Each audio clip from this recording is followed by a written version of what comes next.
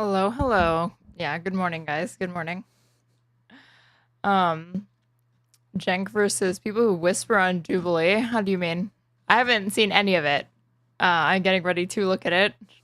For a second, I got really triggered because I opened it up and like I could have sworn it said one populist Republican versus Democrats and Republicans, and I was like, oh, so Cenk is just like fully MAGA now. But then when I when I went to YouTube, I was like, oh, okay, no. It said one populist versus Democrats and Republicans, so he's not MAGA yet. Did anyone catch Live and Learn? ECOMMIEBOI went all out with 3 flags and Castro cosplay. I saw the end of it and I saw that he had done that. Hold on. So powerful. Live and Learn. Let's give their underappreciated YouTube channel a view. Look at this. What the fuck? So controversial about me turn my camera on every week. We didn't listen. Oh, These fucking guys. He stole my idea. I wanted to get, after like while all of that was going on, I wanted to get like a new Shanka off Amazon and wear it, but it wasn't going to arrive in time for the next episode of Just Press Play. So I was like, okay, fuck it.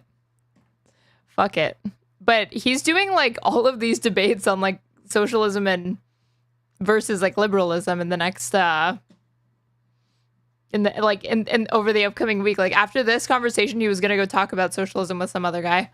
Apologies for the delay. I went live and then I had to end the live stream because I don't know what the fuck was going on, but YouTube was just not working for me. It wasn't loading. So I was like, if I literally can't load YouTube videos, then I can't stream tonight.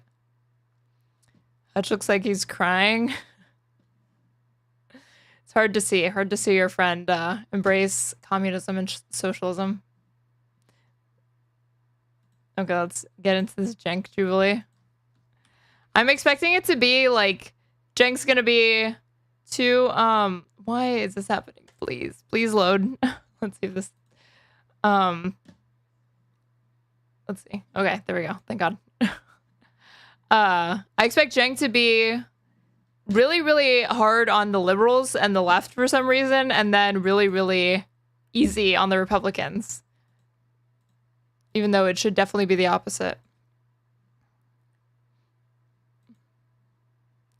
Okay. Yeah, one populist versus 20 Democrats and Republicans featuring Cenk Uygur. Democrats, complete failures. We've tried establishment Republicans, complete failures. We tried fake populism under Donald Trump, complete failure. I disagree. So the only thing we haven't tried is... we tried what? Failures. We tried fake populism under Donald Trump, complete failure. I disagree. So the only thing... But like, who tried fake populism? Why do people hate Cenk? He was non-stop spin the whole debate. I don't know. We'll see. Haven't tried is left-wing populism. And you say, don't try it. Go back to the establishment Democrats. Are you crazy? You can't vote Democrat and then say that, well, because they still support the rich and the rich didn't get all the tax cuts, I'm still going to cast my vote, which is the most powerful political weapon you have, to the very establishment that you're on one hand trying to tear down. That's just weird to mention guardrails against firing people when you rejected a union at your company and fired somebody for organizing. Yeah, that is absolutely not true. You can say that if you like. That is true. Look it up. Fine. So since you smeared me, let's explain. I saw actually, okay, I'm lying. I did see this post. I didn't actually see the clip though of him getting confronted over this. And are we gonna have to watch like small parts of Tell the Truth, Cenk? We'll see. Hi, which is a documentary that's about him union busting at TYT. Cenk Uygur, I'm host of the Young Turks live weekdays, 6 to 8 p.m. Eastern on YouTube. I'm also the head of the TYT network. I'm also founder of Just Democrats Wolfpack. And I think he means Trump is a fake populism. Yeah, but it's like, it's weird to say we did a fake populism or whatever. It just, isn't right-wing populism just fascism? Rebellion Pack, where we're trying to bring the country together. And here I am surrounded by 20 Democrats and Republicans, and I'm going to try to bring them together. Claim number one is that Democrats and Republicans agree on economic issues and try to divide us and distract us with culture wars.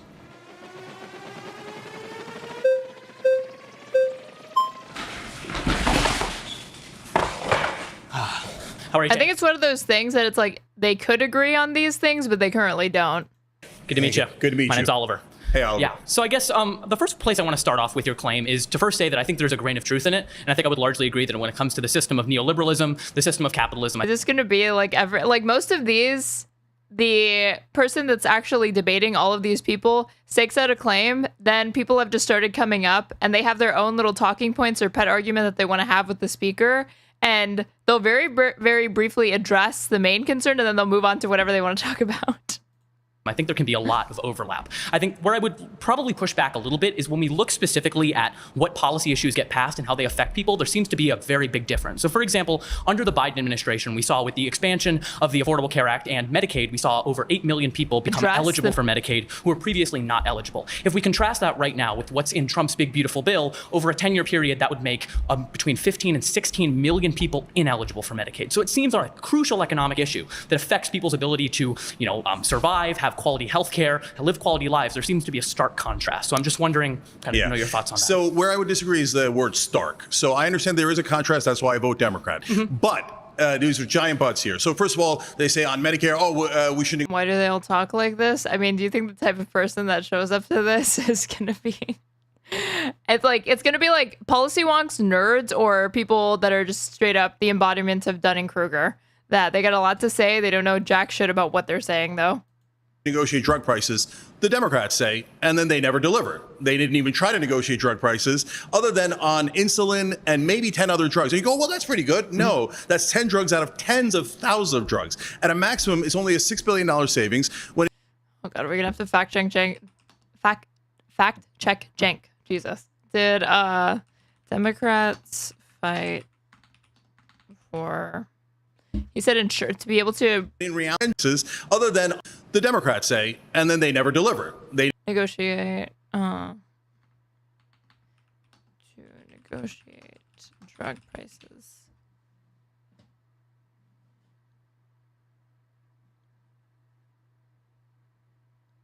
Because like he said, I remember the insulin ones and like a few key like major prescriptions that like a lot of Americans use.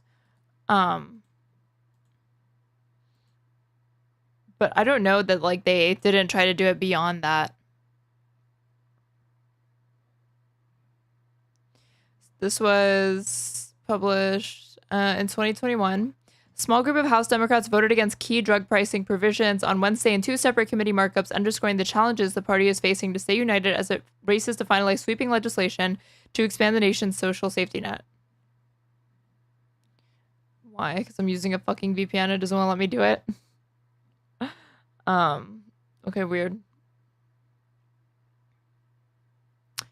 Democratic Representatives Scott Peters of California, Kurt Schrader of Oregon, and Kathleen Rice of New York voted against the proposal to allow Medicare to negotiate lower drug prices during a markup in the House Energy and Commerce Committee. With the 3 no votes, the drug pricing section of the larger package the panel was considering came to a tied vote and failed as a result, foreshadowing the problems ahead for Democratic leadership, which can only afford to lose 3 Democratic votes when the measure is brought to the chamber's floor. I missed the jube. Hey, Mason, did you try to get on this one? They didn't even try to negotiate drug prices other than on insulin and maybe 10 other drugs. And you go, well, that's pretty good. No, that's 10 drugs out of tens of thousands of drugs. At a maximum, it's only a $6 billion savings, when in reality, what we actually would do if we negotiated the drug prices is several $100 billion in savings. So what I'm saying to you is, while the Democrats do some things that are positive, they do it almost He's as taking notes. a release valve. So they go, oh, No, I refuse to go on as a Democrat. Okay, real. okay, here's another example that you mentioned, the Affordable Care Act. You know what it was called before it was called Obamacare? You can enlighten me. Yeah. Romney Care. Was a plan that was tried in a Republican state. Exactly. It was called Romney Care. Yeah. And you know who came out with it? The Heritage Foundation, the same people who came out with Project 2025. This is 100% true. Obamacare is a market-based, neoliberal, conservative solution to fixing healthcare in America, because it's not actually about healthcare, it's about health insurance. And the entire role is to preserve the private healthcare marketplace and intentionally shield the role of the government. So people don't understand it. They blamed any increase in any of their premiums or costs on it, because Republicans say, oh, if you see that, it's because of Obamacare. And it just sucks. It's better than nothing. It is like, I mean, I'd rather have it than nothing, or just like, completely unregulated private insurance. And it did expand access for millions of people. Like, you couldn't just, I wouldn't be okay with repealing it without replacing it, but it should be expanded. That is a corporate release valve so that people don't build up too much pressure and go to a rebellion or a revolution. But in the bottom line is that was a tiny, tiny little fix thought of by a right-wing think tank. This should have been the Just Press Play reaction for this week. Pisco would actually stay till the end just to dunk on Cenk. Maybe certain points will do, like the most egregious ones. And then now when you say to negotiate drug prices, Obama never did it, even though he ran an ad called Billy where he said he was going to do it. Biden does at most 6% of it. IRI is like ready. I can just like see. He's so ready to take down Cenk on these points. The Democrats are constantly doing 5 to 10% as a little release. I am ready to see IRI live out though. But keep the machine going exactly as it is. And we can totally agree that there should be more that's done. I guess maybe I was taking your claim too literally, which is that Democrats and Republicans agree on economic issues. And maybe you yes, qualify in there. Is it largely agree? Is it mainly agree? It's definitely large. Yeah, okay. It's not 100% agree. Sure. Otherwise, it would be too obvious. Sure. But is it true that they largely agree? Of course. So I'll give you many other examples. Okay. Paid family leaves at 84%. Sure. Yet, You know, here's the thing. Cenk has been doing this spiel for a long time. He will cite all of these polls showing issues and policies that have broad appeal across the American electorate nationwide. But it doesn't really mean much because it's never like these things are like you could poll people and you could get 75% of Americans to say that they want comprehensive campaign finance reform. But can you find 75% of Americans who say that's like in their top 10 issues? No, then politicians don't run on that and then it doesn't become a priority once they enter into office. So until you can actually see it, like until that ends up being on the agenda and in the mind of the voter and like as like a top issue when they're voting, you're probably not going to see momentum on it. The Democrats never seem to be able to pass it. Why do they never pass it? Because they're not trying. They said they do the public option. Sure. Joe Biden didn't even announce them, introduce the public option. Why? Because they agree with Republicans. Well, I don't think they agree with Republicans necessarily. I just think that sometimes it's hard to pass legislation in a bitterly divided Congress. Would you acknowledge? I mean, like they're bought by the same people, but they have different ways of managing capital. That it's difficult very often in order to get things done. You don't. No. See, that is the number one excuse Democrats use. Okay. Oh, golly. I also wonder. Cenk's gonna kill me if he does the fake crying. He's gonna kill me if he does the fake crying. I also wonder how much this like fake it till you make it approach works. I mean, lying works for Republicans, right? So if you say enough times, the majority of Americans agree with like Cenk's agenda, maybe just one day it'll be true, you know?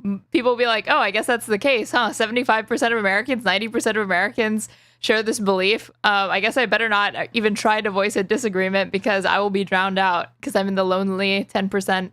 There was nothing we could do. And they're saying, there was nothing we could do. There was nothing we could do. In reality, he didn't even try for the public option, Biden. He didn't introduce it. God. So that polls at over 70%. Why not try? Sure. $15 minimum wage. The Republicans didn't take that out of the bill. Joe Biden took it out of the bill. You see those things where you can tell intent. And the intent is he actually agrees. Thank you for following, John Bose.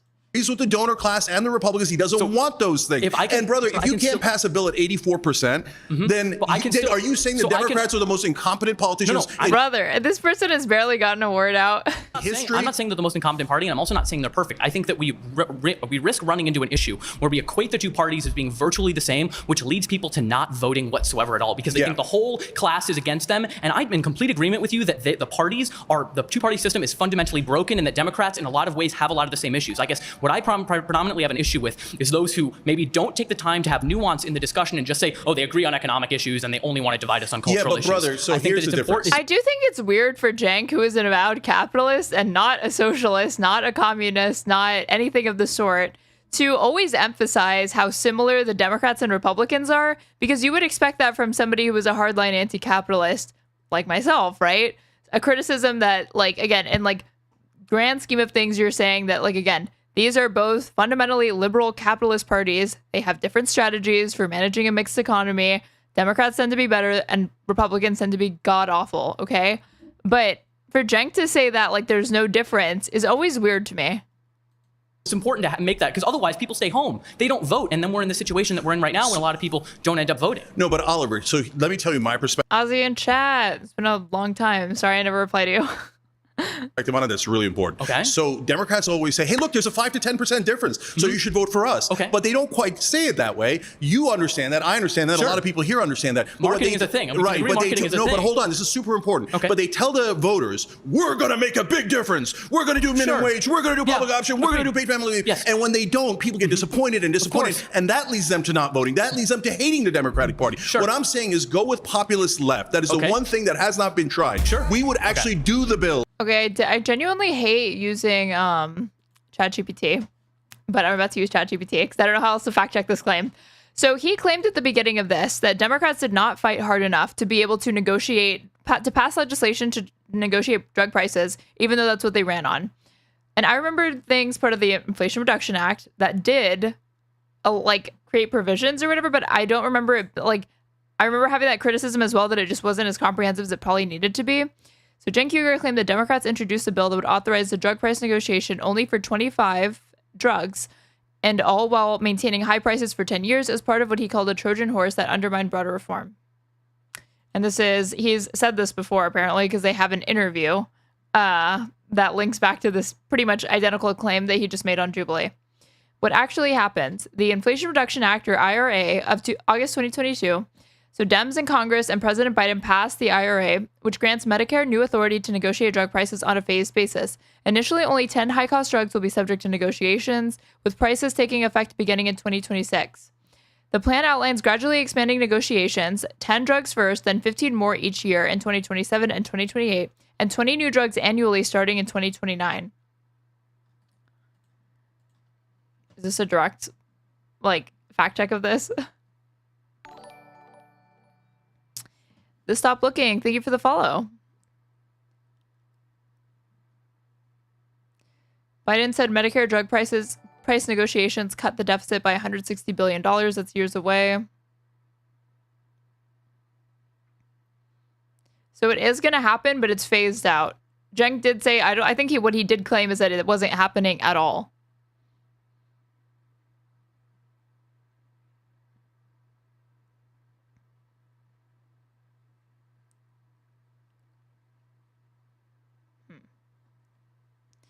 That said, there are other provisions in the legislation that have already led to savings for seniors, says Tricia Newman, Senior Vice President at KFF. Certain recommended adult vaccines covered under Medicare Part D, such as shingles, are covered at no cost. The Act established a cap on Part D spending that begins phasing in this year. This year, Part D enrollees will pay no more than $3,300 on brand name drugs. In 2025, the cap for all covered Part D drugs drops to $2,000. The Inflation Reduction Act also included the $35 per month insulin cap, improvements in coverage for low-income beneficiaries, and the inflation rebate. When we pressed the White House to provide examples of savings that have already occurred, a spokesperson also pointed to the insulin cap. Meanwhile, Answer said although the Part D rebate has kicked in, the savings come from a small subset of Part D drugs taken by older Americans, and the saving goes to the government, not to older Americans.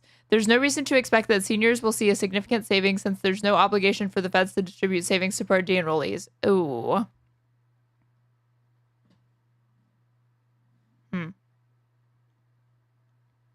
So the federal government is negotiating the first 10 drugs with the new prices set to take effect in 2026, but it will be phased out. Democrats' official proposals. As early as mid-2023, Democrats proposed a broader framework to expand Medicare's negotiating power if they secured control of the House and the Senate. Other reforms, the IRA included a $2,000 annual cap on out-of-pocket prescription drug costs for Part D beneficiaries, $35 insulin copays, and penalties on price increases exceeding inflation.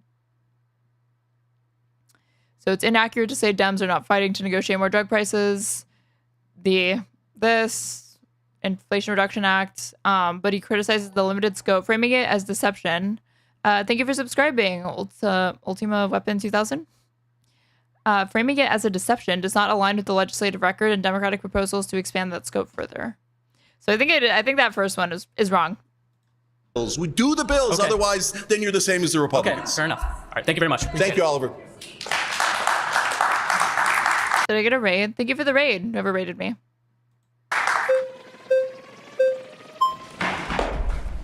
Hey, Cenk. Great to meet you. Nice to meet you. Great to speaking with you. I agree with your overall term here. I would say that at the end goal, they agree that economically, we all want the same things, right? But the way we get it is two completely different economical viewpoints. We have the left that tends to be more socialist and communist, and then we have the right that is more crony capitalist. Like, what socialist left in America are you talking about, dude? Okay. The left wants to take your taxes and they want to distribute it the way they want. Yeah. The right wants you to keep your taxes right now. They want you to keep Adam Conover. This is like evil Adam Conover. taxes. They want you to keep your taxes on tips. So what is your So this dude's a Republican, and that tax on tips thing drives me fucking crazy because it was the Republican answer to not having to increase the minimum wage, and it only applies to like 2% of workers in the United States. First of all, brother, you got to stop saying socialism and communism. None of the Why is that? Because none of the Democratic politicians are in favor of that. They're actually Bernie's quite literally socialist. No. So he says he's a Democratic socialist. Okay, so what? Bernie is one senator, one independent senator out of how many?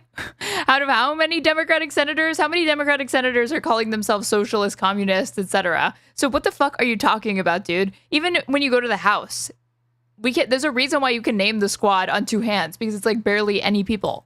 Even he doesn't really go towards what you would consider socialism, because you're Chairman Joe Biden, I know, right? More like Joseph Stalin Biden. Putting socialism and communism in the same bucket where they don't belong. None of them are in favor of ending corporations, ending capital, etc. In fact, Kamala Harris and Joe Biden, their number one problem is that they're corporatists, not Ending corporate. I guess he means like nationalizing corporations.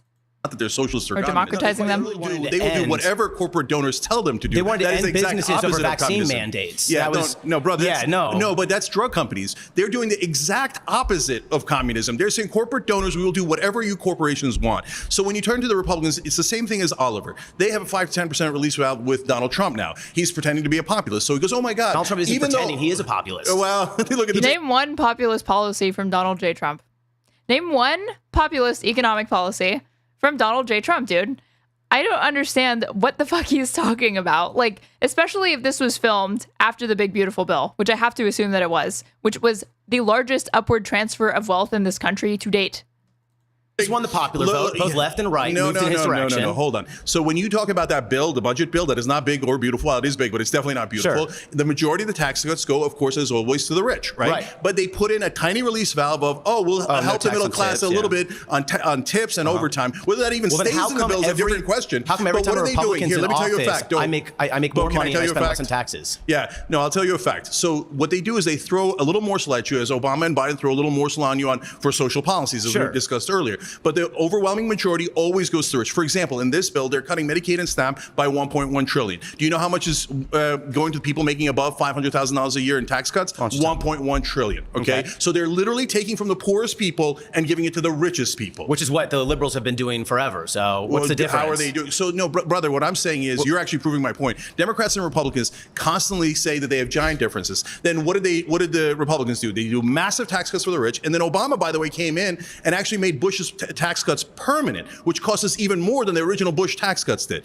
So there's a lot. I thought he was going to bring up how Biden said he was going to reverse the 2017 Trump tax cuts, and that didn't happen. A lot of theater about how they disagree, but at the end of the day, why do the we as a rich always business get tax owner cuts. save more money when Republicans are in office? Why do me as a business owner continue to save money? So you know why? So I'm a small business owner. So we save a little bit of money. The giant corporations save a ton of money. Isn't it better if everybody saves money? No, it's not. Why not? That makes no sense. No, brother, it's easy to say, okay, then we shouldn't have any roads, bridges, cops, fire departments, Nobody's saying that. We just don't want our money going to foreign. We shouldn't have any taxes. We just don't want our money going to foreign countries. Oh, I couldn't agree more. On drag events. And by the way, that's another thing that proves my point. Republicans and Democrats. BTW, he will overuse the term release valve most of the video. Yeah, Cenk has his like rhetorical pirouettes that he just loves spinning, and you can already see it happening a little bit here. Democrats always do whatever saying brother. So that's a whole different argument. No, it's not an argument. It's the same So argument. It's the donor class. Thank you, Cenk. Yeah. So the Big Beautiful Bill ended up including the no tax on tips thing, but it barely affects anybody. Despite no tax on tips, Trump's Big Beautiful Bill is bad for tipped workers. No tax on tips is a symbolic tax break that is very limited and poorly targets the workers who need tax relief the most. Many among the small number of workers who will benefit will also face the bill's cuts to basic needs programs. So cut off your nose to spite your face. Awesome stuff. Hey man, nice to meet you. Nice to meet you. So when you talk about this concept of like a release valve, it seems like you're downplaying very relevant and very important differences that exist between the parties. So the Affordable Care Act, you understand that it expanded coverage to like millions of people. More people got Medicaid, premiums were subsidized. Like, this is good policy. And I agree with you. Sometimes, in many cases, Democrats lack a spine. They don't push hard enough. But I think chalking that up to like, they're pretty much the same, there's just a little release valve difference is a little bit reductive. Yeah, it's not at all reductive, and the Affordable Care Act is a perfect example of it. Yeah, no, it's not. It's fine. It's totally perfect. So you're right. It was better than the previous system because the previous system had pre-existing conditions and you can get blocked for that. And the American people despise that. So it needed to be changed. Yeah. That is part of the reason why a right-wing think tank, Heritage Foundation, came up with Romney Care. It's a release valve and it's a Republican idea. Then Mitt Romney took it and passed it in Massachusetts. That's why it's called Romney Care. Then Obama and Romney ran a campaign where they pretended to be on exact opposite ends of the spectrum with the same exact healthcare plan. Literally the same exact healthcare plan. Do you think the ACA is like a right-wing health insurance plan? It was literally created by a right-wing think tank, the Heritage Republicans Foundation. right now in Congress are trying to push a reconciliation bill that literally guts Medicaid when the ACA expanded Medicaid. Yes. So they always move the goalposts. So what do? They bring in, okay, here's our release valve. Okay, now the American people are still mad. Of course they are, because, and here, let's talk about the next steps that happened. Obama said, oh yeah, we might do the public option, which would have been not universal health care, but a good step forward. Right. I was there. Young Turk's been around forever. And I was like, yes, you got to do the public option. Then Obama says publicly, this dude in a purple suit. Right. I was there. Young Turk's been around forever. Monochrome purple suit. And I was like, yes, you got to do the public option. Then I think Cenk just thinks populism means doing things that are popular, which is sort of true, and it can also be useful politically, but too much populism destroys plurality, which is really bad long term. I think his understanding of what constitutes populism is kind of just the framing of like the 99% versus the 1%, but you can slot in a lot of different, a couple of different demographics into that. Although I think Cenk pretty much keeps it, I think he kind of like overemphasizes the extent to which there's like class consciousness in the United States among the electorate. Obama says publicly, I guess we can't do the public option, wink, and they immediately took it out of the bill. Right? What's that? That's because of Joe Lieberman, right? But 59 other Democrats would have voted for the public option. Okay, see, that's exactly what I'm talking about. So that they always, they always have an excuse. So right now, under Biden, the excuse was, we don't have enough senators. Oh, golly, gee, that's how you pass laws, the filibuster in the parliament. There's something very irritating about this guy, I'm not gonna lie. And then under Obama, they had 60. They could pass anything they wanted. They're like, let's take a really, really long time with Romney Care. Oops, we ran out of. Even though, again, I'm more sympathetic to his position, but I don't like the way he's going about arguing it. 60, things changed. Okay, now the Republicans are ignoring the parliamentarian when they're trying to pass this bill. So the Democrats keep finding excuses. Why did they take the public option out of the bill? You think Obama Why did they didn't never want the introduce public option back again? I don't think the Democrats want the public option at all. When 59 senators said we'll vote yes on this, and Lieberman That's what I'm trying to tell you, brother. They don't mean it. So let me give you two examples. Where are you getting that from? Where am I getting it from? If Lieberman agreed, I think the better thing to do, instead of if I were making this argument, is that you have a few Democrats that are holding out, right? And that's unacceptable because they're getting in the way of President Biden enacting his agenda that he ran on. But on the other side, you have every single Republican in opposition. So how are you going to say that they're the same when you see all no's from Republicans, but with Democrats, you only see a few? We not have gotten number public one, option? the public option polls at over 70%. They didn't even try to pass it. Sure, but number two, when policy, Biden came into office, said he was going to do public option, and then he lied, and he never once introduced Biden had like no political capital compared to Obama. Oh, now they don't have political capital. Golly gee, these are the realities of how you pass oh my God, I can't. The voters are sick of I can't. It's not Why don't you actually try? It's more so difficult. tell me why they're such losers. I mean, I do feel like Cenk is probably speaking to how people feel about the Democratic Party right now. They're at a 30-year all-time low, according to a Wall Street Journal poll that found the favorability of Democrats to be, I think, in the 30s, despite Republicans being even more unpopular. But like on an issue-by-issue basis, those voters still said that they trusted Republicans with the issue far more than they do Democrats for some reason, or slightly more in some instances of the issues that they were polled on. But I guess I just find it like the frustration with this guy sitting here talking to Cenk is that there's so much energy devoted to explaining why they can't get things done instead of people like fighting and demanding that they do get things done, if that makes sense. Like there's a time and a place for this, and I just don't know, but I hear this refrain constantly. They can't pass paid family leave at 84%. Are they losers? He's not speaking logically, though. He's just speaking emotionally. Yeah, for sure. I think Cenk, for as informed as he should be on politics, given that this is his entire job, he speaks like somebody who is understandably frustrated with the Democrats, but lacks a lot of knowledge around the civic processes and like how the separations of powers and how they constrain one another and get in the way of either party passing their agenda if you don't have the majorities that you need. Or do they actually secretly agree with the Republicans and they don't want liberals are so good at making you hate them while they say correct things.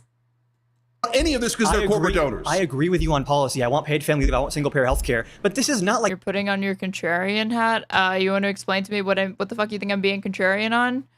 Ryu got swag. You can come into the Discord if you want to disagree with me. Super easy to pass. You're like, if they just all hold their hand and I sing can get it passed in 2 weeks. we're gonna get like 2 weeks. Okay, so here's how you do it, guys. You see, you've been taught by mainstream media and Democratic politicians to accept failure. Oh my God, there's nothing we can do to pass it. There's nothing. Here's how what you do. Can't pass it, but it's super difficult. easy. It's not listen, easy. listen. Paid family leave is at 84. Why do I keep insisting on that? Because here's what you would do. You would introduce. Like, we're all frustrated with Dems, but we don't need to give conservatives credit. Yet Cenk feels like that's what we need to do. Yeah, that's the reason why I'm actually like, if Cenk gets destroyed on certain points, I probably won't be too upset because he has gone way too far with trying to give props and reach across the aisle to Republicans that are never going to meet him halfway. He's just there to be like I'm, the founder of TYT, the home of progressives online. And even I agree that the Democrats suck. He's just supposed to be a useful idiot. So 74% of Republican voters want it. And then you would say, I dare you to vote against it. If you vote against it, you're voting against 84% of Americans and you will lose your next election. I will campaign against you. I will find a Republican to campaign against you. No. And then, but you say, no, God, don't even try. Don't even try. Oh, we have these giant differences, but we never pass our. Okay, now he's just like strawmanning this guy because this guy was never saying don't even try. He was saying, no, they can do it, but it's difficult because you need majorities. And this is how politics works in the United States. And you can't just ramp through your agenda if you don't have the numbers. We never even tried. And who took out $15 minimum wage? Joe Biden took out $15 minimum wage. So they never mean it, brother. When is it going to get through to you that they don't pass it for a reason? You say that Republicans agree with us. They agree nominally. I'll give you a great example of this. If you poll Republicans, should we cut Medicaid? They say no. When Medicaid's actually cut and you poll them, they're just cutting waste, fraud, and abuse. So like nominally, yes, everyone agrees. Universal health care is good. When you get into the nitty gritty of actual policy, it gets a lot more complicated. I agree. Democrats should fight. Got very mad at me for calling him a patsy a while ago. I'm guessing this was on Twitter, where Cenk's entire feed is just him getting ratioed and fighting with people in the replies. Much harder, use the bully pulpit, campaign on these issues. But the idea that they're willfully, purposefully sabotaging themselves, some of them sure, but this is not as easy as you're painting it out to be. Okay, so number one, on minimum wage, we at the Young Turks fought for Bernie to put it back in and at least get a vote. Okay, it got a vote. And guess what happened? The 8 Democratic senators who were pretending to be in favor of it all of a sudden voted with the Republicans. They had more than enough to block it because the Democrats don't mean it. They always. And this I kind of buy into what Cenk is talking about a little bit. They call it the rotating villain theory, and I do think that there is some truth to that. To rotating villains. Yes. So, I haven't pre-watched it. I just knew what he was going to say, and I do kind of agree with this. At what point are you going to say the failure is on purpose and not, golly gee, they're the Washington Generals against the Harlem Globetrotters? When you have slim majorities, paradigm-shifting policies just harder to pass. But 60 is not a slim majority. You constantly make excuses. Obama had 60, minimum wage. And he still didn't do it. They could have 80 and you'd still find an excuse. The ACA was massive legislation that he got with 60. Yes, 60 beautiful votes. Romney Care from Heritage Foundation. Yeah, we have 59. We didn't have 60, so Cenk's just wrong. Where's their fucking fact check thing to pull it up and say, like, no, Cenk is just straight up wrong here. They didn't have the numbers that he was saying that they did. Nice meeting you, man. Thank you, man. Yeah.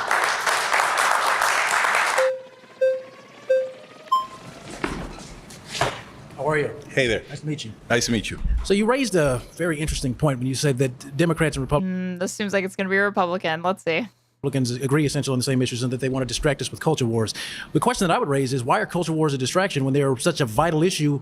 It's important to myself as a conservative, and I'm quite certain every Democrat in this room, issues like abortion, social justice, or things that affect us in ways that maybe some policies only benefit the rich. Why should we not focus on things that benefit Americans every day and that can affect women's bodies or gay people's right to get married or maintain the right? Yeah. So I'm not saying that social Guy seems like a slimy evangelical preacher. He has that cadence. issues are not important. I was thinking the same thing. Democrat instead of Republican, because I believe women should have the right to an abortion and many of the other things that are on the left. Okay. But at the same time, when you talk about trans sports, for example, do you know how many trans athletes there are in the NCAAs? No, I don't. 10 out of 500,000 athletes. Okay. So for 10 people, we had this giant debate, and the far right were like, no, that's it. This is what the Democratic Party is all about. And the far left was like, yes, that is all we're about. And this is about vulnerable communities, and you have to protect them. So this is the hill we're going to die on. And we're going to talk about this nonstop, okay? But meanwhile, We're getting robbed every single administration. Trillions of dollars in tax cuts under Republicans and under Obama. Tax cut after tax cut for rich, for the corporations, deregulation after deregulation. You know why they want to split us? They want you to fight left and right. They want you to look left and right. They don't want you to look up. Look up. Okay. Well, of course, having to look up is very vital, okay? My master always tells us to look up. That's why I wear the cross. But the point that I'm making is that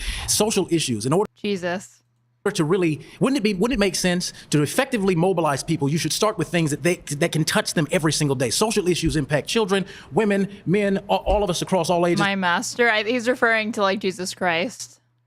And cross all ideologies. Shouldn't it be for the American population whose average attention span is maybe 43 to 56 seconds at best to influence them politically? Wouldn't it be best to start with something like a social issue that would then raise their awareness to issues dealing with the rich and issues dealing with taxes? Why not? Because that splits us. It splits us. Here's the thing. If he's a conservative, it's better for Republicans to lead with those issues because they're reinforcing the status quo and they come up with nightmare scenarios and edge cases and fearmonger about minorities, immigrants, the other, gay people, drag queen story hour, whatever it is. They whip their base up into a frenzy and then they scare people into voting for them that way because they just lie and say the left wants to do all of these things that they don't want to fucking do. But Democrats are actually trying to bring about, more so than Republicans, social equality and change. And that is a more controversial message to run on, which is why I don't think Democrats lean as much into the culture war issues as Republicans are able to do and successfully. On purpose. Those don't unify. I say the exact opposite. Why don't you start on bills we all agree on that have people call Jesus their master? This guy does.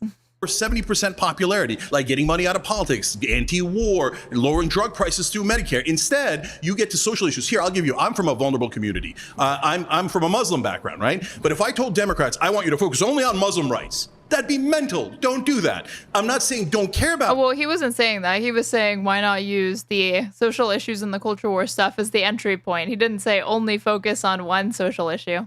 Muslim rights. I want you to care about that. I want everyone to have 100% same rights. What I'm saying is why build credibility by actually delivering for all of the American people. We raised all of your wages. We brought down drug prices for everyone, for Republicans and Democrats. But by your logic, that could undermine certain things like, going back in history for a second here, the civil rights movement, things like that, which were inherently social and economic issues in combination. Why not? My question is, why not work with both of those issues side by side? Why are you deliberately attempting to prioritize one over the other? No. So what I'm saying to you, brother, is two things. Number one, you can walk and chew gum at the same. Isn't it better to manipulate voters if you can fearmonger about things they relate to, which you can convey in a few seconds? It's like, yeah, that's easy to do.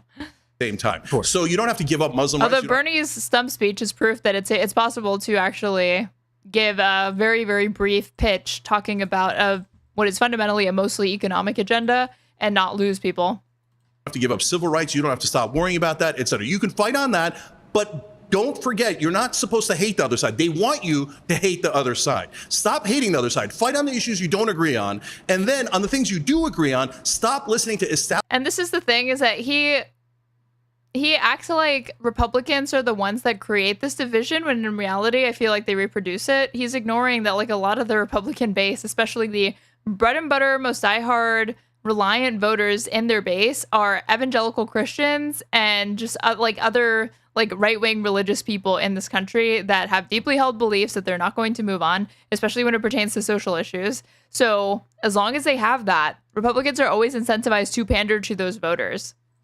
It's not them coming up with the idea of like, oh yeah, let's have this conservative social agenda that they agree with or whatever, and they stoke those flames and they feed into it. But they're certainly not usually the ones just coming up with these ideas.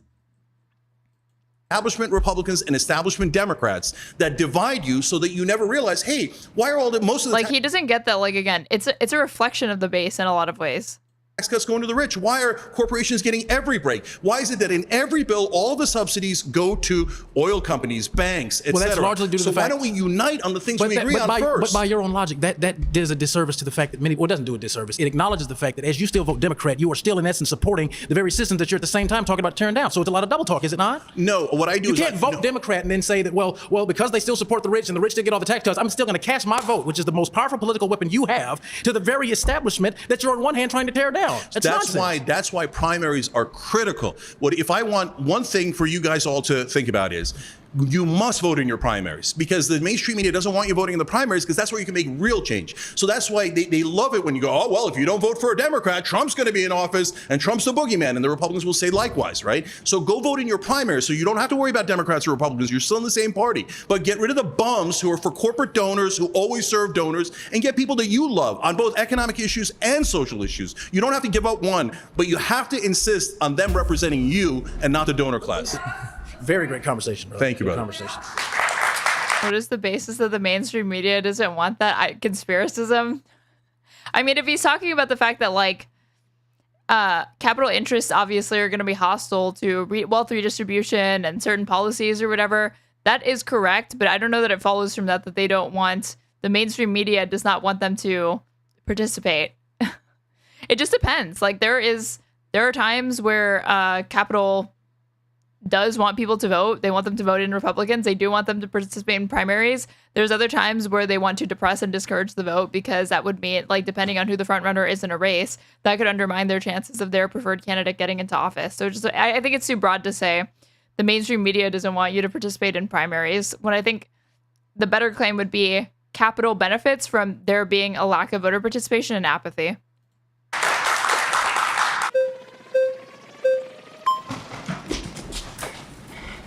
Hello. Hey. Nice to meet you. Nice to meet you. So I'm not going to disagree with you that in every case, Democrats don't go after the most radical economic policy. One example that Not radical. They all poll over 70%. Sure. Yeah, sure. I'm a Democrat myself. I agree with a lot of what you say. One example. I guess when he says radical, he means as far as that the average person in America, the average voter understands it, they're considered radical.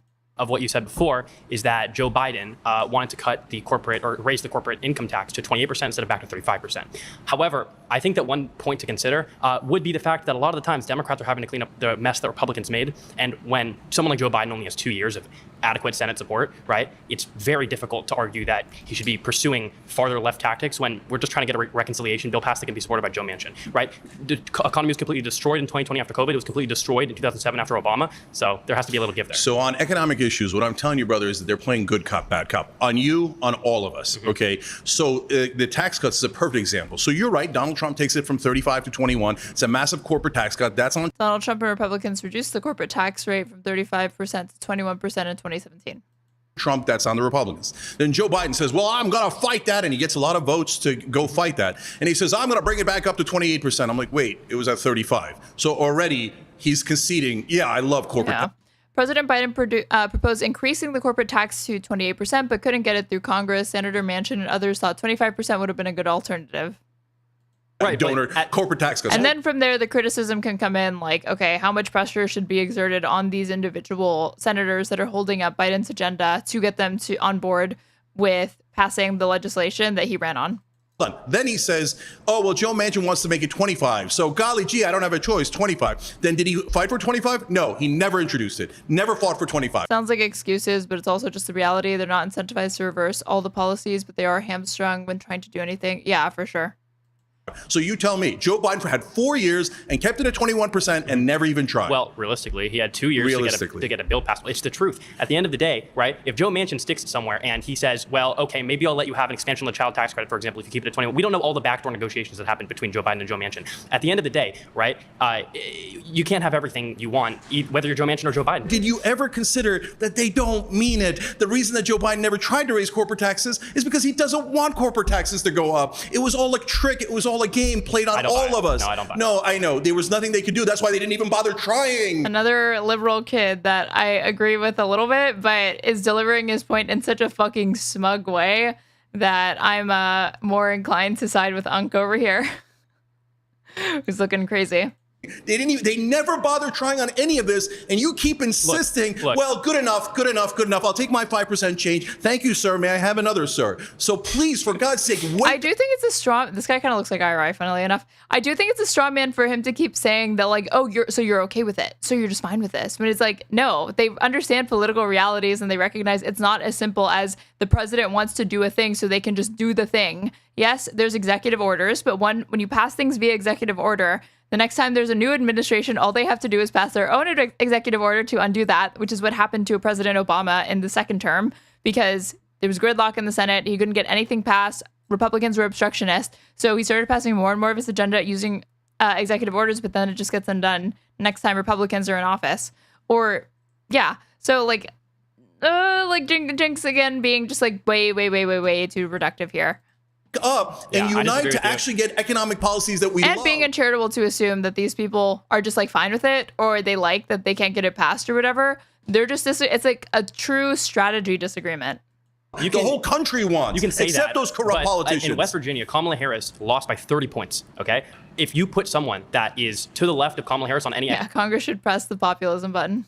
Economic issue, they're going to lose by that same margin. You're totally wrong. Do you know what percentage of Americans want to not cut taxes on the rich, but raise taxes on the rich? Probably all of them when you ask it that way. No. What do you mean? On television, they constantly say, oh, cutting taxes is popular. Raising taxes is very unpopular. That's not true. Raising taxes on the rich polls at 76%. You would win West Virginia. You would win Kentucky if you ran on populist campaign. If you said, yes, I'm going to raise taxes on the rich. Yes, I'm going to give you lower drug prices. Yes, I'm going to give you higher wages. But the Democrats don't say that. They say, oh, I'm going to try a little bit, and then I'm not even going to introduce any of those bills. I don't think the lens that you're seeing it through is the lens that a lot of voters see it through when they're going to vote for people like Joe Manchin, people that will give us a Senate majority. All right, thank you.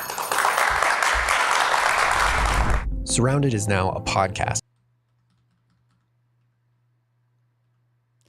Joe Biden was literally referred to as a senator from MBNA. This nickname originated due to his close relationships with MBNA, a major credit card company based in Delaware. I know, Biden, despite consistently touting out the fact that he's literally one of the poorest senators, which isn't saying much because a lot of senators, he still made a lot of money relative to the average person in the United States. But he always touts that out, and it's like, oh, so you just turned Delaware into a cesspool of usury for the love of the game, or a really, really low price. My next claim is Democrats don't want to pass their agenda. It's a marketing ploy, not a mission.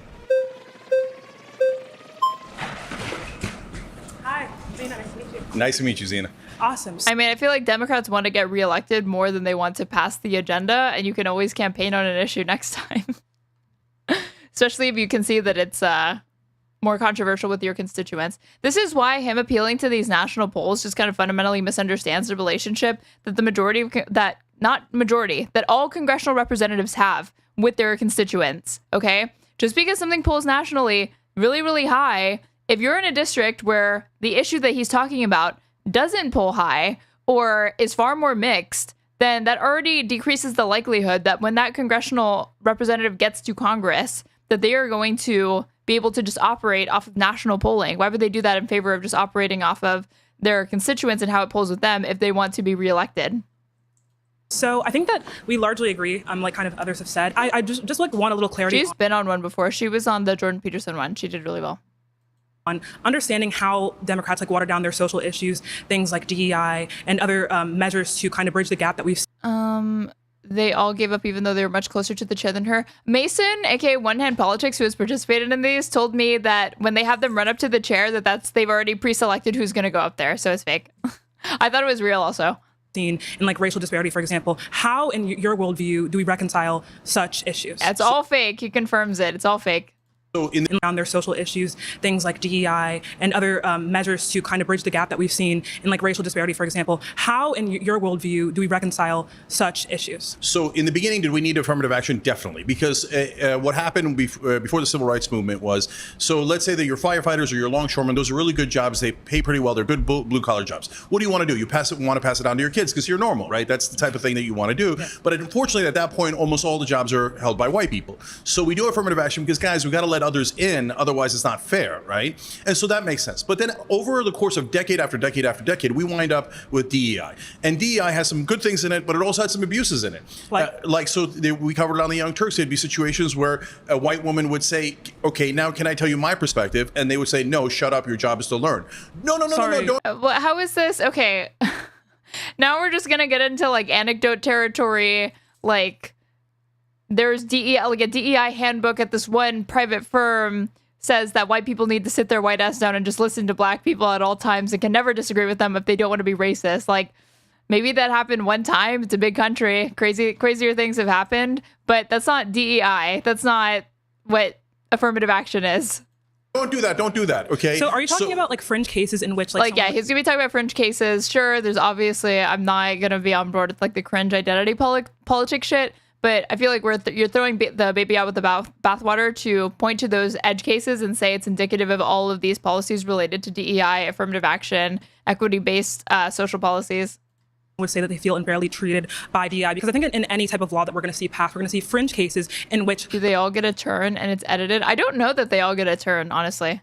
The law is, I guess, manipulated in some case to negatively affect certain groups. But I think that we see, like, largely the effect on the Black population is extremely substantial and extremely important. For example, we see that, like, I think there's a study done, I don't remember if it was 2015 or 2002, but it was a study done where they simulated a class-based DEI program instead of race. What we found was equally qualified Black individuals were much less likely to be chosen on this class-based protocol. And we saw that, like, the protocol actually represented a lot less of the Black population that exists in this country, whereas DEI ensures that we have a representative pool of applicants and admitted students in our colleges, which is extremely important. So look, again, DEI and affirmative action had their role, had their place, and oftentimes I'm saying that they have a role now. So, but what it also does at the same time, though, it serves to divide us.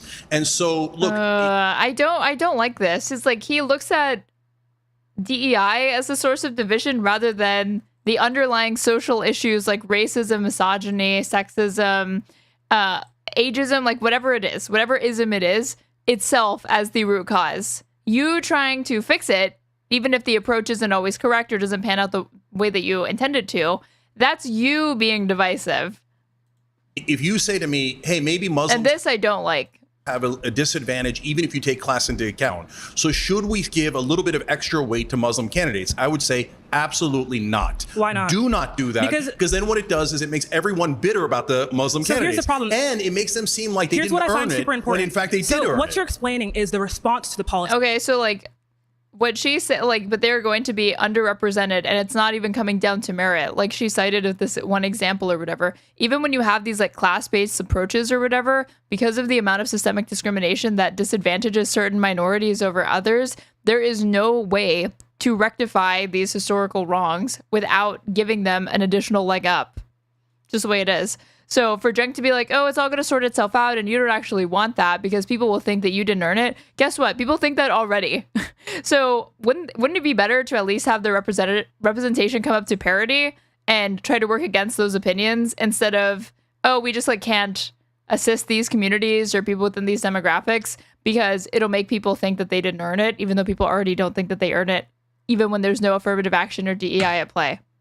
And you're not actually digging at the policy in of itself. You're saying because people will come out and be, racist or Islamophobic or whatever it might be, because of a policy that is ensuring equality of opportunity, we should cancel. DEI is just ultimately a corporate liberal band-aid to issues they're unwilling to address fundamentally. Yeah, but Cenk doesn't get to make that criticism because Cenk's not anti-capitalist, so I don't want to hear it from him. I expect the majority of liberals to be on board with DEI policies. To the policy. But that is not a critique of the policy. That's a critique of the Republican or usually conservative response to said policy. So do you have a problem with the policy or the response? So my point here is that this is among the different things that the Democrats do where they say, hey, I think they're being performative. They say, oh, we're in favor of DEI. It might be performative, but the output is important. What the thing that would help African-American community or Latino community. Yeah, like also you're getting into like, just because it's disingenuous, okay, I'll admit to you that a lot of Democrats just disingenuously hold certain positions when it comes to social issues because they feel that that's what they need to do to get reelected or whatever. I mean, it comes down to how important it is that your representative principally holds onto certain social beliefs or if they conform to where they believe that their constituents are at. It just depends. But I don't know that that makes it any better or worse. Like, that's like saying, oh, who cares that Democrats, the majority of Democrats we're in support of like equal marriage or gay rights or something like that or trans rights because they don't really mean it. It's like, well, if they vote, if they campaign on it, if their rhetoric reflects that position, and then when it comes time to vote on it, they vote for it, then it almost becomes irrelevant that they didn't personally hold that belief. Community, Muslim community, all those communities is actually raising the minimum wage, lowering drug prices, but we never do the material help. We never do the things that equal things out economically. You still haven't critiqued. He's also overstating the extent to which Democrats are like legislating social issues to this extent. The policy in of itself, you're saying people will get angry if we come out and we promote these different metrics of helping people. No, I am critiquing the policy. So what exactly about the policy is because negative? it divides us. How does the policy divide? Even though it has by saying that racism exists? Yeah. So but racism, no, but not by saying that racism exists. So you have to acknowledge reality, right? What you're saying is now we're going to put black people in this category. We're going to put white people in this category. Because there are categories. I was just say they're already put into those categories, and it's just a misunderstanding of how power works in the United States, especially as it's like distributing it among people within different races, and then even within those races, it's going to obviously, like, the people that are wealthier within those races are going to be more privileged and heard more than the people that are poorer. But those categories were not created by the people that are scapegoated by them or don't benefit from them. Okay, that so exists hold on, now hold at a on. subconscious level that we characterize So even each if other you by. get a benefit from that, and you say, hey, I reduced racism by 10%, 20%, et cetera, what you're doing is you're not noticing the giant downside of that, which is then people start to view each other as black, white, We've Asian, always done et that. That's cetera. happening unconsciously But all the time. You're right, but what I would love So we have is He's like, let's bury our heads in the sand and pretend that it doesn't, and maybe it'll go away. for us to stop all doing of, that. all of our For people psychology. to stop if you looking want at us me to as have, a Muslim and you as a if you black want us to person. have less I want them to look at you as an if you want us American to have- and me as an American. If you want less racism and less racial categorizing, or us to see it as less of an initial categorization, studies show that we need to attack racism and race as a concept like head on. We cannot ignore them or input race neutral policy into place. What we find is that characterizing race, saying what it is, saying what racism is, and thus confronting ourselves with our biases is what limits them. So no, we can't say, let's stop dividing people with the corrective policy. The corrective policy is helping something that has always existed, that's happening all the time. So I told you. Yeah, he's like conflating like racist policies, like racially discriminatory policies, with race conscious policies. I have an issue with the policy itself. I think it You divides haven't us. explained it, though. And do the Democrats actually pass their agenda, even if they agree to I'm kind of glad I found somebody watching this. I could not watch this on my own. This actually is pretty entertaining to me. you? Did they pass Voting Rights Act? They did not. The problem is You know why? capitulating to right framework with, like, which I think was what you're doing here when you said Yes, finally. Yes, exactly. Like, he complains about Democrats not fighting, but he immediately caves on social issues and framing that are relevant today and still matter. to DEI is going to be negative. The thing is, when we... All right. Thank you. All right, thank She you. was cooking. Usually the DEI advocates struggle to defend it, but she had a really, really compelling pitch. Hey, good to meet you. So Democrats don't want to pass their agenda. I would say they want to pass their agenda. It's just, if you ask 50 Democrats what their agenda is, you'd get 60 different answers. We've got the environmentalists who hate the labor people hate the environmentalists. We She have never talks again. Aw, Jesus Christ. the gay rights lobby, we have racial justice people, we have all different people, immigration activists. Like, everybody thinks that their issue is the most important one. And I know you don't acknowledge that usually at the beginning of an administration, there's the maximum political capital. And if they don't get something in that time, then they weren't really trying.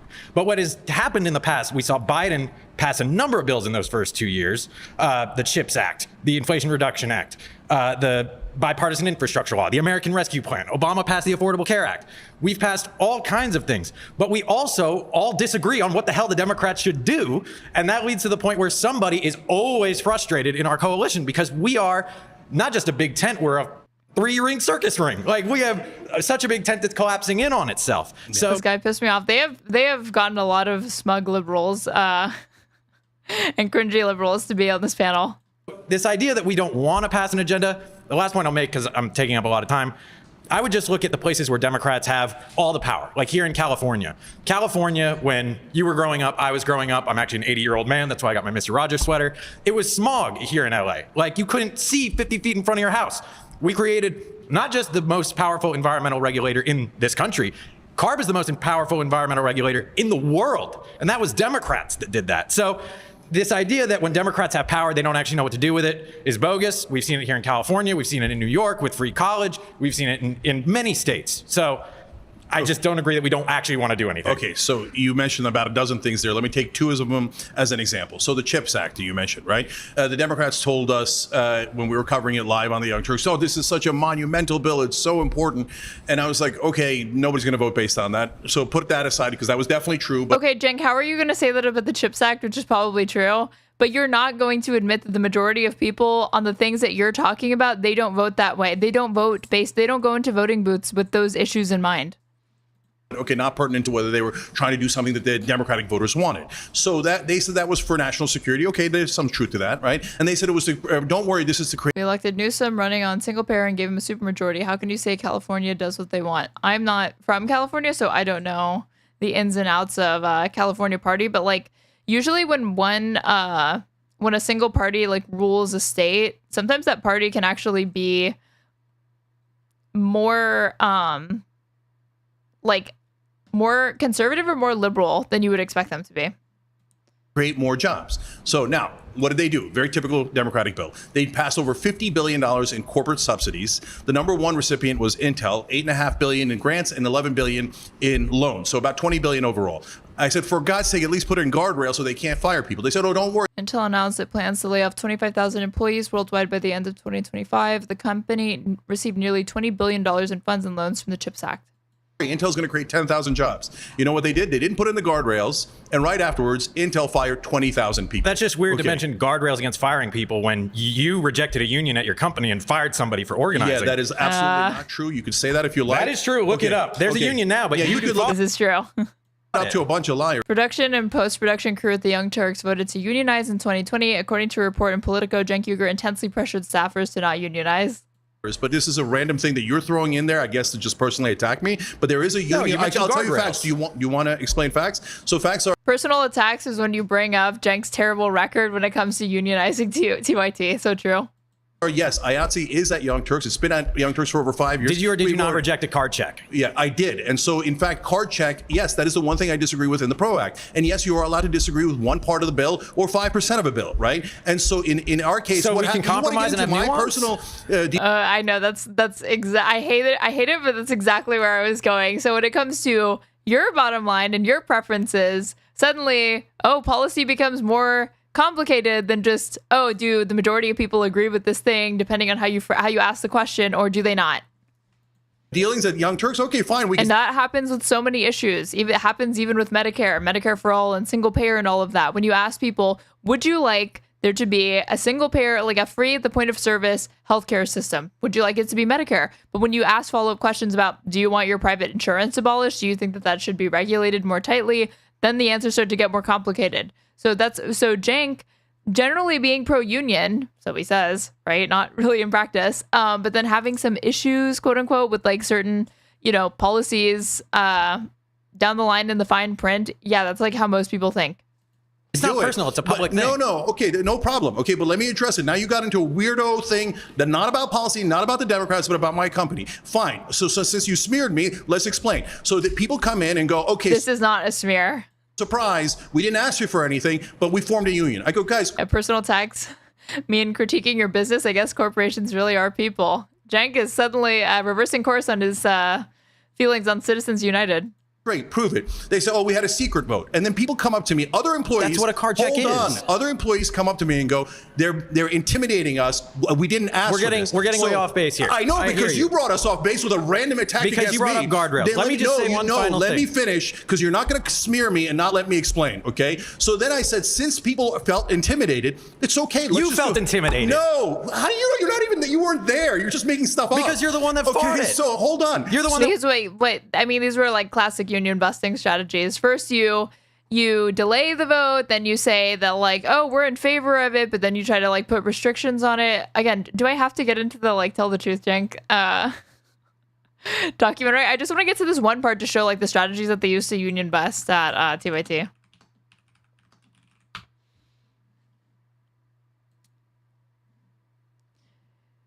So, Tell the Truth, Cenk, first 46 minutes of an upcoming documentary from a former TYT employee is a documentary that was uploaded on a part of it on February 29, 2024. And they talk about, what the heck happened at TYT and how they ended up being union busters.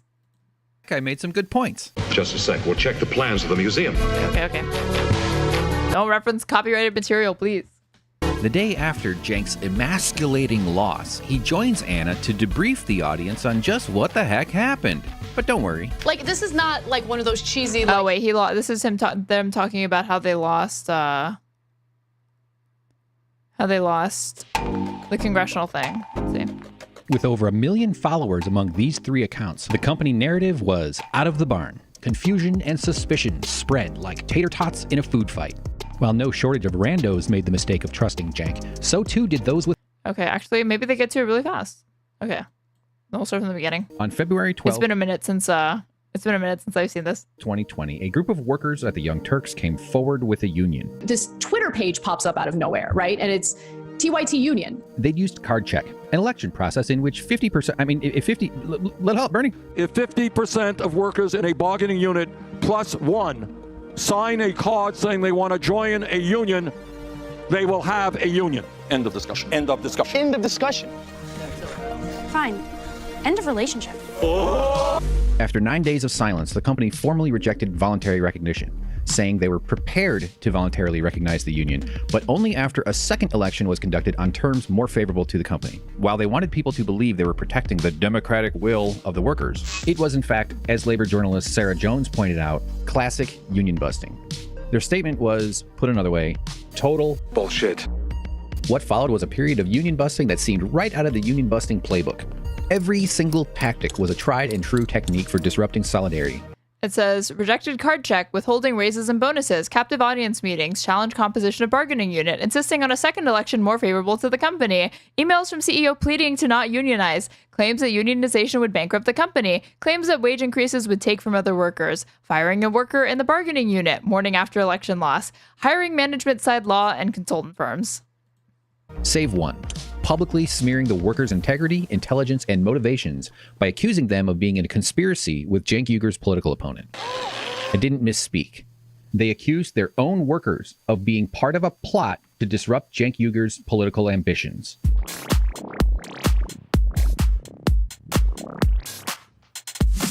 What makes this unique is that most CEOs desperate to avoid a union are not talk show host politicians like Cenk Uygur.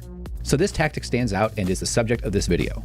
The other tactics, all documented in these 4 articles, none of which the company has refuted, might seem so familiar because, as NLRB filings would later reveal, the Young Turks hired 2 anti-worker management-side law and consultancy firms. Since the home of progressives is largely member-funded, it stands to reason that the audience deserves to know how much they spent on union busting, if any. How much member money did TYT send to these anti-worker law firms? Do they even have a right to know? Perhaps not. Shh. Best not talk about it. 18 months later, Cenk Uygur described his own union busting as merely a bumpy start.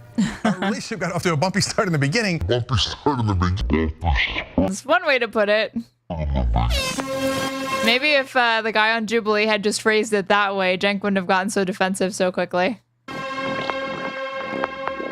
He almost succeeded in denying his workers, the very people on whose time, talent, and labor his career is built, their right to collectively organize. But after a tense few months, a second election was held, and bravo, a new union was born. After 18 months of negotiation, a contract was ratified. The union was official. Congratulations to Is Cenk a pro-union guy generally? Yes, that's why when he's on this Jubilee panel, he's like, I only disagreed with card check, but card check is really a cornerstone of being in support of union rights in this country. Even Obama, I mean, he dropped it. He didn't follow through with it, but like Obama drops card check, but he ran on card check.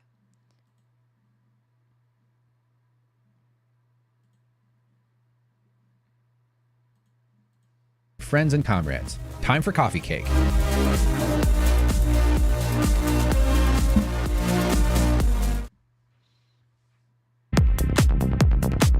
Hi, I'm Hank. I worked at TYT as well as for the Jimmy Dore Show in various iterations over the years. I was a long-time paying member before I began working for the company in 2013. As video editor and lizard massager, I was on the ground floor of this organizing drive. I did not know TYT was big enough to have someone make a doc about it. I mean, the home of progressives, right? The largest online cable news show from the left. Our efforts began in early summer of 2019, away from the... But honestly, I mean, they could be a lot smaller, and I wouldn't be surprised to see a former employee who worked in media and production come and make something like this, because that's kind of their bread and butter, right? Eyes of managers, of course, eventually leading to the first in-person meeting with the IATSE representatives at my apartment one day before work. During that meeting, we felt the long absent presence of hope and the possibility of one day being respected by our employer. Solidarity was becoming action. It was glorious. As insiders, we knew Cenk wouldn't like the challenge to his power, but nobody expected the guy who built a career telling a camera he supported worker rights. All of this is, look at me, I'm so liberal now. I'm a pro-union. Let's go union. Get organized, get in the streets, get in the bank lobbies, get in their businesses and fight back. That's my take. That's my opinion. Anyone who watches that's got to think, I can't wait to join a union. It's about time we rose up, and now the teachers who are fighting for all average Americans as we demand better wages so we can have some economic dignity. This is from TYT Show. You got to stand up and fight so that when you actually do work your ass off, you can actually get a decent wage for it and feed your family. They haven't been able to unionize. You beat them, man. You beat them into the ground. To reject a union. Refusing was a total surprise, but the conspiracy charges were simply beyond imagination. All right, come on, let's hop into our 2012 Prius with leather seats. So I just want to show that this is an excellent documentary. I'll be dropping it in chat for people that are curious or whatever, because this is only the first part of it. I went to the NLRB and had answer. What the hell is this? You don't want Is to this shift the some sort answer. of You just weirdo want to ambush? filibuster. Okay, let me answer. So then I said, for God's sake, just do a vote. No problem. You get a union the very next day. They did a vote and it passed, and they got a union immediately. Immediately, as soon as I was sure that all of our employees were not being intimidated or bullied, they instantly got a union, and we've had a union for 5 years. There's people who are like in response to public pressure, there are but people okay. who are making stuff up 24/7, and they keep telling people like you that we rejected a union when we didn't. We authorized it immediately. This guy is like even understating it. As we had a fair vote. Okay, now back to what you thought was, I thought we were arguing about. Good talking. Not really, but okay. Ooh. He's so mad. Hey, Cenk. Hey, how you doing? Good. I have a lot of respect for you, but I worry about your IRI. progressive populism is dangerous. In fact, to me, you kind of sound like a political pickup artist. Like, just do this one trick and we can fix it all. And to me, it's no different than what MAGA is doing with their faux populism, with the deep state, with undocumented immigrants. Someone to blame. You're just giving people. Sort of dumb to unionize a bunch of media creators. It's not everybody at TYT. You think everybody at TYT works in front of the camera? They don't. The majority of jobs at TYT are behind the scenes production talent and people that work off screen, not people that are on screen. People, corporate corrupt Democrats or corporate media as an excuse. And I think you're just taking advantage of disaffected people and not showing them we got to get more involved. We got to invest more. We got to try harder and get good people in there. So you're saying that don't even try progressive populism. Just go along with the establishment Democrats because they know how to win. That's why they beat Donald Trump twice. Oh, right. They lost to Trump twice. They don't know anything. Their number one thing was, oh, we know how to win. They were liars. They didn't know how to win at all. They got clowned by a guy who's not that bright. Now, Okay, they didn't do a good job, but it's also like one of his previous claims is that, oh, they use these like culture war issues to divide the working class, and that's definitely a thing that happens or whatever. But it's like, again, he acts like the forces that be create these kind of differences between people. It's not as simple as that. But even so, if he's going to try to claim that like Kamala Harris ran on like culture war shit or social justice, it's just not true. Too. Oh, we have this giant agenda, $15 minimum wage, all the things that we've talked about throughout the day. Oh, golly gee, we just couldn't pass any of it. Oh, wow, okay. But hey, vote for an establishment Democrat. Don't get tricked by left-wing populism. Brother, do we actually ever try left-wing populism? Yes. Here's the three things we've tried. We've tried establishment Democrats, complete failures. We've tried establishment Republicans, complete failures. We tried fake populism under Donald Trump, complete failure. I disagree. So the only thing we haven't tried is left-wing populism. And you say, don't try it. Go back to the establishment Democrats. Go back to... I'm pretty sure IRI voted for Bernie in the primary. So to say that like IRI doesn't want a good deal of like a progressive agenda like Cenk does as well is just silly. And this is also the same person that'll be like, we agree on basically everything or whatever. And now he's like, no, you guys don't want that agenda. You actually don't agree with this. Like, dude, pick a lane. Either most people agree with you or they don't. The donor class. Are you crazy? Let's try the one thing we didn't try. Bernie Sanders wing, economic populism. You say the American Rescue Plan that took half the kids in poverty out of it, millions of kids who go to bed hungry, is crumbs, is doing nothing? That is a big deal. What about the millions of people who have health insurance now because of the Affordable Care Act subsidies? No, you can call whatever you want, but the reality is millions of people have health insurance today because of what the Democrats did when they controlled the House, the Senate, and the White House in 2022 under the Inflation Reduction Act and the American Rescue Plan. I can't stand that you call it crumbs. People don't want their whole lives given to them. They just want a little breathing room like our big President Biden used to say. So you say you're super happy with the 5 to 10% that the Democrats gave you. It's not 5 to 10%. There's two things here. Number one, I don't know what economic class you're in, but the average American is not happy with 5 to 10% change. They want giant change. They want the actual, by the way, the Democratic agenda is great. Our populist plank, the 6 most popular bills in the Democratic agenda, are super popular with independents and even with I audibly gagged when he said big President Biden. Republicans, but they never ever do the most popular bills because they're economic bills. And you say that's good enough. I mean, I was a lot more hot on Biden. I still am when it comes to his domestic agenda, but as far as being like rah-rah about him at this point, post-Gaza, not really.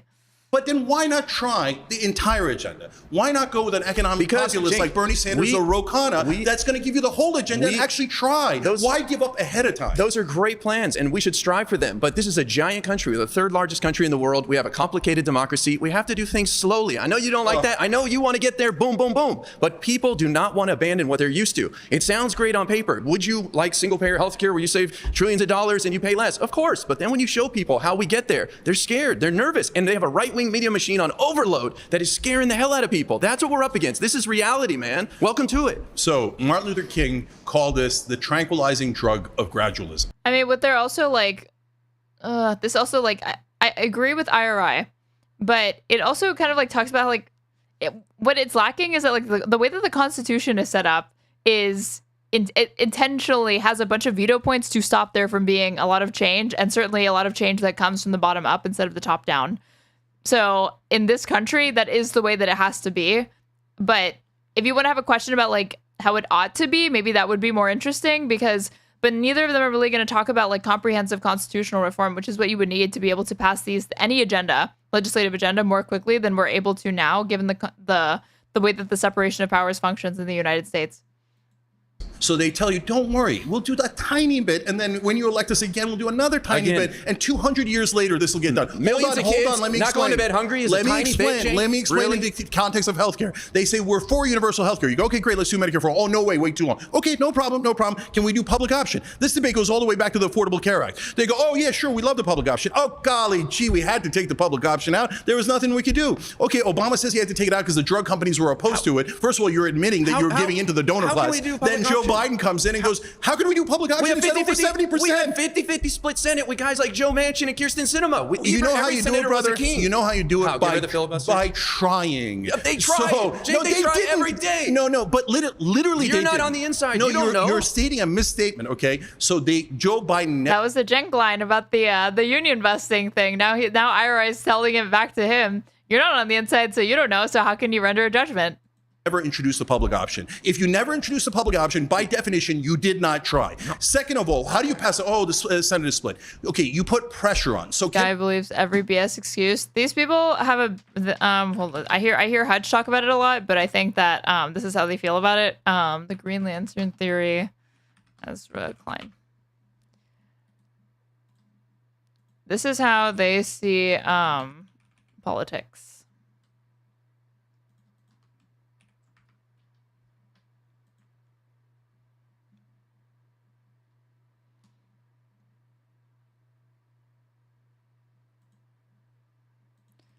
Motorcycles.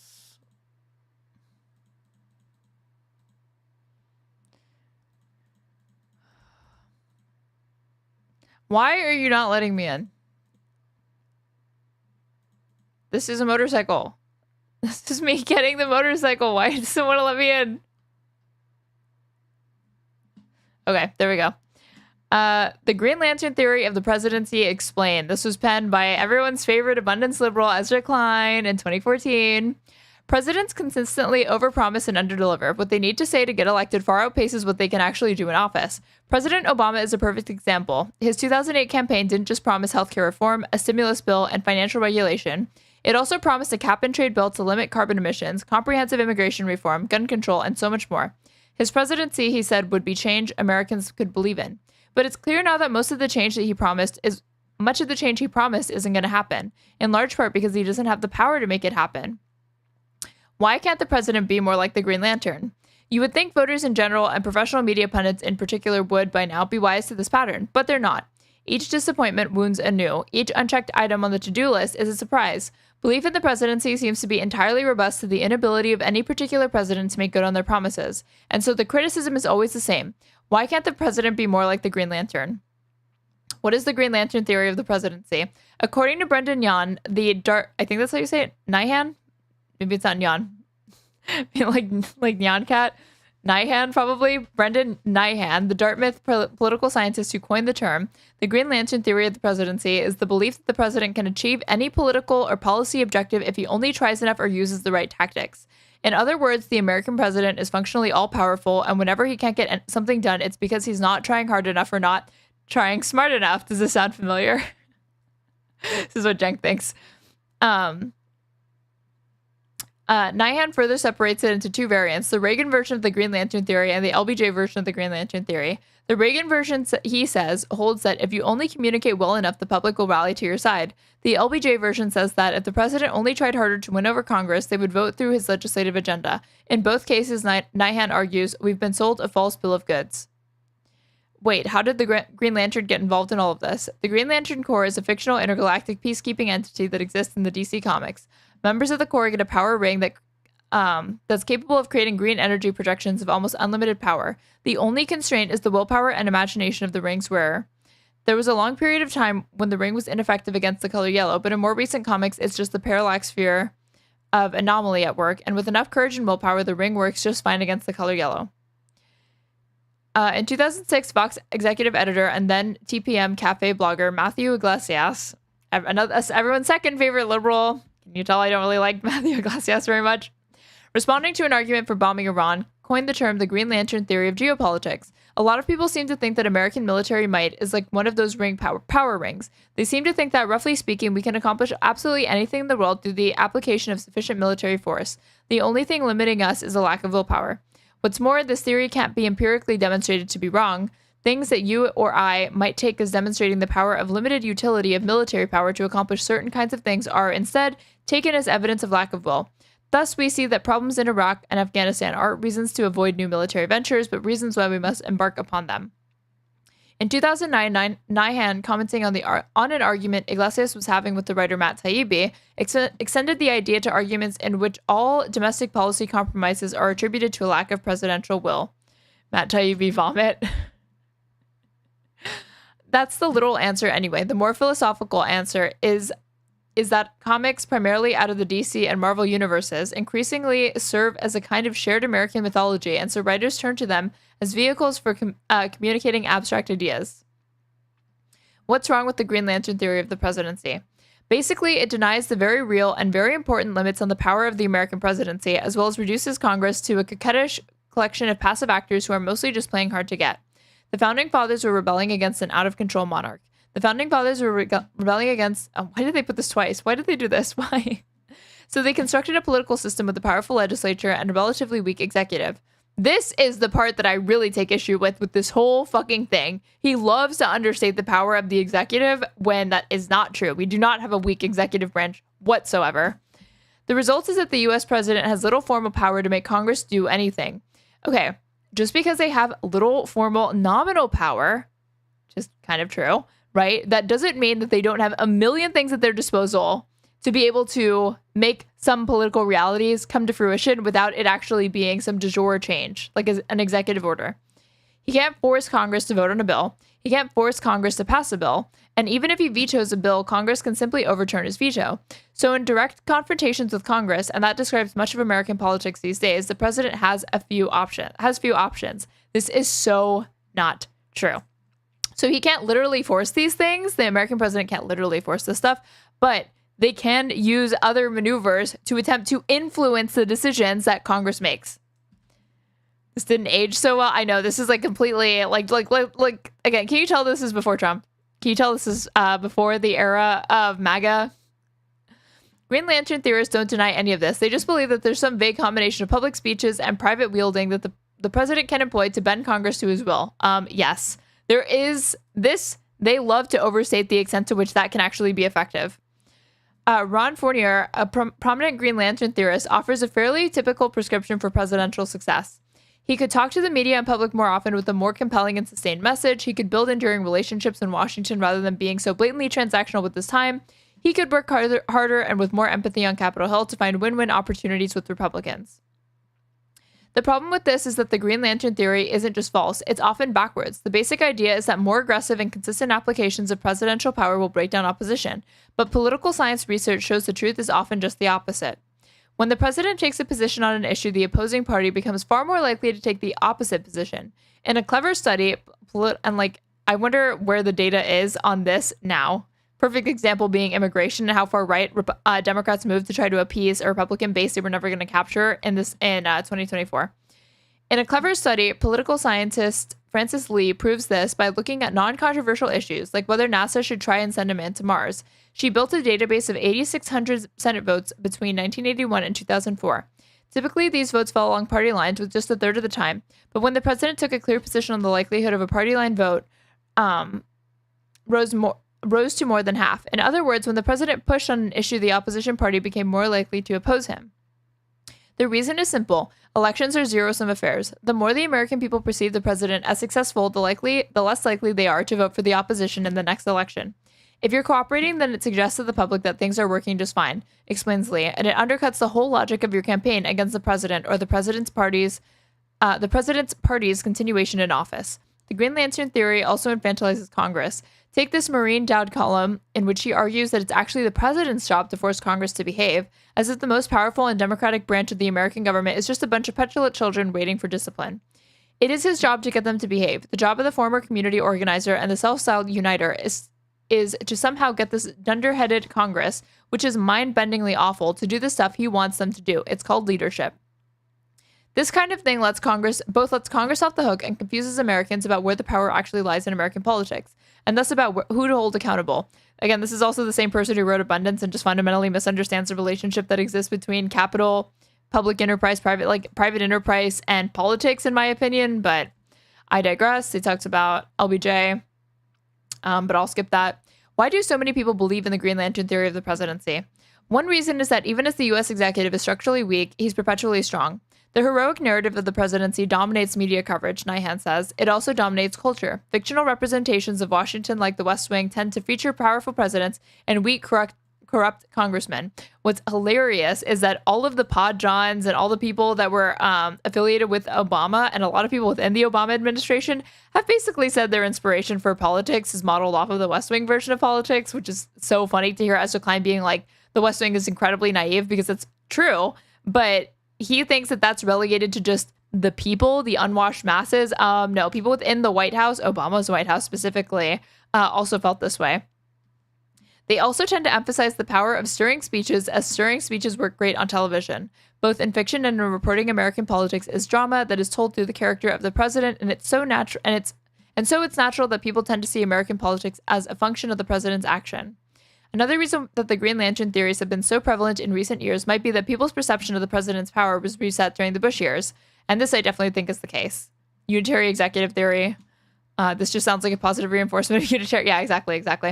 I think the post 9/11 experience gave people unrealistic expectations, says Nyhan. It was a very unusual time, and people thought that that was the norm. It's not often that you have both parties lined up behind a president who has approval ratings in the 80s, but I think a lot of people's internal compass was reset by that in a misleading way. Congress tends to give the president a fair amount of authority over foreign policy, particularly when it comes to war, though even those powers are on loan. It's Congress that declares and finances wars. This is so fucking ignorant, I can't even begin to get into it. When was the last time Congress actually declared war? It was literally like World War II, like 1943 or whatever.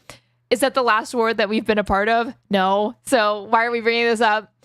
But even in the Bush years, the limits of the president's powers were evident. His efforts to privatize Social Security and reform immigration came to naught, for instance, despite an incredibly aggressive push by Bush himself. For what? Not doing things he doesn't have the power to do?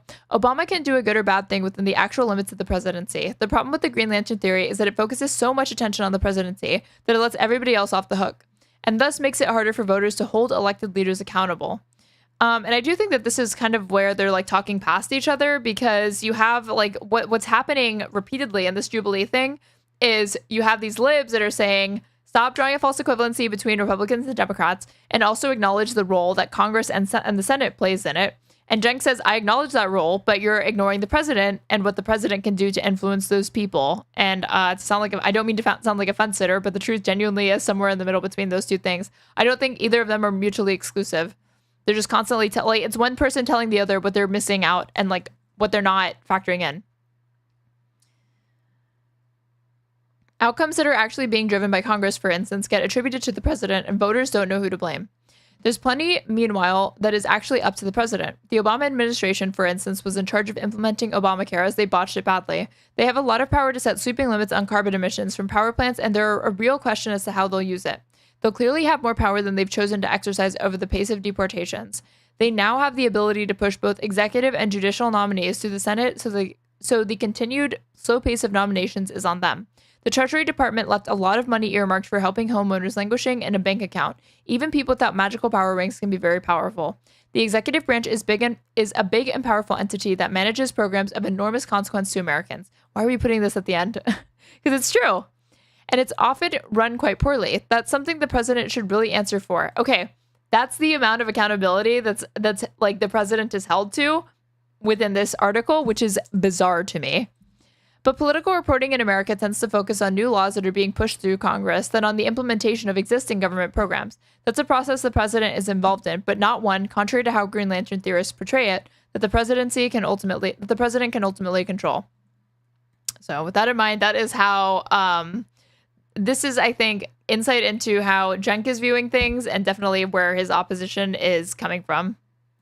And pressure work politically. Well, we know because Donald Trump did it to Republicans. Now, he did it for his own cause and for his own self-aggrandizement. But anytime a Republican crossed him in the first term, he said, we're going to eliminate Joe Wilson in South Carolina, and boom, he was eliminated. Now, imagine if you did that. You want to bully our senators? Yes, I do. Yes, this I agree with. Absolutely, I want to threaten their lives. What do you want to do to them? So can I explain? They represent their people. No, Joe they Manchin don't. represents his people. They sent him there. How do you know that? Okay, you're not from West Virginia. Okay, hold on. They represent their donors. So BS. It's an excuse. Oh yeah, it's I know. An excuse. I mean, is it also? This is a weird argument from IRI because is it ridiculous to think that the people, like, if you voted for Joe Manchin as a Democrat, you probably also voted for Joe Biden.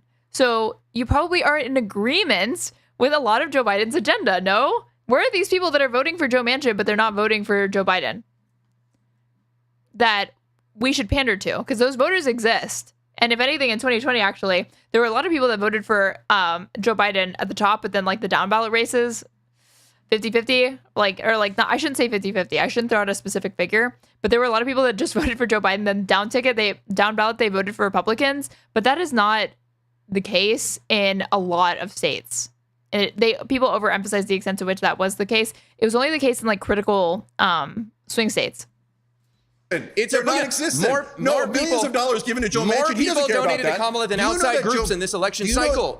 With communism, you wouldn't have all those plushies. You'd have one Raggedy Ann doll, and it would be very raggedy. Wow, got him, Nick's music. Thank you so much for participating in YouTube chat. Always love YouTube chat, you guys. Always love them. Always full of really, really high IQ people commenting and like participating.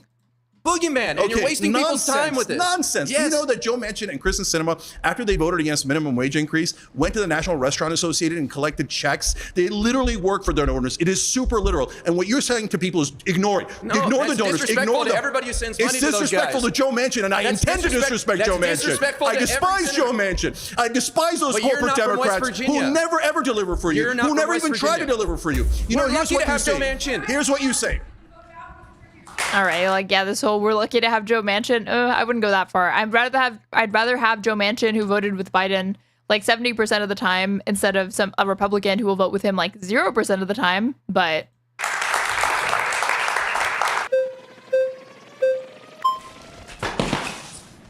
let's see. Hey. So your claim is that Democrats don't want to pass their agenda. You've talked about $15 an hour minimum wage. So how can you explain then that Joe Biden did in fact increase to $15 an hour for federal contractors with an increase again this year to $17.75? Yeah. So again, it's a release valve. So why? Hold on. Yes, because it affects a tiny percentage of Americans. It affects 300,000 people. 300,000 out of 330 million people. So that's why if you actually did a federal minimum wage, moved it to $15, that would move $92 billion from corporations to the average American. Okay, so that's what we want. I assume you want it. I want it. All Democrats want it. It polls at around 60. Oh my God, the same person that was saying about the Raggedy Ann thing just put referencing IQ hierarchy is biologically essentialist and fascist in nature. They're definitely YouTube chat sending their best tonight.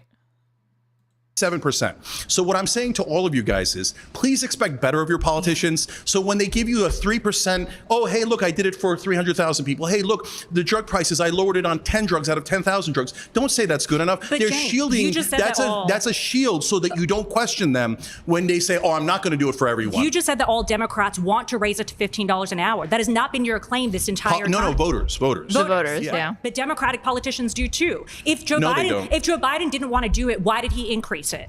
But for wait a federal minute. contractors. So then, he didn't have the votes to pass it. That's exactly what I'm telling you. So what he does is he does it for 5% of people with student debt relief. He did it for 10% of people. He didn't do it for 90%. So in the case of the federal minimum wage, let me bring it back to you. Federal minimum wage. So he says, oh, progressives, don't worry. It's bare minimum. We're definitely going to do it. So they pass it in the House. They bring it to the Senate. Joe Biden does an interview during the Super Bowl right after he's elected. And he says, oh, Biden said he didn't think the $15 minimum wage proposal could be approved in a COVID relief package. It was voted down. Republicans passed an amendment prohibiting the increase, stating it would be devastating for small businesses. Republicans are lying on that second part, but whatever. I love how it's always like, it'll be bad for small businesses, but we're going to completely ignore that, yeah, wages have not kept pace with inflation. And how about the workers, dudes, the fucking workers that are fucking in some areas of the country, like the minimum wage is like still $7.50. But that aside, this is an oversimplification of what happened and why the $15 minimum wage didn't actually come to fruition.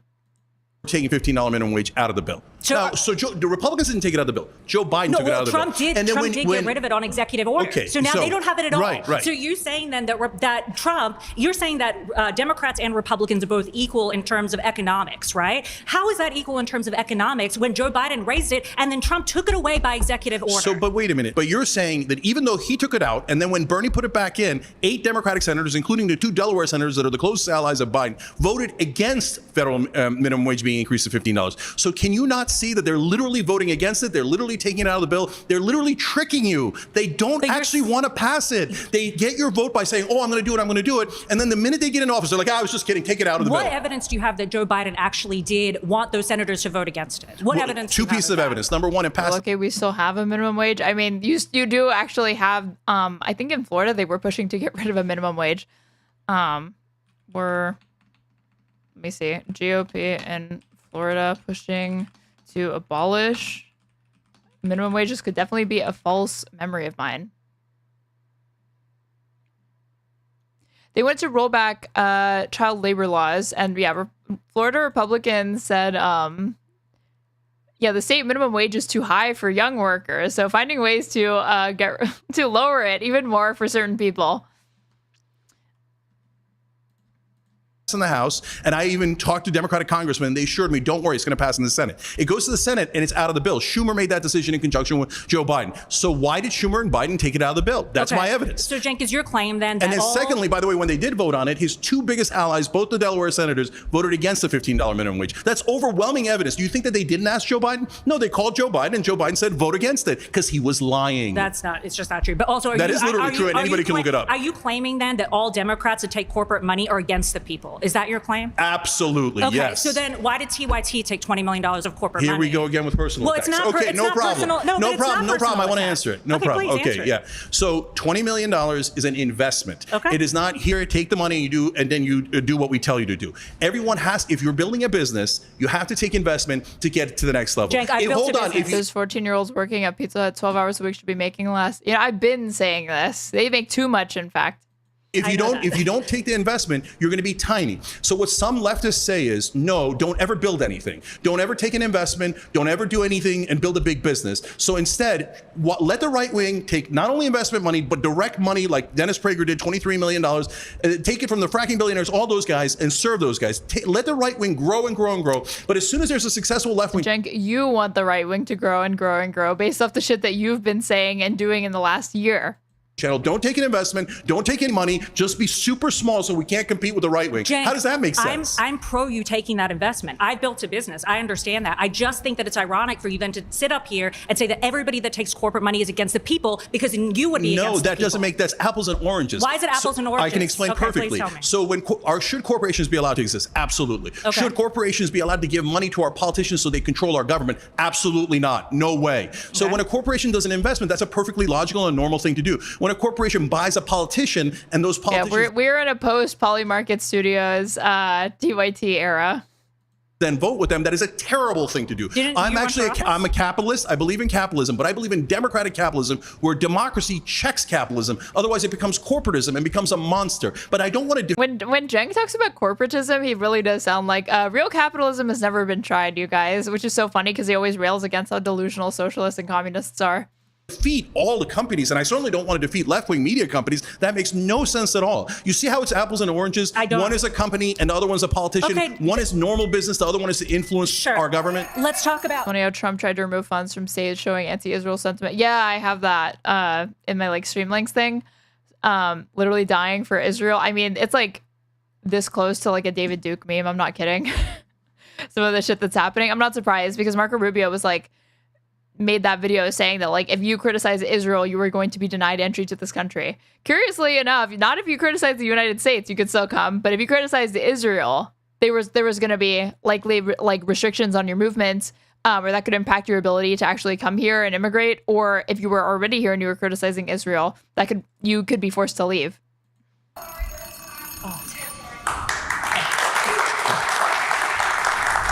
Hey, before we go any further, No. to it. My next claim is the Republicans only care about the rich and everything else is a mirage. How are you? Hey. Nice to meet you. Nice to You meet you. need to make a Discord server. I have an Adam Smith quote that sounds just like Cenk, but it's too long here. I have a Discord server. Hold on. So personally, I don't like absolutes, so I try to stay away from them. When you say the Republicans, are you talking about the party establishment? Are you talking about the politicians? Are you talking about the citizens? Okay, I'm so glad you asked that. I always mean the politicians. Okay, so for all of these, don't take offense if you're a Democrat or a Republican voter. I'm talking about the politicians. I'm neither one. But so do you think that the Republicans care more about the rich than the Democrats? Do you think the Democratic establishment really doesn't just care about the rich? So as I said, I think that both parties are similar on economic issues, and they play good cop, bad cop on us. Do the Republicans push the tax cuts? Yes. Is it almost always under Republican administrations? Yes. Do they ever balance the budget? No, never. So do you think that like the idea that employers who have a lot of money, that they provide jobs and that's a way to give back to the poor, do you buy into any of that concept at all? No. I mean, as like entrepreneurs who are going out to innovate, I'm a classroom teacher, so like I go out trying to build entrepreneurs who can employ people and do something like that. Isn't that something that entrepreneurial spirit can be more aligned with the conservatives, would you say? No, I don't agree. I'm an entrepreneur. Yeah. I run a small business. And so they are always talking about small businesses. And then they immediately change the goalpost to cuts on capital gains. Wait, that has nothing to do with small business. Cuts on estate tax, that's for the super rich. That has nothing to do with small businesses. So, brother, they use small business. The death tax, as Republican strategist Frank Luntz figured out, if you called it that, the support for there being an estate tax dropped significantly. Is like a marketing tool. Oh, we're for the average. Owning a business is giving back to the poor. Giving back to the poor, they're also creating jobs. They're job creators, actually. American, we're for small business, then the actual tax cuts are for the mega rich and for the mega corporations. What about minimum wage? Like as a business owner, yes. You know like the repercussions of minimum wage. I haven't been to McDonald's in a while. I went, it's been years, I went and it's just a scream. You know, like there is that element, of the minimum wage raising and that leading to more unemployment. Yeah, so I don't agree with that either. Okay, he's talking about automation, but only under capitalism would automation to get rid of jobs that nobody wants to fucking work, nor should they spend their entire life fucking working, like working at as a fucking, line cook at McDonald's. If that could be automated, that would be a good thing. Okay. So first of all, everything it requires bounds. So you can't have $100 minimum wage. I get that, right? But having said that, are we anywhere near where we should be on minimum wage? No. Yeah, and that has nothing to do with minimum wage. If they could replace those jobs, they would. Labor is by far the most expensive cost of any single corporation. $7.25 federally on minimum wage. That is a disaster. And so what that is if you work every single day, 40 hours a week, 52 weeks, no vacation at all, you only make $15,000 at $7.25. No one can live on $15,000. So when you push up minimum wage, what it does is it pushes up all wages. And that is a good thing, not a bad thing. They always tell you, no, give it to the corporations and then it'll trickle all over you decades later. No, there's an... Cenk just seems incapable of understanding people disagree with him. Me. Relatable. That's why we love Cenk. Economics called middle out. And what that does is it gives directly to the middle class. And then they spend it more and it creates a better economy, especially for small businesses like yours and mine, et cetera. So there's a way to do this. It gives to the average guy first, but the Republicans never do that. They always push for tax cuts for the richest people in the country. So do you believe that the populist element of Trump, where a lot of the working class, they're like, I know he's a Yankee with gold toilets, but I'm going to vote for him because he's not like vilifying me. Do you think that they're just being manipulated by Trump? Yeah, 100%. So I mean, yes. Yes, exactly. Correct. Look, I don't want people manipulated. That's why I do things like... Why is line cook not worthwhile work to you? You explained to me why it's worthwhile work to anybody. Standing on your feet for 12 hours a day, doing a repetitive task that if it could be automated would be a lot better. like this. I don't want you getting manipulated by the politicians on either And side. it pays fucking nothing. In a time where we have massive deficits and a $38 trillion debt, why are we giving another $1.1 trillion to people making over $500,000? It doesn't make sense. Appreciate it, man. Thank you, brother.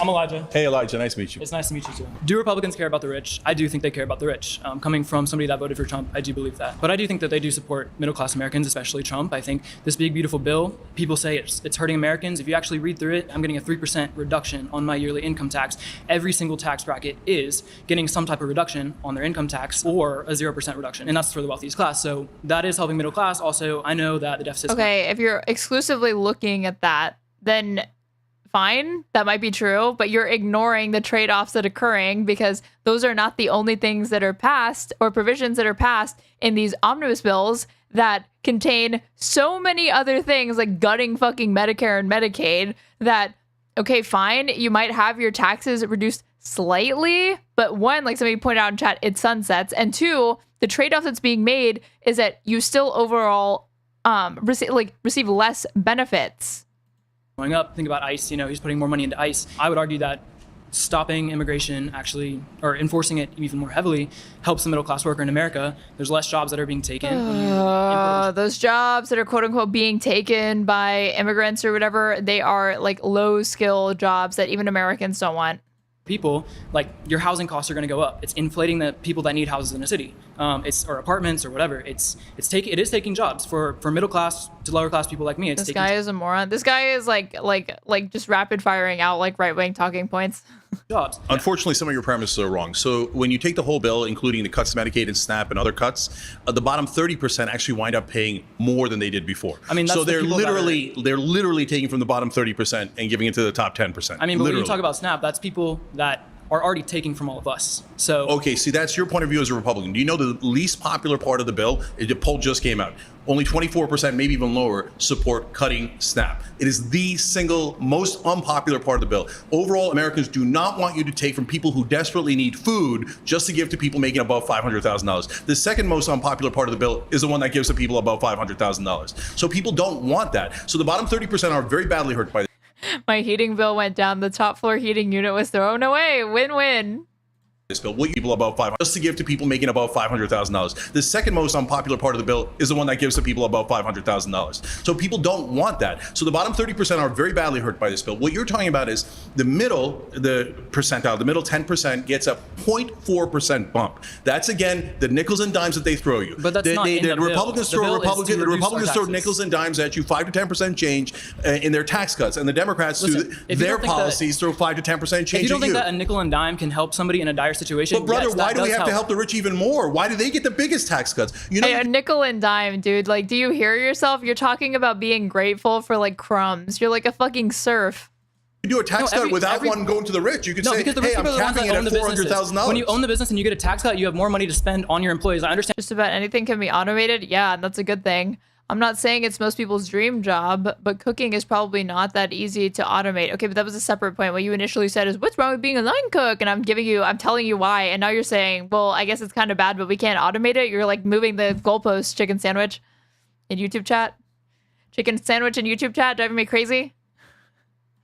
Understand that's a Reaganomics principle, but when you own the business and you get a tax cut, you have more money to spend on your employees. I understand that's a Reaganomics principle, but it could be. And when you're a Democrat and you import all these people from third world countries, you're paying them under minimum wage because you see them as the help. Well, yeah, that's gonna benefit you. But when Republicans stop this and they force people to, that work, like to be citizens, or they want people to be citizens, they're being forced to at least earn minimum wage. The reason why we've never fixed the immigration problem is because corporations want cheaper I know, and that's labor. awful, which is why and we should this has fix that, helped but the us. Republicans and the Democrats never fixed that. And they have. So Our border crossings are brother, almost at you know a that 0% right now. The top 0.1% are going to get tens of thousands of dollars in tax breaks. You're not explaining why they need that. They don't need that. Why do you know that oil companies... Is he just going to repeat that? But everybody's went down a little bit. Yeah, for the wealthiest people in the United States, it went down like a lot, but it went down like this much for middle class people, even though they, had to trade everything to be able to get that. Get about $15 to $30 billion in subsidies every year. How come the Republicans never talk about that? Oh, we're going to cut waste, fraud, and abuse, but you're not going to cut $30 billion for the richest companies in the world? If you help How people come at the Trump's top, not it's not negotiating hurting drug people at the prices? bottom. How come Trump is best friends with Big Pharma and he's not touching drug prices at all? Yes, he is. He's matching them to Europe. Yes, no, he's got that's policies an coming in. now that's a perfect example. He said that as an executive order, knowing that he did the same executive order the first time around, and the courts knocked it down. He knows the courts are not going to do it. So, no, a federal judge blocked an executive order that would have tied Medicare reimbursements for certain prescriptions to lower prices paid for the same drug in other countries. It's his fault. He is because trying to make it hold on, easier let me for explain. us. Let me explain to you. So then what Ro Khanna did, he's a Democrat, he's really smart, and he went and got a Republican co-sponsor and said, let's take the executive order and turn it into a bill. Verbatim, Trump's executive order. All of a sudden, Trump and the Republicans didn't fucking support it. Then that executive order was not going to do what Trump said it was going to do if you don't actually bother to enforce it. Like, hold on, Bernie Sanders, Trump executive order, pharma bargaining, maybe.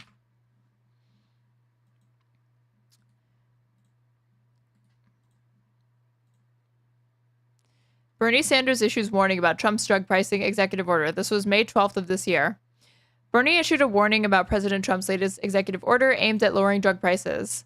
Why it matters. Americans often pay more for prescription drugs than consumers in other countries, which has fueled calls for lawmakers to pass legislation that would allow for the federal government to negotiate lower prices. Trump and others have argued it's unfair that Americans would pay higher prices for the same drugs, but critics have argued this will stifle innovation at pharmaceutical companies. Sanders, who has regularly pushed for Congress to take action on lower drug prices, reacted to the executive order in a statement released Monday.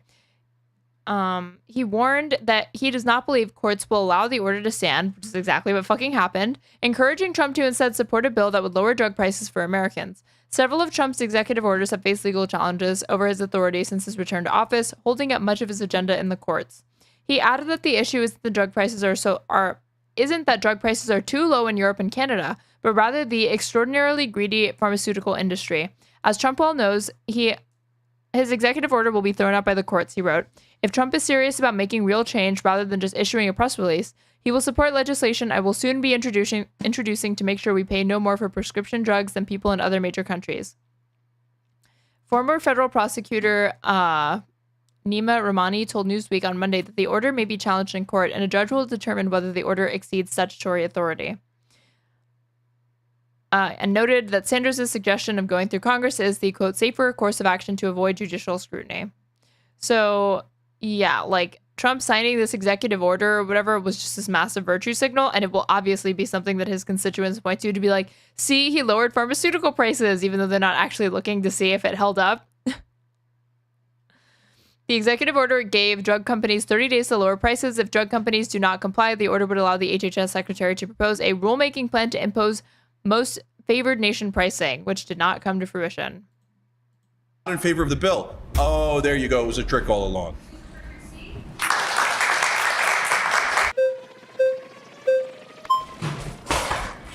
Hi, sir. Good. How you doing? I work in Republican politics. One of the first jobs I took was in a small district, but it was in Lucas County, Ohio, and it was a poor district. And I was representing a Republican. When my candidate would go and we'd be knocking doors together talking about how he wanted to improve their lives, is he an anomaly, or are you only talking about federal? Yeah. So, like, where do we draw the line here? So, first of all, are there some good guys in politics? Very rare, but yes, I think Bernie Sanders is a good guy. I think Ro Khanna is a good guy. By the way, I think Thomas Massey is honest, and he's a Republican, right? Fair. I don't agree with his policies, but I think he's honest. But there again, it's an exception. So, if you tell me, no, trust me, the politician I worked with was great. Were you there when he was talking? I mean, yeah, Massey is honest, but he believes terrible things. To the donors? He's an honest Republican, which is so a Republican. He didn't have any. Okay, well then I believe.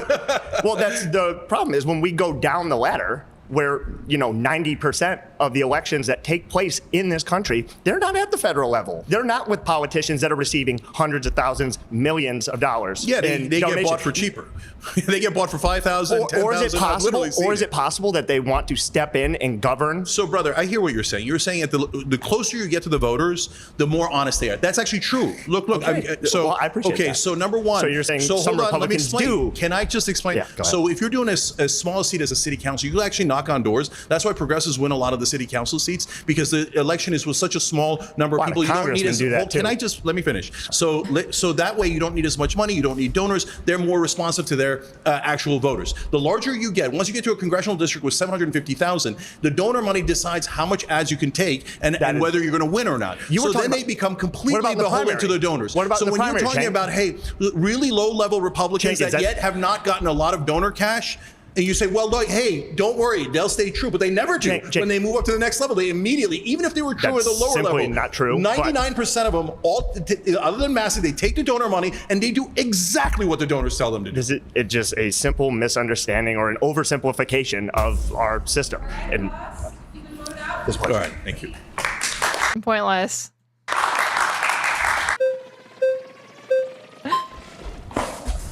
Hey, good to meet you. Good to meet you, brother. All right, so I'm yeah, it is an oversimplification, but it's far closer to the truth than whatever that guy had to offer. You clarified already. You're talking about Republican politicians, and you brought up donor money, and I know that's a big issue with you. But I think that's just not. Yeah, I know that the whole millions of dollars being poured into federal, local, municipal elections is a big sticking point for you. But that aside. Really how it works. I think you have a lot of politicians that start off, as you said, kind of in those lower levels. They do an office here, they do a job here, and then they slowly rise up. And if you can track their views, you see that their views don't actually really change a whole lot over time. When the donor money comes in, it's not like they suddenly change their views and they're a completely new person. They've had the views that they've had for a very, very long time. So how can you sit here, Cenk, and look in your crystal ball and say, oh, I know. This also ignores socialization and advertising and marketing that occurs even before these people ever step into wanting to be civil or public servants. Just be or ignores the fact that if you've taken corporate money your entire career, it was still influenced in the onset by those corporate funds. I can look into the souls of Republicans and say, oh, well, they're not actually. Yeah, they get donors due to their views. If they believed anything else, they wouldn't get donations from those corporate interests. Genuine in some of these proposals. Yeah. So let's take an example of a person who doesn't have a soul, Ted Cruz. You know that? You know that? Yeah. Okay. I'm kidding. Okay, I think. Okay. So listen. Yeah, the money doesn't change them. There were corporate chills from the day they came out of the womb. Nothing to worry about then. I'm so relieved that you told me that. Says to Tucker Carlson recently, yeah. Oh, yes, I've taken millions from AIPAC, but I just happen to have that position. I had it earlier. I know that AIPAC would give me millions of dollars if I say, let's give billions back from the American taxpayer to AIPAC. Let's make sure we support all their wars. Let's fight all their wars for them. Oh, look at that. I happen to agree with my donors. Hey, listen, when I started out, I really wanted to give $30 billion of subsidies to oil companies, so and I still want to give $30 billion. How do you know Ted Cruz lying? How do you know that? Okay, but even in that scenario, think about it, brother. No. How do you know that prove to me Ted Cruz has ever told the truth once in his life? There's a country. Hold on. I'm answering your question. Okay. You're saying, okay, so in the hypothetical where we have, first of all, in the real world, there's 330 million people in the country, right? Sure. So you're saying maybe the oil subsidy loving guys were all Republicans to begin with, and the Republicans all love oil subsidies, so it's just organic. No, brother, they're finding just a handful of people in the country that'll raise their hand and go, yes, I will do whatever corporate donors want. I will do whatever the rich want. And they go, there's a guy who agrees with me. Let's give him money. Let's give him 5,000 in the beginning, then 50,000 later, then 500,000 later. So you didn't actually answer my question, Cenk. What is the question? So how do you know that Ted Cruz is being disingenuous about his views on Israel? You still haven't answered the question. Oh my God. This is also after the Tucker Carlson Ted Cruz interview, so there's no reason for this guy to not realize that Ted Cruz is a husk of a man that obviously does the bidding of his corporate donors and is one of the largest recipients of AIPAC money. That's the easiest question. He literally got into office saying that he was going to be he went to be a fighter for Israel. Ted Cruz gets into politics because of Israel.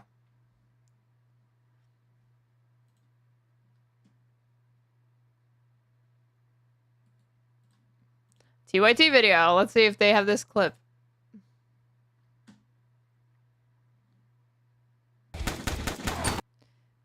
This was Ted Cruz gives psychotic excuse for unwavering support of Israel.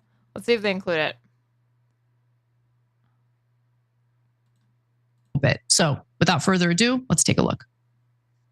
Growing up in Sunday school, I was taught from the Bible, those who bless Israel will be blessed, and those who curse Israel will be cursed.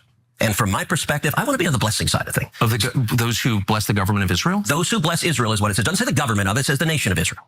So that's in the Bible. As a Christian, I believe that. Where is that? I can find it to you. I don't have the scripture off the tip of my... You pull out the phone and use the... It's in Genesis, but...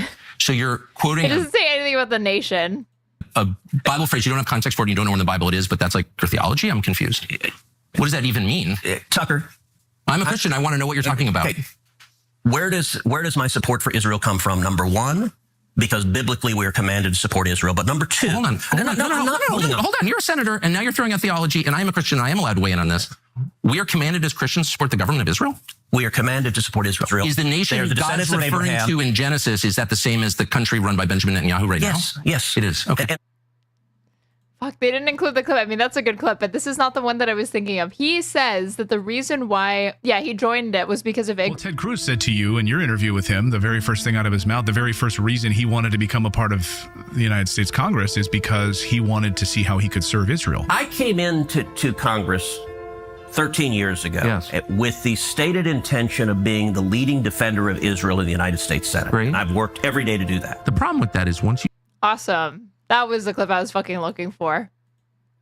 If it's so easy, then answer it for me. Okay, so you're saying your hypothesis, my hypothesis is Ted Cruz and the politicians take millions of dollars from donors and do exactly as they're ordered. And how do I know that? Because their voting record matches with their donors perfectly. You're saying, but maybe there's a hypothetical 1 to 2% chance that Ted Cruz just was born out of the womb loving Israel's wars.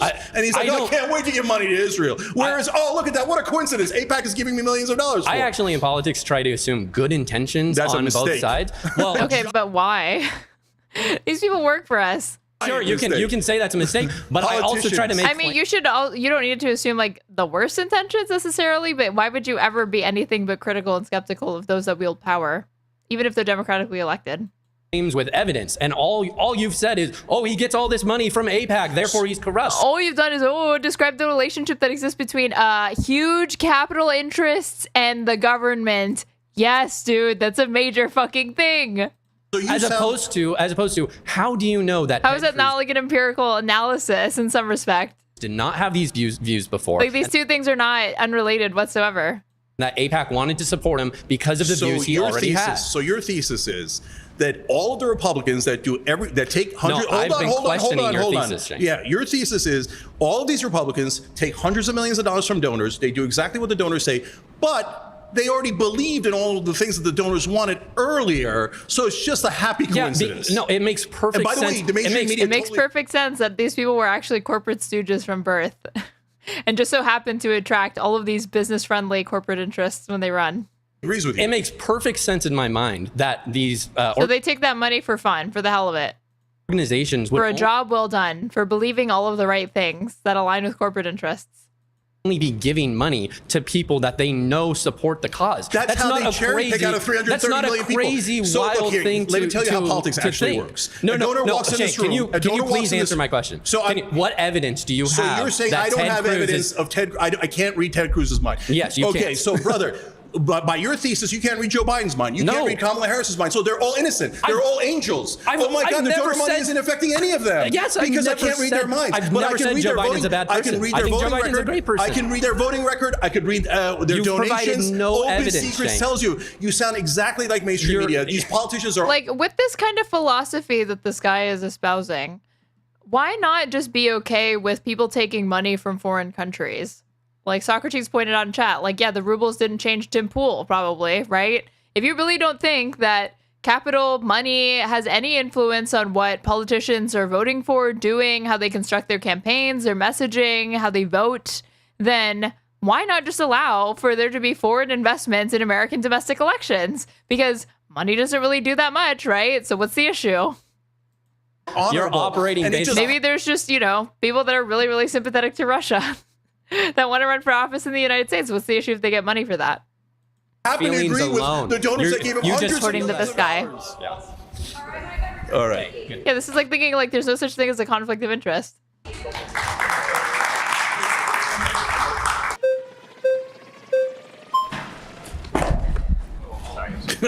Cenk, good to see you again. Good to see you. So you are claiming that Republicans only care about the rich. when Donald Trump and both Elon Musk lost money while they were in office. And then on top of it, you can shake your head no. According to Forbes billionaire tracker, both Donald Trump and Elon Musk's net worths have increased substantially this year. Trump increased from $2.3 billion in 2024 to $5.1 billion, while Musk went from $195 billion to $342 billion. On top of it, why would you say that when This guy has been like the worst person so far to come up to the fucking seat. We have, I know you keep saying it's a pressure valve, but we have them actually fighting for working class people by giving them less taxes on tips, less taxes on overtime. Yeah. So first of all, Donald Trump has made a tremendous amount of money, and his family has. So right after he left office the first time, his son-in-law got a $2 billion deal from the Saudis, and he was in charge of our policy towards Saudi Arabia and the Middle East. That's a disaster. That's Hunter Biden on steroids. This says, Jared Kushner's private equity firm received a $2 billion investment from Saudi Arabia just 6 months after the first Trump administration ended. While in office, Kushner worked closely with Saudi Arabia and Middle East policy in general.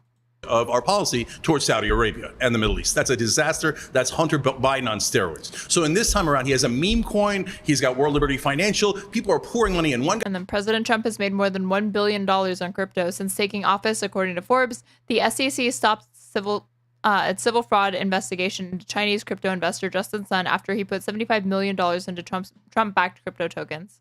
I put in $75 million, and then look at that. He stopped an investigation from the SEC about that guy. Let's talk about how he's helping middle-class people. At least three white-collar criminals who donated either to his campaign or to his meme coin. And then he got a $400 million jet from Qatar. He got let's talk about how he's helping middle-class people. Okay. So what if Democrats... Okay, so let's ignore all of that. I'm just going to like go la la la la la la la while you point out all of the different ways that Trump has lined his own pockets and censor and becoming president again, and move on to the big, beautiful bill, I guess. I guess we're pivoting. All the money that he made from that. And I'm answering your question. Elon Musk, by the way, wants hundreds of billions of dollars from Golden Dome. And his Tesla stock went down dramatically. Well, that's his fault. He's such a victim, but it's not even true. Sure, so he lost money is what you're saying. No. But remember, but it was his fault. Why did Musk? I mean, either way, you could win this argument. If he lost money, well, nobody forced him to go into politics, then he made a bad investment. If he's such a fucking genius, he should have known better. If he increases money, then you have nothing to say and you're just wrong. And he's not magnanimous for doing that. He actually increased his net worth. And Trump get into a fight because Trump did not put in the electric vehicle mandate and the subsidy that Elon wanted. Sure. Elon's like, Elon lost money. So Elon gave $300 million, and he's like, now I want that subsidy. That's going to. Elon Musk donated $277 million to Donald Trump and other Republican candidates in 2024. His company SpaceX was a top contender for a Golden Dome missile defense contract, but reports indicate that the Trump admin is looking for an alternative since the two had a falling out. Ooh, I hadn't even heard this. Billions back. Now I want Golden Dome. That's going to get me hundreds of billions of dollars back. And Trump said, I'm going to give you a Golden Dome, but I'm not going to give you the subsidies. What have Democrats done to help the middle class with taxes? That was a really smart marketing strategy by Donald Trump, and part of the reason that it's like only taxes. It's like if that's your only metric or whatever, then I guess you're like Democrats are not going to do as well, but you're ignoring everything else to arrive at that conclusion. Won the election. So I remember we talked to somebody on the Young Turks, and he said he was down in Western Virginia, and he said, listen, Hillary Clinton tells us that all of our jobs are going to be gone. Donald Trump comes in and lies and tells us that he's going to bring back the jobs. But he's at least got the decency to lie to us. Is it a lie, or is it what he's trying to do and just hasn't done it? So 50%. What have Democrats done to help me? To be fair to the Democrats, as someone earlier said, in this case, they would at least protect Medicaid and SNAP cuts. Okay, and so that goes to the bottom 30%. So it's okay to give people free stuff, but not give working people reduction in taxes. Free stuff. It's not free stuff. It's stuff that you were taxed for. It's not free. It's okay to give the rich tons of free tax cuts, tons of subsidies, but when you give it to someone who's starving, you're talking about benefits that you get back after paying into a system. No, that's a real problem. I didn't say that. Okay. I said it's okay that you're giving them free stuff, but it's not okay to help me with my taxes. So, brother, answer this for me. Then why don't they only propose a tax cuts for the middle class? Why don't they say, hey, we're not going to cut from the poor and we're not going to give to the rich. We're only going to do it for the middle class. Why don't they ever do that? From what I understand, they're not cutting out the good parts of Medicaid. They're only cutting out the corruption and fraud. So you laugh at that. Cenk literally called it earlier. That's what they... No. It wasn't Cenk. It was somebody that he was talking to, who said that that's the talking point that these people go to when you point out that the way that wealth redistribution happens in this country does not end up benefiting poor people or middle class people, but that the voters think that when they're cutting Medicare and Medicaid, no, they're not cutting the program. They're just cutting down on all the waste, fraud, and abuse, which is literally how you manufacture consent for these types of fucking unpopular policies. Is that okay? Can we agree that we should cut out fraud from Medicaid? That is not what this is at all. What do you mean it's not? There's tons of fraud in it. No, here's the trick, okay? There's tons of fraud at the Pentagon. You're right. Is this guy real? Is this guy real? He just smiled after he said that. Is this guy fucking real? What do you mean it's not? There's tons of fraud in it. No, there's tons of fraud, and then he fucking smirks. There's tons of fraud at the Pentagon. You're Hundreds right. of We can billions agree of on dollars that. of fraud at the Pentagon, and they added to the fraud. But it's not only Republicans helping the rich. Here's what happened on Medicaid, okay? They say, okay, we need a work requirement, so we're going to cut 10 million people off of Medicaid. But Medicaid is for poor people. So if they've been on it for 20 and 30 years. The minute they get a job, they actually... It's not a permanent thing. Hold on. They make enough money to get out of Medicaid. They don't. So they stay on it forever. So that it's a trick that it eviscerates Medicaid. But they haven't. There are people that stay on it for 10 years at a time. Do you know that if you need Medicaid and you don't have health care through a job, and your kid gets cancer, we're going to let them die. Why? I hope because God the that top never 1%, it's going to happen, brother. According to estimates. Where's the, is he really going to go with the people die every day? I put Ron Paul, Republican, like debate, let them starve or let them die. Let's see. Should society let uninsured people die? This was CNN's Wolf Blitzer asks, GOP presidential candidate Ron Paul, what should happen to patients without health insurance? Spoiler, he won't really answer the question. He'll say like, oh, charity's going to take them in. Listen to the audience in this Republican fucking debate. They say that these people should that society should let these people die because they're uninsured. Let me ask you this hypothetical question. A healthy 30-year-old young man has a good job, makes a good living, but decides, you know what? I'm not going to spend $200 or $300 a month for health insurance because I'm healthy. I don't need it. But, something terrible happens. All of a sudden, he needs it. Who's going to pay for if he goes into a coma, for example? Who pays for that? In a society that you accept welfareism and socialism, he expects the government to take care of him. What do you want? But what he should do is whatever he wants to do and assume responsibility for himself. My advice to him would have a major medical policy, but not before. But he doesn't have that. He doesn't have it, and he needs intensive care for 6 months. Who pays? That's what freedom is all about, taking your own risk. This whole idea. The freedom to die. Freedom's all about being able to be free to starve and die in the streets. Yeah, that you have to prepare and take care of everybody. But Congressman, are you saying that society should just let him die? No. I practiced medicine before we had Medicaid in the early 1960s when I got out of medical school. That crowd. Yes. They should die. I practiced at Santa Rosa Hospital in San Antonio, and the churches took care of them. We never turned anybody away from the hospital, and we've given up on this whole concept that we might take care of ourselves and assume responsibility for. 2012 me thought this was based, TBH. Okay, but imagine thinking that this is based, and you're like a fully grown adult with a brainstem that works in 2025, and there are still people that think this is based. Ourselves, our neighbors, our friends, our churches would do it. This whole idea, that's the reason the cost is so high. The cost is so high because the dump it on the government becomes a bureaucracy. It becomes special interest. It kowtows to the insurance companies and the drug companies. Then on top of that, you have the inflation. The inflation devalues the dollar. We have lack of competition. There's no competition in medicine. Everybody's protected by licensing. We should actually legalize alternative health care, allow people to practice what they want. Oh, God. I bet he loves what's happening now that this is his perspective on this. I forgot about this part of the answer. But, yeah, the answer is let them die. This guy won't say it. The answer is let them die. It's happened every day. Healthcare through a job, and your kid gets cancer, we're going to let them die. Why? I hope because God the that top never 1%. happens. I hope that doesn't happen, but if it does, the cost of freedom, right? It's going to happen, brother. According to estimates, things happen every day. According to estimates, 70,000 people are going to die because of those Medicaid cuts. Estimates. And why? So do you believe everything because you hear? The tax cuts for the rich just needed. So you believe everything you hear as if that was just like a number that like Cenk pulled out of his ass and not something that was being reported on, like projections for the death and destruction that's going to be a result of this policy.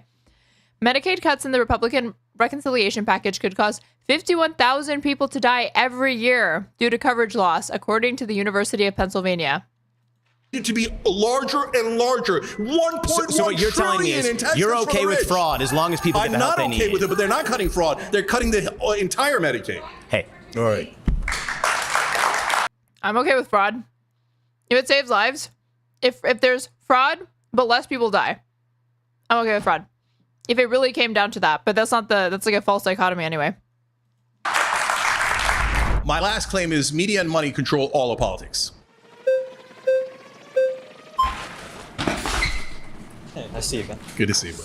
Okay, so This guy was really smug.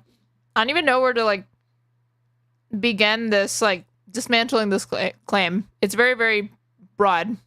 we disagree on the framing. We might not disagree on the substance. So when you say they control all of politics, I feel like that breeds a lot of cynicism, which is kind of my issue with populism, is you tell these people like it's hopeless, corporations, media control all of it.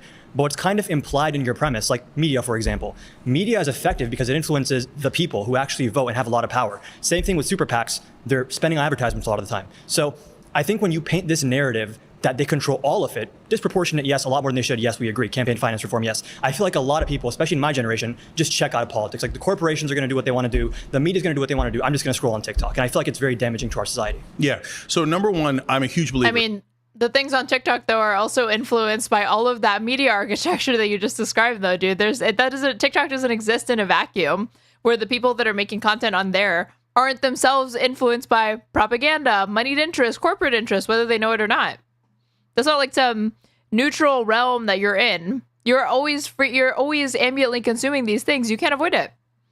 And hope. So I would never say don't get involved in politics. In fact, that's why I started Justice Democrats to bring progressives in the Congress. I started Wolfpack to take money out of politics. And Rebellion PAC is saying, no, get involved.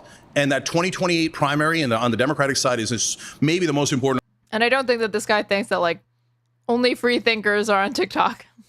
election of our lifetimes. We have to pick a populist so that we'll actually deliver for the American people. So if you deliver for the American people, if you stop lying to them and say you're going to do things and then never do it, if you actually do those things that are very, very popular, then you'll re-energize the entire voting base. When you say we need to pick a populist, is your definition of populism just like when good things happen, that's populism? Like, no. Is it conceivable for there to be a candidate who is a great president, for example, but they're not necessarily a populist? Or is that like necessitated? So all populism means is serving the average guy as opposed to serving the corporate donors. So I'll give you, no, it's not a Weird definition of populism.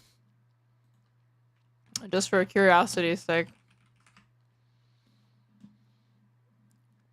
Political approach that strives to appeal to ordinary people who feel that their concerns are disregarded by established elite groups.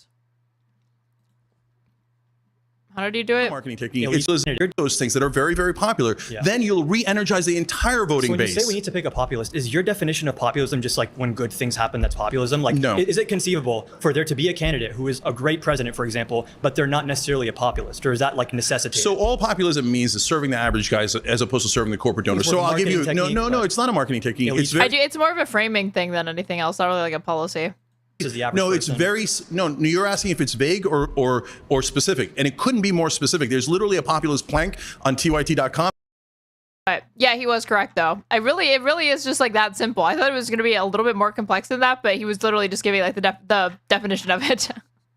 And that's the core of what our candidates run on Rebellion PAC. And those are so vague. 6 policies: money out of politics, anti-war, lower drug prices by negotiating at Medicare. By the way, lower housing prices by banning private equity from buying residential real estate. They're robbing us of our wealth creation in this country. That's going to destroy the middle class. So paid family leave. Again, these are very easy to pass. If you say you can't pass at 84%, then you can't pass anything. But we don't pass things through public opinion polls. We don't pass things through public opinion polls. You need people to get involved on a very granular level sometimes. Like, for example, Okay, this is where I'm going to mostly be in agreement with this guy. He appeals to national polls. And it's like, dude, most people are not voting for like the majority of offices that exist on your ballot are not national offices. Family leave. There's different ways to fund that. There's different amounts that can cover different amounts of months. I agree we need it. It's a very good policy. If you advocate for it properly, it will win. But this goes back to my never do. But this goes back to my initial problem. Why do they never do that? Who? Why do the Democrats never fight for a bill at 84%? I think the Democrats right now are extremely spineless. We don't disagree on that. All right, good. But do you know why they're spineless? Because their donors told them to be spineless. I think they're also very scared. Because they're very risk averse. Brother, let me just tell you Democrats this. are risk averse. That's the actual problem. No, I think the real problem is when you're at the top, you don't want anything to change. You want the status quo to remain the same. That is why mainstream media and establishment Democrats and Republicans say civility is the most important thing. Because if you're civil, you don't rock the boat. Why don't they want you to rock the boat? Because it's their boat. Okay. This is just such an oversimplification. It is not an oversimplification. There's the good guys and the bad guys, and you just have to beat and the results every single time. I mean, that is like kind of populism in a nutshell. It's like a narrative device. That in legislation on the Young Turks, we predict ahead of time what's going to happen. We have nearly 100% track record. You know why? Not because we're geniuses, but because it's They're 100%. What? Who is keeping track of the TYT predictions, and who the fuck said it was close to 100%? Did Cenk just make that up? Super easy. Look at where most of the money is, and that side wins 100% of the time. Passing legislation that's like very paradigm changing is just super easy. Is that your position? So things like paid family leave, but again, anything that pulls over 70%. You agree that's complicated, right? No, I don't think it's complicated at all. Where is the funding coming from? How many months are covered? Yeah, I get Trumpian statement. There's different issues you have to adjudicate. All the disagreement and negotiation hold on. Let me answer Congress. this. Let me answer this. Okay.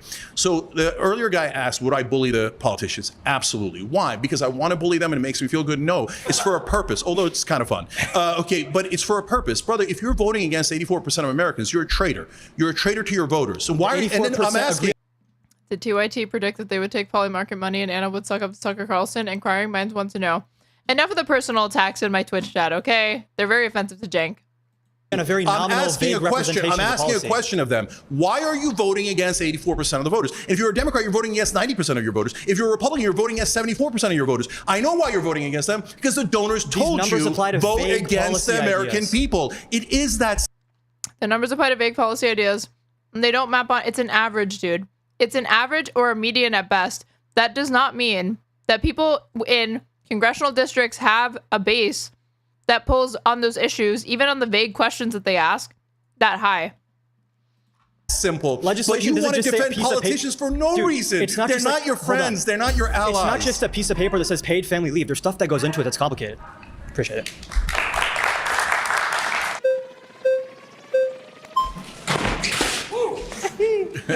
Pleasure to meet you, Cenk. All right, good to meet you, brother. I like your shirt. Thank you, people over politics. So I do agree with you that money has a control over politics. We see that was cute. Super PAC spending. We see Mitch McConnell and longtime figures, 40 years in politics, and I'm pretty sure everyone is just sick of it.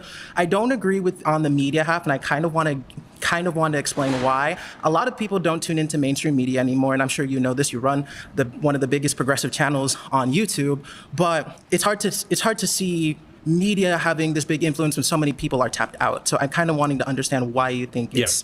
They spent $16 billion at a minimum in this last election cycle. Where did most of that money go? I mean, this guy's analysis is ignoring like the influence and rise of independent media and the way that politics has like started to infiltrate people's, well, it always has, but like just how much of a right-wing media apparatus exists and how a lot of that content is coded as like, oh, that's just normie content or whatever, even though it has a conservative or MAGA bent to it. Went to mainstream media, okay? So mainstream media has 16 billion reasons to make sure you don't find out that the donor money is corrupting. Okay, so now what is the effect of that? So when you see in the 2016 race, for example, Donald Trump, Hillary Clinton, Bernie Sanders, right? Now, Donald Trump eventually got about $5 billion in free media. And now, to be fair to him, he did a lot of interviews and Hillary decided not to do a lot of interviews. But a part of that was the media's decision. You know how much before the primaries ended, Trump had already gotten $2 billion in free. And I do bring this up a lot because it is insane the amount of like, hold on.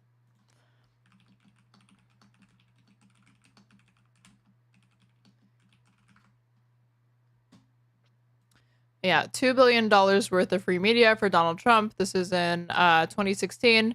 Of all the ways Donald Trump has shocked the political system, one of the most significant is how he wins primary after primary with one of the smallest campaign budgets. He still doesn't have a super PAC. He skimped on ground organization and field offices. Most importantly, he spent less on television advertising, typically the single biggest expenditure for a campaign than any other major candidate, according to an analysis by SMG Delta, a firm that tracks television advertising. But Mr. Trump is hardly absent from the airwaves. Like all candidates, he benefits from what is known as earned media, news and commentary about his campaign on television, newspapers and magazines, and social media. Earned media typically dwarfs paid media in a campaign. The big difference between Mr. Trump and other candidates is that he is far better than any other candidate, maybe any candidate ever, at earning media. Media, right? You know how much Bernie Sanders got? Plus The Apprentice. Like created this mythos around him as like, oh, he's a good businessman. He's going to run this country like that. $28 million. About what? Right-wing media apparatus is getting huge and bigger. They're getting CBS. And this isn't even factoring in how much fucking Sinclair controls like local media and all of that. I think 1%. of what Trump had gotten? Because mainstream media thinks that Bernie Sanders would actually do change, and they don't want change. They're all at the top. Almost all the anchors are millionaires. And the last thing they want is a left-wing populist who's actually going to make a difference. Oh, fake populists like Trump, no problem. Send in the clowns. Establishment Democrats and Republicans, Mitch McConnell, Nancy Pelosi, both raised $1 I do think that Capitol is obviously more hostile to Bernie Sanders because he does challenge Capitol.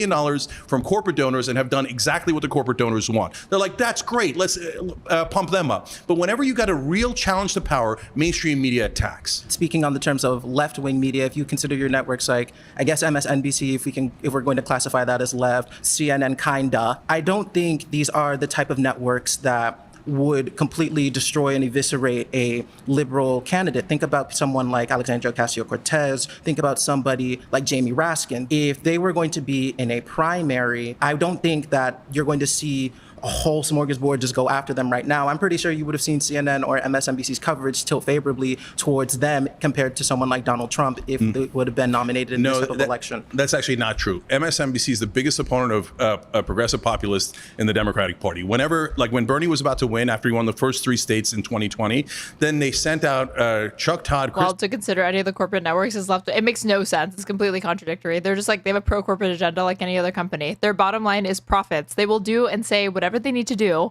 to achieve that goal. So if that means adopting left-wing aesthetics, fine. But this guy, again, this is what happens when you have, this is what no material analysis does to a motherfucker, okay?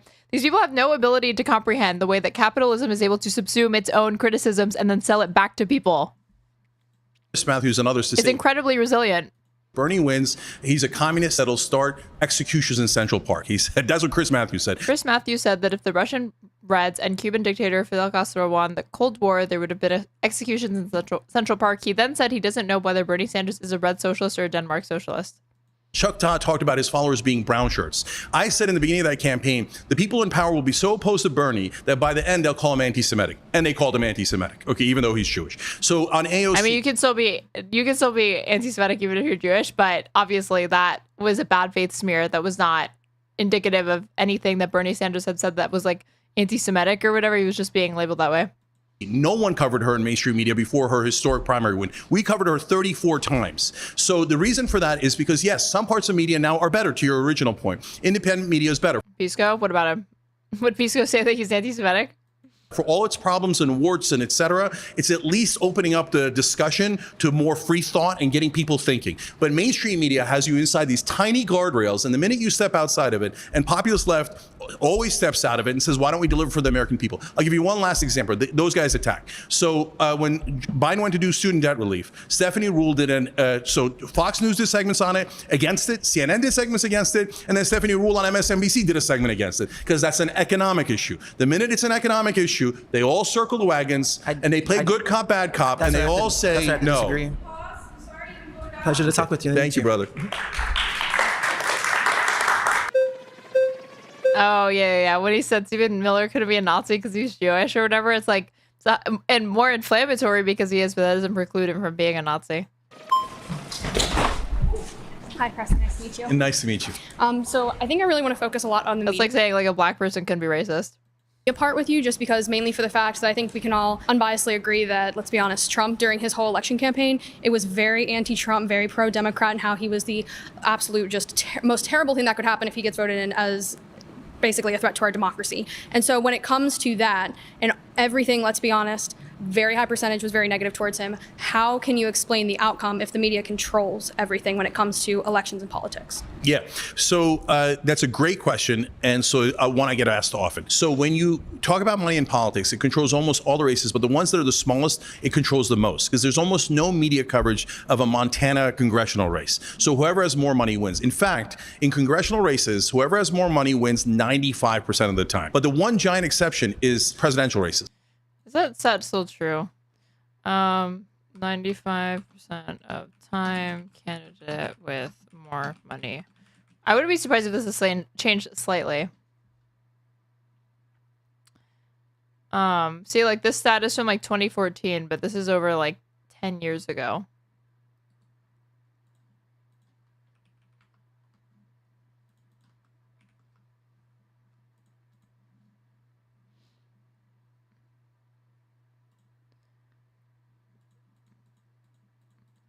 All of this is a motorcycle, right? Wrong. Wrong. Maybe I am a robot, you guys. Maybe I am a robot, you guys. Maybe I am a robot, you guys. Let me in. Okay. 91% of the time, the better finance candidate wins. Don't act surprised. There are few talking points more beloved by underdog political candidates and their aides than to declare that money doesn't matter. If it did, Steve Forbes would be the president. Well, they're wrong, at least most of the time. Take a look at the chart below. Created last month by Jasper McChesney, a designer at United Republic, a nonpartisan nonprofit that tries to spread awareness about the influence of money in politics. The chart analyzes 467 congressional races held in 2012. Its findings. 1. Candidates who out-fundraised their opponents were 9 times more likely to win elections in 2012. 2. Winning congressional candidates outspent their opponents about 20 to 1. 3. Winning candidates on average spent $2.3 million. Losing candidates on average spent $1.1 million. Now, there's a variety of reasons for why the better finance candidates are victorious much more often, and conversely, why winning candidates are much more often better financed. One huge advantage is incumbency. Those who have won election in the past begin any race with the advantage of having already built fundraising networks. On average, congressional incumbents in 2012 raised more than double the amount of money brought in by their challengers and boasted a 90% re-election rate. Also, some would argue that in many cases, the candidates who win the most votes do so based on the same electability, popularity, and qualifications that make them the best at fundraising and vice versa. This is like, yeah. A candidate who is compelling enough to get you to open your wallet should, in theory, also be enough to get you to head to the ballot box for him or her. All that said, as the chart shows, it pays off to be the better finance candidate. Because there's so much free media in presidential races and everyone is paying attention. So you could actually go the route of going into media yourself and making your own argument. That's why I thought Trump would win in 2016. That's why I was really worried about it in 2024, because Democrats have become like corporate talking point robots, the establishment Democratic politicians. So they don't like to engage with Joe Rogan or these other folks. And I'm like, what are you doing? You're giving away billions of dollars in free media. Trump had the right strategy. But at the end of the day, because he was all over media and he got billions of dollars in extra media coverage, that is part of the reason why he won. While media has influence and everything else, it still comes down to the individuals to vote. So whenever it comes down to that, then how can you explain they still have control, even though at the end of the day, it's still the individual's right and the individual's ability to go vote and make Because how does anything ever get into your head? So like when you go into a voting booth, you see names, right? But if you never saw that person and you never heard their name because they didn't have enough money for ads and the media didn't cover it, that person has no chance of winning. It's like there's a mythology in mainstream media that two people go into an octagon and then people decide which one is better, right? That's not how it actually works. Access to be able to see all of these things. Nice to meet you. All right. I wish they had been able to finish that back and forth.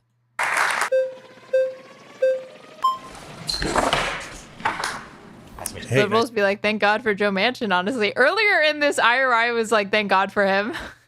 He was like singing his praises. I was like, all right, chill, dude. Nice to meet you. Kyle? Yeah, so I think money doesn't necessarily have a mind. So I'd like to kind of take it to who's making the decisions on how to allocate the capital. And so does party loyalty here play at all, right? Like at the end of the day, you're going to have politicians who can influence where that capital is coming from. And if you're towing the party line, saying what they want you to say, that to me seems more impactful than the ability to go and find donors yourself to raise a significant capital to win a race. So let me give you I mean, those aren't mutually exclusive at all. Examples. So the party line is already there was never a time where the party line wasn't influenced by corporate interests. So he's like presupposing a world where like the party line just existed and then corporate influences like crept in later. Like, why would that be the case? Ted Cruz got $13 million from the Mercer family when he was running for president in 2016. Right. If you remember, Donald Trump insulted his wife. So at the Republican National Convention, Ted Cruz did not endorse him. So, but right afterwards, then later he sadly phone banked for him, which again, in my high school days, I would watch TYT like religiously. And let's see, Ted Cruz phone banks for Trump. TYT. This, I never forgot this. Ted Cruz phone banks for Donald Trump's ad 8 years ago. Ted Cruz has hit rock bottom. He swore he'd oppose Donald Trump to the bitter end, but then the billionaires that control the Republican Party reminded him who number 2 works for. Cenk Uygur breaks it down. I'm about to show you a video of Ted Cruz, which is the saddest video you will ever see of any human being, which we will thoroughly enjoy. But before we do that, I want to show you all the different embarrassments that the Republican field has had to endure under Donald Trump. They all came out huffing and puffing. We're going to beat him. We're going to do this. We're going to do that. And they all walked out embarrassed. The first one's nice and easy. Jeb Bush really just clowns himself. Let's just be honest about that. But Chris Christie, this is after he supports Donald Trump, and Donald Trump dismisses him. Just let's take a quick look at those two. Is to fix that mess as fast as I can. That's it. Thank you. They're kicking me out the door. They're kicking me out the door. That was like on a TYT soundboard for like a long time, that Jeb Bush line. Get in the plane and go home. Go home. Oh, that's so embarrassing. Christie, after awkwardly standing behind him a little while earlier than that, like, at a press conference, said, go home. You're in my spotlight. Go home, okay? There's the goddamn plane. So that's what he did to those guys. Okay, now, Ted Cruz, though, was not going to bow his head because Ted Cruz was super mad. He'd been attacked on multiple fronts. One, first of all, Trump talked about his wife, saying, hey, you better watch it, Ted Cruz, otherwise I'll spill the beans on your wife. Now, that was referring to her banking career, but later he retweeted an obnoxious fan saying a picture of Ted Cruz's wife next to Trump's wife, saying, no need to spill the beans. In other words, calling her unattractive. And then he implied that Ted Cruz's dad was part of the assassination of JFK. That was awesome. Mental. That was awesome. A hatchet job piece on Ted Cruz in the National Enquirer saying he'd had multiple affairs with 5 different women. So I want to show you a compilation of that before I show you. Don't tell me things that make Trump sound cool, Cenk. Unmanning of Ted Cruz. Let's watch. Spilling the beans is quite simple when it comes to Heidi Cruz. She is a Bush operative. You know, his father was with Lee Harvey Oswald prior to Oswald's being, shot. I mean, the whole thing is ridiculous. What is his right prior to being shot? Oh, absolutely. I remember Ted Cruz eating a booger during a national televised GOP debate. I do remember that, but I'm pretty sure it was like a tonsil stone. We should move on. Where we should move to is the National Enquirer story that has reported that Ted Cruz has allegedly had affairs with at least 5 mistresses, including you've been named, Amanda. So spilling the beans on Heidi Cruz simply means that her entire career has been spent working against everything Ted Cruz says that he stands for. What was he doing with Lee Harvey Oswald shortly before the death, before the shooting? It's horrible. If we're going to call Donald Trump's character into question, I would like Ted Cruz to issue a statement whether or not the National Enquirer story is true. Jesus Christ, look how red Trump is in this fucking video. Holy shit. Ted Cruz looks normal compared to him, which is saying something. True that he has had affairs with many women, including you were named, Amanda. Will you denounce this story or will you confirm it? I don't get angry often. But you mess with my wife, you mess with my kids, that'll do it every time. Donald, you're a sniveling coward and leave Heidi the hell alone. So will you support him? And then will you support him? He says, the nominee? I'm going to beat him. That's not how it went down. No, he beat you, Ted. But now here comes the final humiliation. Now, during the convention, Ted Cruz refused to endorse Donald Trump. Took a lot of heat for it, but he thought that was a smart political move to do. Then his funders came in and said, heal. The Mercer family, which had given his super PAC $13 million during the primary, said, hey, you better get on board here. Otherwise, you can kiss that money goodbye later. So he healed. Now there's this video of him phone banking for Trump. Oh, enjoy. Hi, this is Ted Cruz calling. I was calling to encourage you to come out and vote on Election Day. This election is critical for the direction of our country. And I'm realizing this now, and I'm sure he wouldn't like to hear it, but Josiah pondering politics kind of sounds like Ted Cruz. I urge you to come out and support freedom and the Constitution and the Bill of Rights. You can vote by absentee ballot, and if you need help getting an application for an absentee ballot, the Republican Party of Texas can help you with that. Or you can vote in person. Just absolutely fucking pathetic, man. What a pathetic man. Come out and vote. Thank you, and God bless you. You know, I thought I'd enjoy that, but I actually didn't. Upon rewatching it, that was the saddest video I have ever seen in my life. Oh, the unmanning of Cruz. The tough guy. Just fucking ridiculous. Changed his mind and started phone backing for Donald Trump. What happened in between? What happened in between is after his speech, he went up to the suites that the Mercer family had at the convention, and they slammed the door in his face. And they said, we now have a new guy that we're picking. It's like the Hunger Games. So the sponsors decided that they were going to go with Donald Trump now. So Ted Cruz, realizing I'm going to lose my donor money if I don't do as I'm told, said, I'm so sorry. And then he grabbed the phone and was like, oh yeah, Donald Trump is the best. Forget about my wife. Who cares about her? Why? Because he's going to seek the donor money.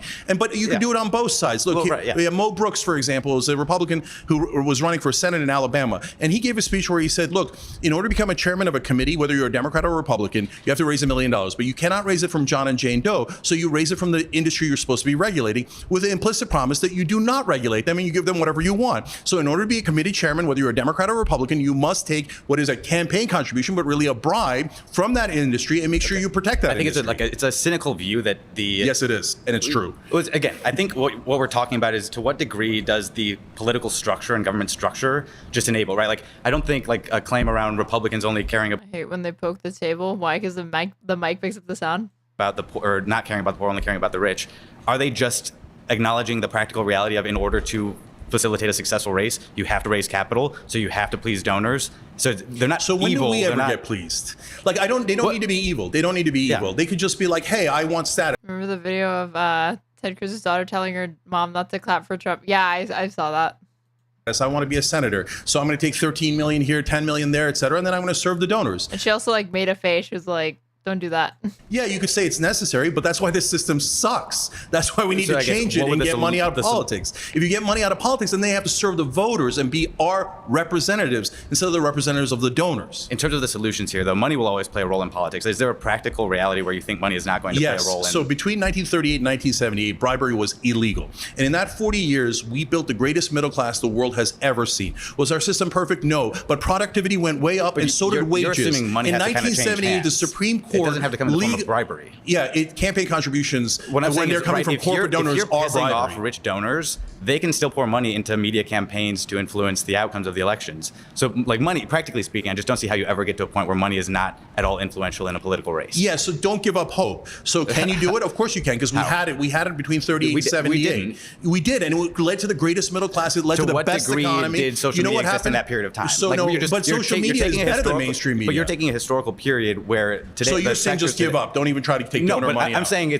there are things that you can make progress on today. But I'm saying practically speaking, I think you can don't get a see how you get to constitutional spot amendment. You know where why I think you can get a constitutional amendment to get money out of but a politics? constitutional amendment- Because 93% of Americans believe that politicians represent their donors. You can get one, but why does he keep resorting back to these national polls? And not their voters. That, again, those are good rhetorical tools for politicians to rally around. Fine. I don't even disagree with it, but it's so stupid to bring it up in a debate where you're going to actually debate the specifics and how you would actually do that. But I was curious to hear like why he didn't think that was going to ever happen. All right, thank you. No. Hey there. We've met a long time ago. Yeah, I was going to say, you look familiar. So on the local level, right? LA City Council could upzone everything. Let construction companies, property management companies come in, wholesale develop, build massive apartment buildings, run these properties, right? LA City Council has not done that. Are you saying development companies, real estate companies, and property management companies are not moneyed interests? No, that's amazing that you picked that example. There's two industries that are the most impactful on local and state races. It's utility. I think the guy was saying that rich people could just fund media campaigns to influence elections and buy them that way without direct donations. I mean, it's a half-baked take because he's like presupposing that doesn't already occur.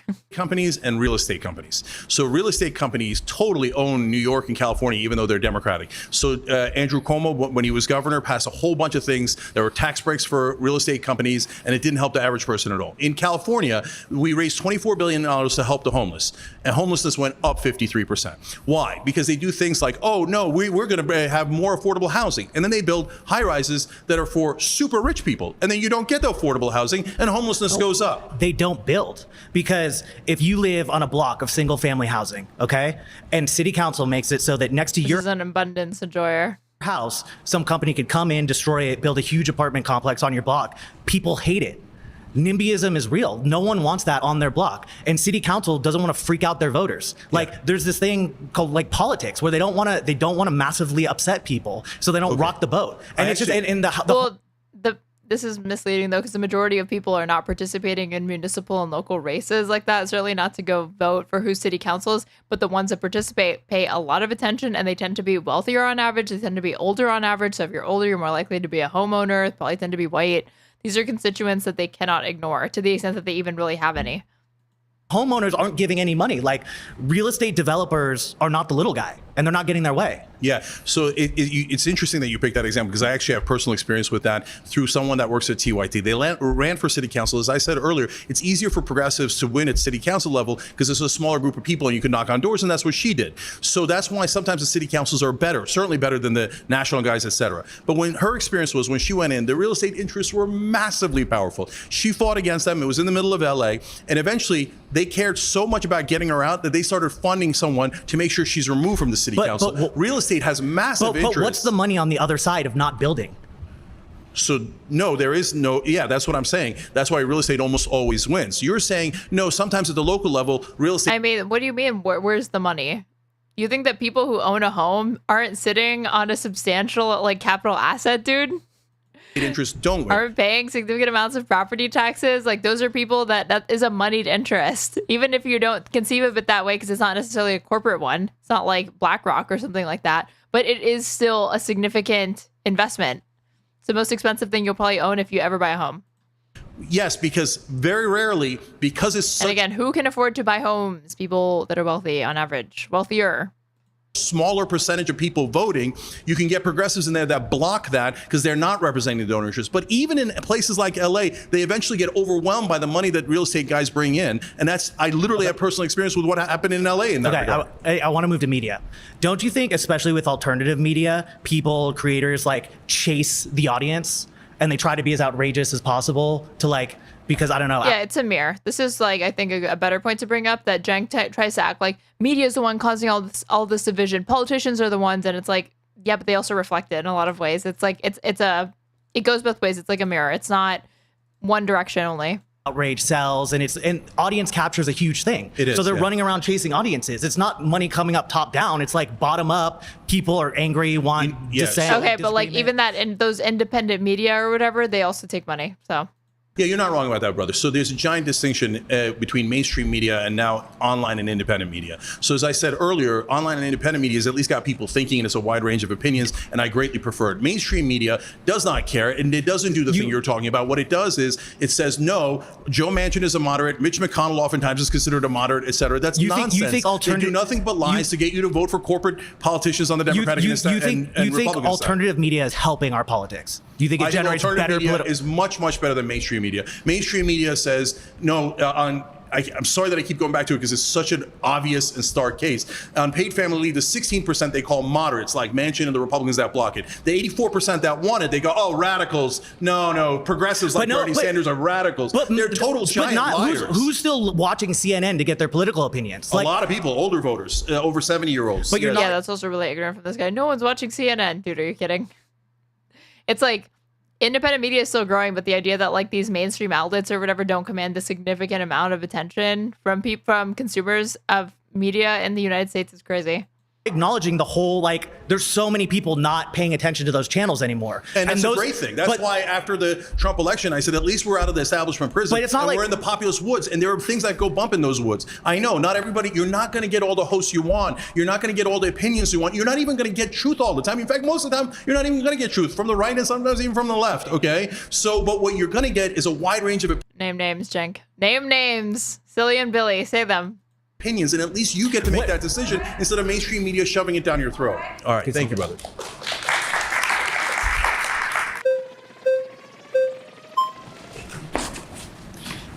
Glad I got to come back up. All right, great. So you made an interesting claim. It's very hard. This guy again. To disagree with media and money control all of politics. It's more so who controls the money. When President John Kennedy passed Executive Order number 11110, which began the process of abolishing the Federal Reserve, which we know is a private institution, he was mysteriously assassinated a couple months after that. So the question is that... Oh my God. When he said, who controls the money? This dude's really, really Christian. And I was like, where's he heading with this? And then when he said, who killed JFK? I was like, oh, okay, so we're just going like the anti-Semite route. Got it. Powers of the world. They have a monopoly over the things that we use. The elite cabal. used to transmit and receive information. So my question to you is, how? Oh my God, what? Wait, what? Over the things that we use to transmit and receive information. Okay. So my question to you is, how exactly do you combat such a machine that has been in existence since mankind has been on the planet? Yeah, that's why I mentioned 1938 to 78, because when you make it illegal, it's much, much harder to do the bribes. It's not that today people don't get bribed, they do, but it's more rare, right? But in 78... But he's not just talking about the people. He's like, what are we going to do about the cabal of Jews that are controlling global finance? 76 and 78, the Supreme Court had two decisions that basically said corporations are people. The Supreme Court first ruled that corporations have free speech rights in its 1978 decision, First National Bank versus Boston. First National Bank of Boston versus Bellotti. The court said a Massachusetts law prohibiting corporate contributions to ballot initiatives was unconstitutional. People, and they have a right to spend unlimited money on politics. When they did that, one of the dissenting justices, Justice White, said, "You just killed our democracy." And that's exactly what happened. Now, theoretically, you could overturn the Supreme Court, but you're not going to overturn this Supreme Court that is massively pro-corporate. That's why I'm saying you need to do an amendment to go above the Supreme Court, but you can, and that's why I started Wolfpack. If you get money out of politics, if you say in this Constitution in a way that the Supreme Court cannot overrule, these people cannot buy our politicians, that is the answer. We can get back to a time where we created great growth in this country, and most of the earnings went to the middle class. Do you know that after those Supreme Court decisions, productivity still skyrocketed, but wages flatlined. And the difference was $12 trillion that they stole from the average American, went to corporate executives instead of going to the average guy. That sounds fantastic. I'm not disagreeing with it. But what I'm asking you is, you are talking about fundamentally restructuring the entire political system, which will require, frankly, Thomas Jefferson said once that the tree of liberty has to be watered from time to time with the blood of tyrants and patriots. Money has obviously integrated itself into the Supreme Court, into the Congress houses, into the White House even, with all the money that President Trump did lose in the election because he lost, to quote him, and lost billions of dollars. But he also Everyone has to do their Trump impression. Ha ha ha ha. Donating billions of dollars. If we don't have, right now, do you have a populist candidate that we as the people should be supporting? Who's the candidate? So we're going to see that through the system, the primaries, et cetera. But Jon Stewart's amazing. Ro Khanna's amazing. And how much money have they gotten from corporate donors? So Ro Khanna does not take any money from corporate donors. If you're going to be in Rebellion PAC, you're not allowed to take corporate PAC money. Okay. So there's a way to do it that way. Ro Khanna takes money from J Street, so... Enough of the legislators that are honest. And by the way, there are some Republicans who are now not taking corporate PAC money. Thomas Massey, Josh Hawley. So that's the road to redemption, right, et cetera. But an amendment fixes the entire system. But the question then goes back to, in order to get an amendment, that requires a 2/3 majority in both houses of Congress, correct? No, you can actually go around Congress. 2/3 of the states can propose a convention to just propose an amendment. How are you and then 3/4 of the states have to ratify. Which requires the legislature to take action. This is like the something interstate pact or whatever. What is this called? Interstate Pact. What was this for? Abolishing the Electoral College, or yeah. See, like, this is one way that people are trying to abolish the Electoral College. The National Popular Vote Interstate Compact, or NPBIC, is an agreement among a group of U.S. states and the District of Columbia to award all of their electoral votes to whichever presidential ticket wins the overall popular vote in the 50 states and the District of Columbia. The compact is designed to ensure that the candidate who receives the most votes nationwide is elected president, and it would come into effect only when it would guarantee that outcome. Introduced in 2006, as of May 2025, it was joined by 17 states and the District of Columbia. They have 209 electoral college votes, which is 39% of the electoral college and 77% of the 270 votes needed to give the compact legal force. The idea gained traction among scholars after George W. Bush won the presidential election but lost the popular vote in 2000, the first time the winner of the presidency had lost the popular vote since 1888. So, there needs to be something like this, but for campaign finance reforms that eventually forces it to become, there to be a national reckoning with it. Right? So how do you get legislatures that already are slaves to the corporate donors? Because the book that I believe in says money, the love of money is the root of all evil, and I think that's absolutely true. A lot of these brothers love money. A lot of these sisters love money. So how do you then work, because what this actually is more of a moral issue. So how do you then re-establish proper functioning morality within the hearts of politicians who have already demonstrated they've been bought by this thing called the US dollar? Because that's what this is. Yeah, two ways to do that, brother. So number one, what Wolfpack does is it pressures state legislatures. The Republican guy or the conservative guy I was talking to earlier, remember we said when you get to the lower and local levels, it gets better and better. The national level is the worst because that involves the most amount of money. So state legislatures, you can move. In fact, Jamie Raskin was opposed to our legislation when he was a state representative in Maryland. And then we talked to him And we convinced him, and he said, "You guys are right. Now I'm going to support the constitutional amendment." So you do get some really good people at the state level. So that's a much better path because they have less money. But even so, brother, there's the bigger way. State is right, but here's just a quick question. State is fantastic, but we need changes that impact all Americans to take place at the national level. So it's fine for you to focus on state. I understand that the lower ranking an elected official is, the easier it is probably to change them. How do you change the person that's sitting currently at 1600 Pennsylvania Avenue or the 9 Supreme Court justices that are currently on Capitol Hill? So that's the great thing about the Wolf. With that, like somebody mentioned earlier, you could make an ethics code for the federal judiciary, or sack the court, or create term limits for Supreme Court justices to try to make it slightly more democratic. PAC plan. It doesn't require the president at all, and it goes above the Supreme Court. So it doesn't require Congress, the president, or the Supreme Court. It's a total end run of the American people against Washington. Cenk was talking about an Article 4 convention, not the... No, I knew that he wasn't talking about the interstate compact, but I was saying that this is an example of a way that if you cannot force there to be... or if it's too difficult to amend the Constitution to overturn Citizens United and to get money out of politics, then this would be the way that they have this compact or whatever, the way that like at the state level it's growing. That could be something that could happen to force there to be a national reckoning with campaign finance reform. Washington, D.C. And by the way, that's why the Founding Fathers put it in there, to make sure that if Washington got too corrupt, you can actually call for conventions at the state level and get it done. And how do you do that on a national scale? You need one incredible leader to, instead of worrying about himself, to worry about the American people. If he actually, anyone who gets money out of politics is going to have statues built of them all across the country. You need one brave and honest person to say, yes, I'm going to fight for all of you guys, and I'm going to put a world of pressure, yes, on politicians in my own party, so then based to on get that, this done. So based on that, what does that ideal politician look like then? Because we haven't seen it. Trump ran, he said, we're going to drain this swamp. He hasn't drained the swamp. Yeah. We're still waiting on the release of the Epstein files. We're still waiting on the full unredacted release of MLK. We're still waiting on the unredacted release of JFK. What does that actual candidate look like? Because all this rhetoric is fantastic. Yeah, I got to tell you. It's almost like he's never going to do those things, dude. So in our lifetime, because of overwhelming money in politics, we haven't seen an ideal candidate like that, is what you're saying. Right. And I largely agree, except Bernie Sanders is super honest. He doesn't have the. So look, my problem with Bernie is that he didn't have the fight in him. Like, I love the brother, but he should have fought Hillary harder. He should have fought Biden harder. I wanted to hear this guy's reason as to why he didn't like crazy Bernie Sanders. And you need strength to be able to win, right? So, but remember, FDR did it. JFK did it. FDR? LBJ did it. You mean the same president? FDR did what? What did FDR do besides steal Americans' wealth? No, with the illegal executive order that took our gold from us. Okay, like you're talking about somebody who at one point pretty much had like the power of almost like a dictator in the United States and had 4 terms and these huge super majorities. Like it was a very unique time in American politics.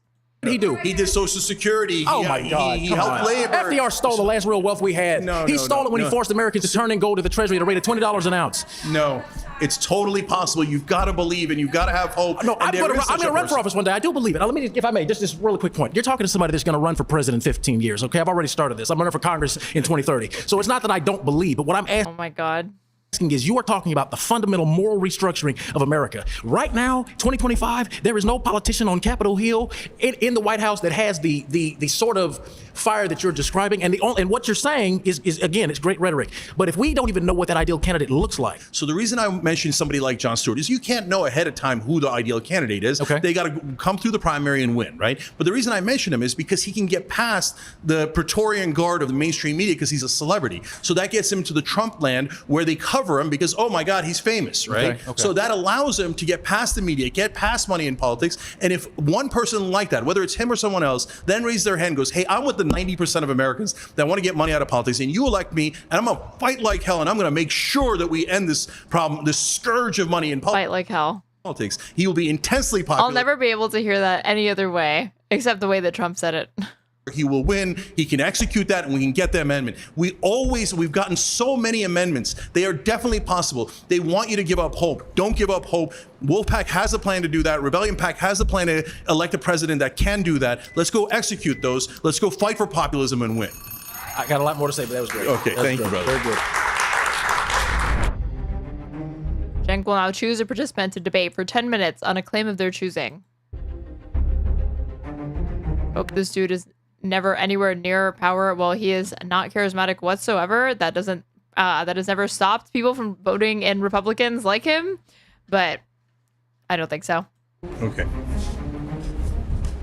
I'm torn on this because there's a couple people who didn't talk, but everybody made good points and was Certainly sufficiently aggressive.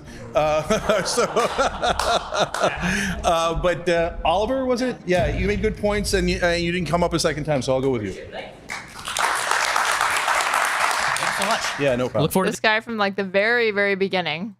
this opportunity. So my general claim is that Cenk Uygur's populism fails because it treats social issues as a distraction rather than essential to achieving economic justice. So kind of my claim here is that there are a lot of social issues that are really important and also really popular with American people, as you're talking about, with a lot of economic issues that are just as popular. If we look at something like the public opinion polling regarding Roe v. Wade, like 70% of Americans were against that, the overturning of that. And I think also what's important in this conversation is to say that the line between social and economic issues is not like very clear cut. If we look at something like abortion and reproductive rights, it is the case that if someone gives birth in this country, a woman gives birth, it's upwards of $18,000, which is a huge economic hit to her. And the Turnaway study found that when women get abortions, or if they're actually denied abortions, they follow up with them about 5 years later, they're 4 times as likely to either remain or have fallen below the federal poverty line. So I think just in general, I'm with you on the claim that we should Yeah, that study also found that they don't regret it either. Like women that wanted to get abortions but couldn't get them.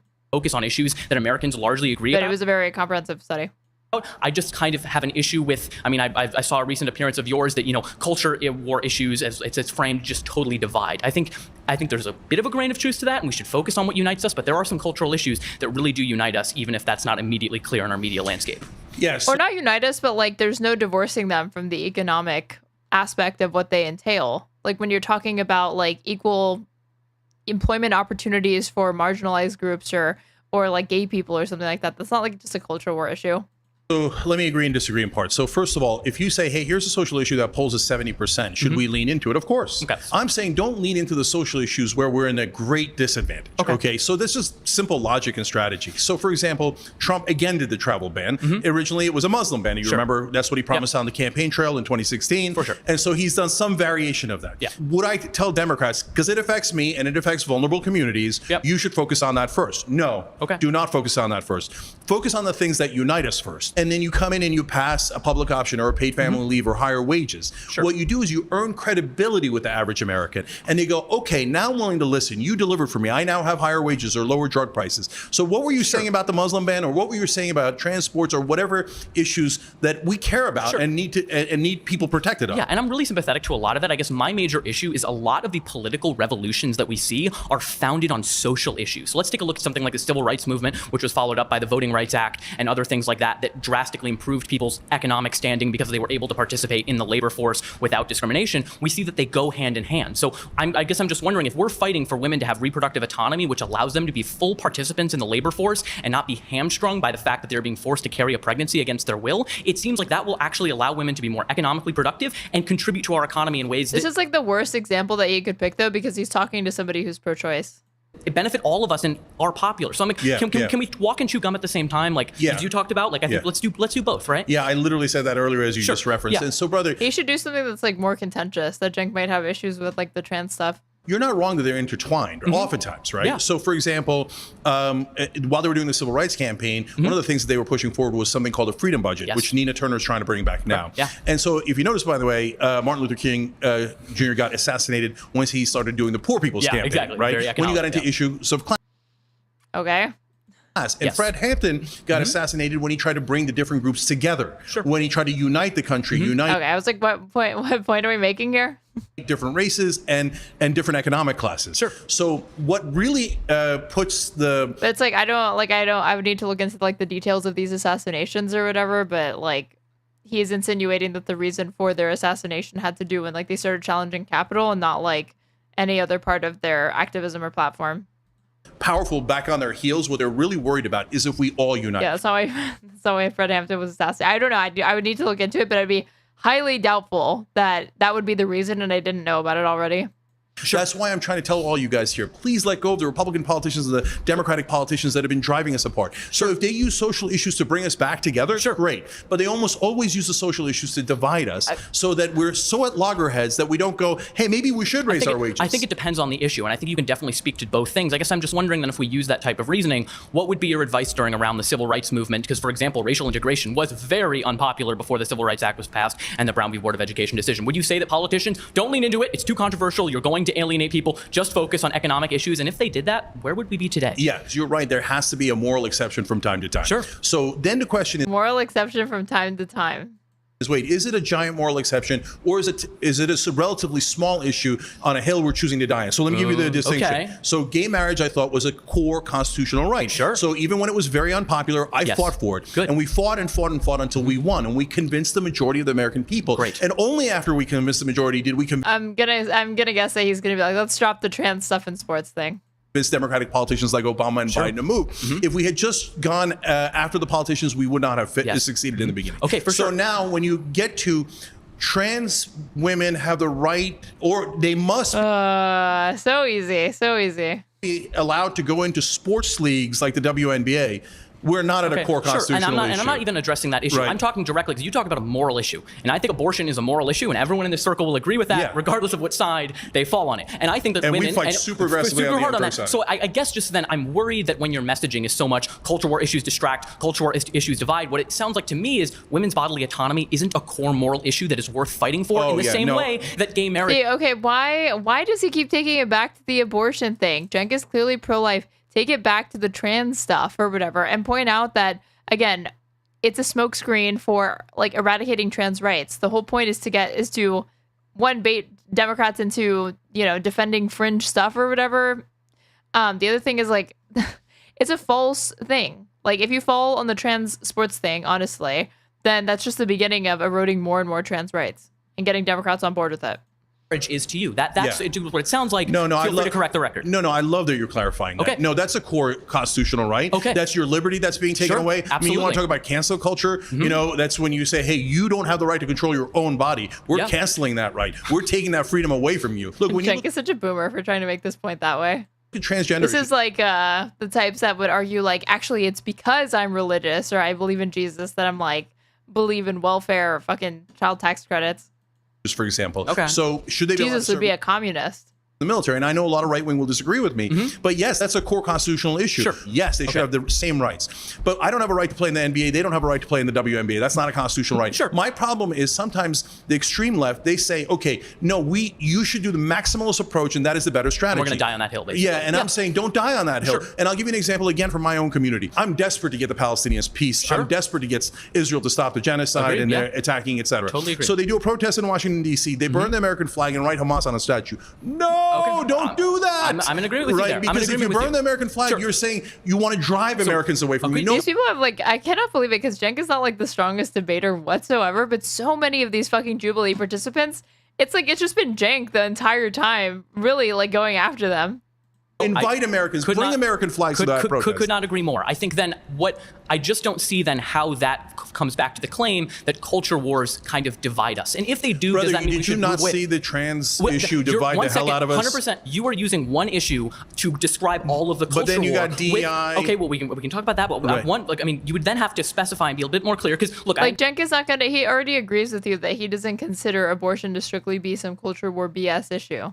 Understand that we're on YouTube and the goal is to get clicks. And when you make kind of very like absolute statements, like all Democrats and Republicans are the same. Do you see what I'm saying? Do you see what I'm saying? I see what I'm saying, and I probably agree a lot with you on a lot of stuff. I think that when you sideline social issues and make it seem like social issues are secondary.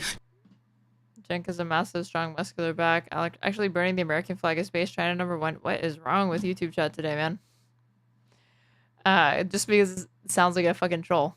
To me, I think that there are some things that shouldn't be secondary. All I'm trying to get people to realize is that, first of all, in my opinion, the right wing is the one that brings up all of these issues. They went looking for a fight on critical race theory. Yep. They went looking for a fight on DEI. They went looking for a fight on trans sports. Yep. When they get you in a situation where they've got you on an unpopular policy, correct? Stop fighting. Stop falling into that trap and that ambush. And I agree with you. I definitely agree with you in part. I think the problem as well with how the prompt is framed is it treats right-wing fake culture war issues that they make up with real, actual issues like women's bodily autonomy. So, I think there's just an issue in general. Your distinction is no problem at all. Okay. It's just what I've lived in the real world is that when I say, hey, maybe we shouldn't go maximalist on every issue, all of the other left-wing hosts attack me and go, you're not pure enough. I'm going to... Sorry, I was muted. That was not like the left. That trans people have been participating in sports It's like even in the Olympics, since like the early 2000s or whatever, that was not trans people that forced that issue. It was Republicans. It was the right. It was conservatives. It was transphobes. So even his framing on that is disingenuous. Get more clicks than you by being even more. Didn't care about trans people for the midterms or for the presidency. Yeah, in 2022, Republicans tried to run exclusively on these sorts of culture war issues, and it just did not pan out. That red wave that was supposed to happen just didn't happen. And a lot of their campaign, the focus was these sorts of things that Cenk is saying, it's so detrimental to Democrats, they need to drop this shit, and it just is not been borne out yet.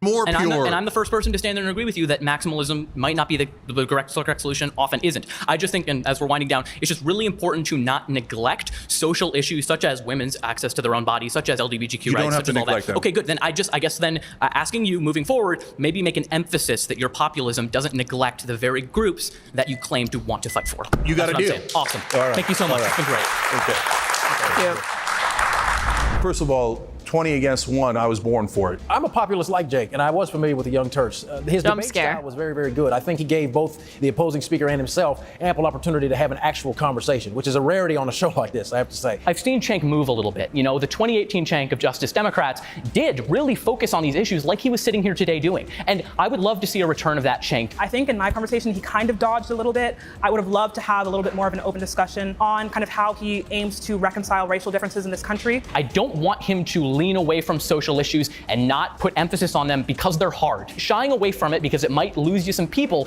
isn't the way that progress is made. In a lot of online debates, people are really playing to the audience at home. They're not really trying to convince the person they're talking to reconsider their assumptions. And Oliver was able to successfully get Cenk to realize, no, actually, social issues are important. Z did absolutely amazing. I'm actually a follower of hers on TikTok, and I've seen a lot of her content. And we do disagree. We're on completely opposite sides of the political spectrum, but she spoke with clarity. She spoke concise points. She made Jay backtrack just a little bit, which I is really wish she had gotten to speak more. Always fun to watch, especially again in a show like this. One of the people who was right-wing said it It's to weird that they'll me show at a guy the end. talking about her, but they won't show her talking. After we wrapped, he said, I was really surprised at how much we all agreed on. Exactly. But you got to get past the media, the money in politics, and the politicians to get to the places where we agree. Thank you, Cenk. Very cool. All right. I don't know, like, I maybe like tomorrow on Just Press Play, Pisco and I will react to like IRI's point and something like that. But I'm kind of glad we didn't react to like the whole thing, because these libs, man, like they kind of dropped the ball, because Cenk was like, I know that there were issues with the things that Cenk was saying, but I don't think that the liberals on the panel that were there to like defend Democrats or push back against this populism or whatever really succeeded, because I definitely think he came out more on top. But he kind of steamrolled a lot of people. Wish Dee spoke more. She hardly spoke. I like her on TikTok. Yeah, she barely, like, she only talked for like one segment. But if you are watching me on Twitch, you should go ahead and follow me if you aren't already. You can also subscribe and get access to an ad-free experience, as well as a bunch of cute emotes.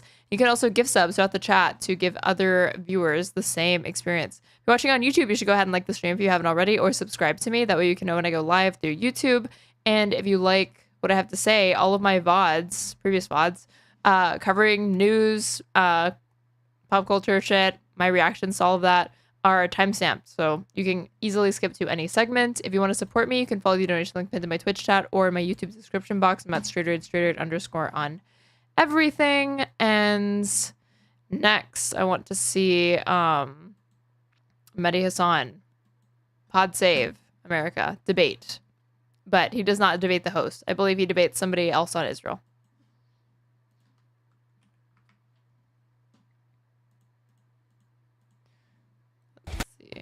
Progressive versus Democrat debate Gaza and Israel, featuring Medhi Hasan and Jeremy Ben-Ami. So this was 5 days ago. Heartbreaking images of starving children and desperate families emerge from Gaza. Pressure is mounting on U.S. politicians, especially Dems, to reassess America's relationship with Israel. Tommy Vader sits down with Medhi Hasan, founder of Atzateo, and Jeremy Ben-Ami, president of J Street, to tackle some of the, and J Street is like a slightly less right-wing version of AIPAC, to tackle some of the toughest questions facing the Democratic Party. Should the U.S. cut off military aid to Israel? Should Democrats support Palestinian statehood? And, I mean, nominally, they do, right? And can the party hold together a coalition that includes both progressive critics of Israel and liberal Zionists?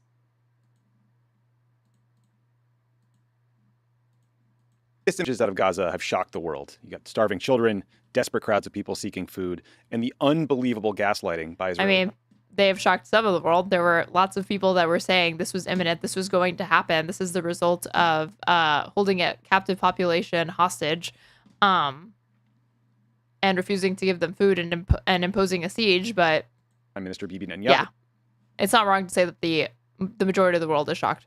Who demands that we believe him and not our lying eyes. Here's an example. Israel is presented as though we are applying a campaign of starvation in Gaza. What a bold-faced lie. A blood libel. There is no policy of starvation in Gaza, and there is no starvation in Gaza. So this conflict, this issue, it comes with a lot of history. It's very emotional. It's politically fraught here in the United States in particular. And there are, as are so many of these seemingly intractable political problems here in the United States. So what we are trying to do here at Pod Save America is create a new space on this channel for debate and conversation that brings together everybody from the left, the Never Trump right. How'd I do versus Cenk? Be honest. IRI. We just finished watching. Okay. I actually thought that you probably gave the most forceful pushback to Cenk out of all of the liberals on the panel, except for the person that brought up the TYT union busting thing, but that's unrelated to the issue at hand. I did, and this comes down to a disagreement between you and I did not like the Joe Manchin simping, but I did say that I would prefer to have Joe Manchin, who voted with Biden like 70% of the time, something like that, over a Republican that will vote with him none of the time, like not at all, right? So in that respect, but I'm not going to go so far as to say that they can't be bullied, they can't be pressured, and that I'm thankful for them, because I definitely do think that those Democratic senators can do better. I do think that you did a good job, though, of pointing out to him that when he appeals to these national polls, when he appeals to these broad population stats, it kind of just like, that might be good rhetoric and that might be good for like a politician to use, and there's some speech. But if we're actually holding it under the microscope and getting into the granular, it's not as simple as that, because senators have to represent their state's interests and congressional representatives have to represent their constituents' interests. And yes, corporate influences as well. Like I agree with Cenk on that for the most part. But him being like, but nationally this is supported. Why don't they just support it? It's like, okay, but nationally that's the aggregate, or that's the average polling for that. But one, is it a priority for voters? And two, it's not as simple as just like one poll or whatever, because you could be in the district where it's your constituents are far more divided on that. So I think overall you did a formidable job, even if I disagreed with your some of your conclusions. But I do think that you were bringing more nuance that Cenk would be better to incorporate into his criticism of the Democratic Party, because he will always be hit from the liberal flank if this is how reductive his criticism of the Democrats is always going to be. And it provided us with a good opportunity to look into the Green Lantern theory of politics. How do you think you did? All the pod bros, all the neo-lib shills, all the abundance pill dorks, everybody in between, to have a conversation that tries to help us figure out. That's fair. My point was that the 50th Den, which gave us the Senate. Not my first pick, but it worked. Yeah. The other thing is that like he got things wrong that they didn't fact check. Like he was like they had 60 votes or whatever, but they didn't have 60 votes. Some answers to these problems.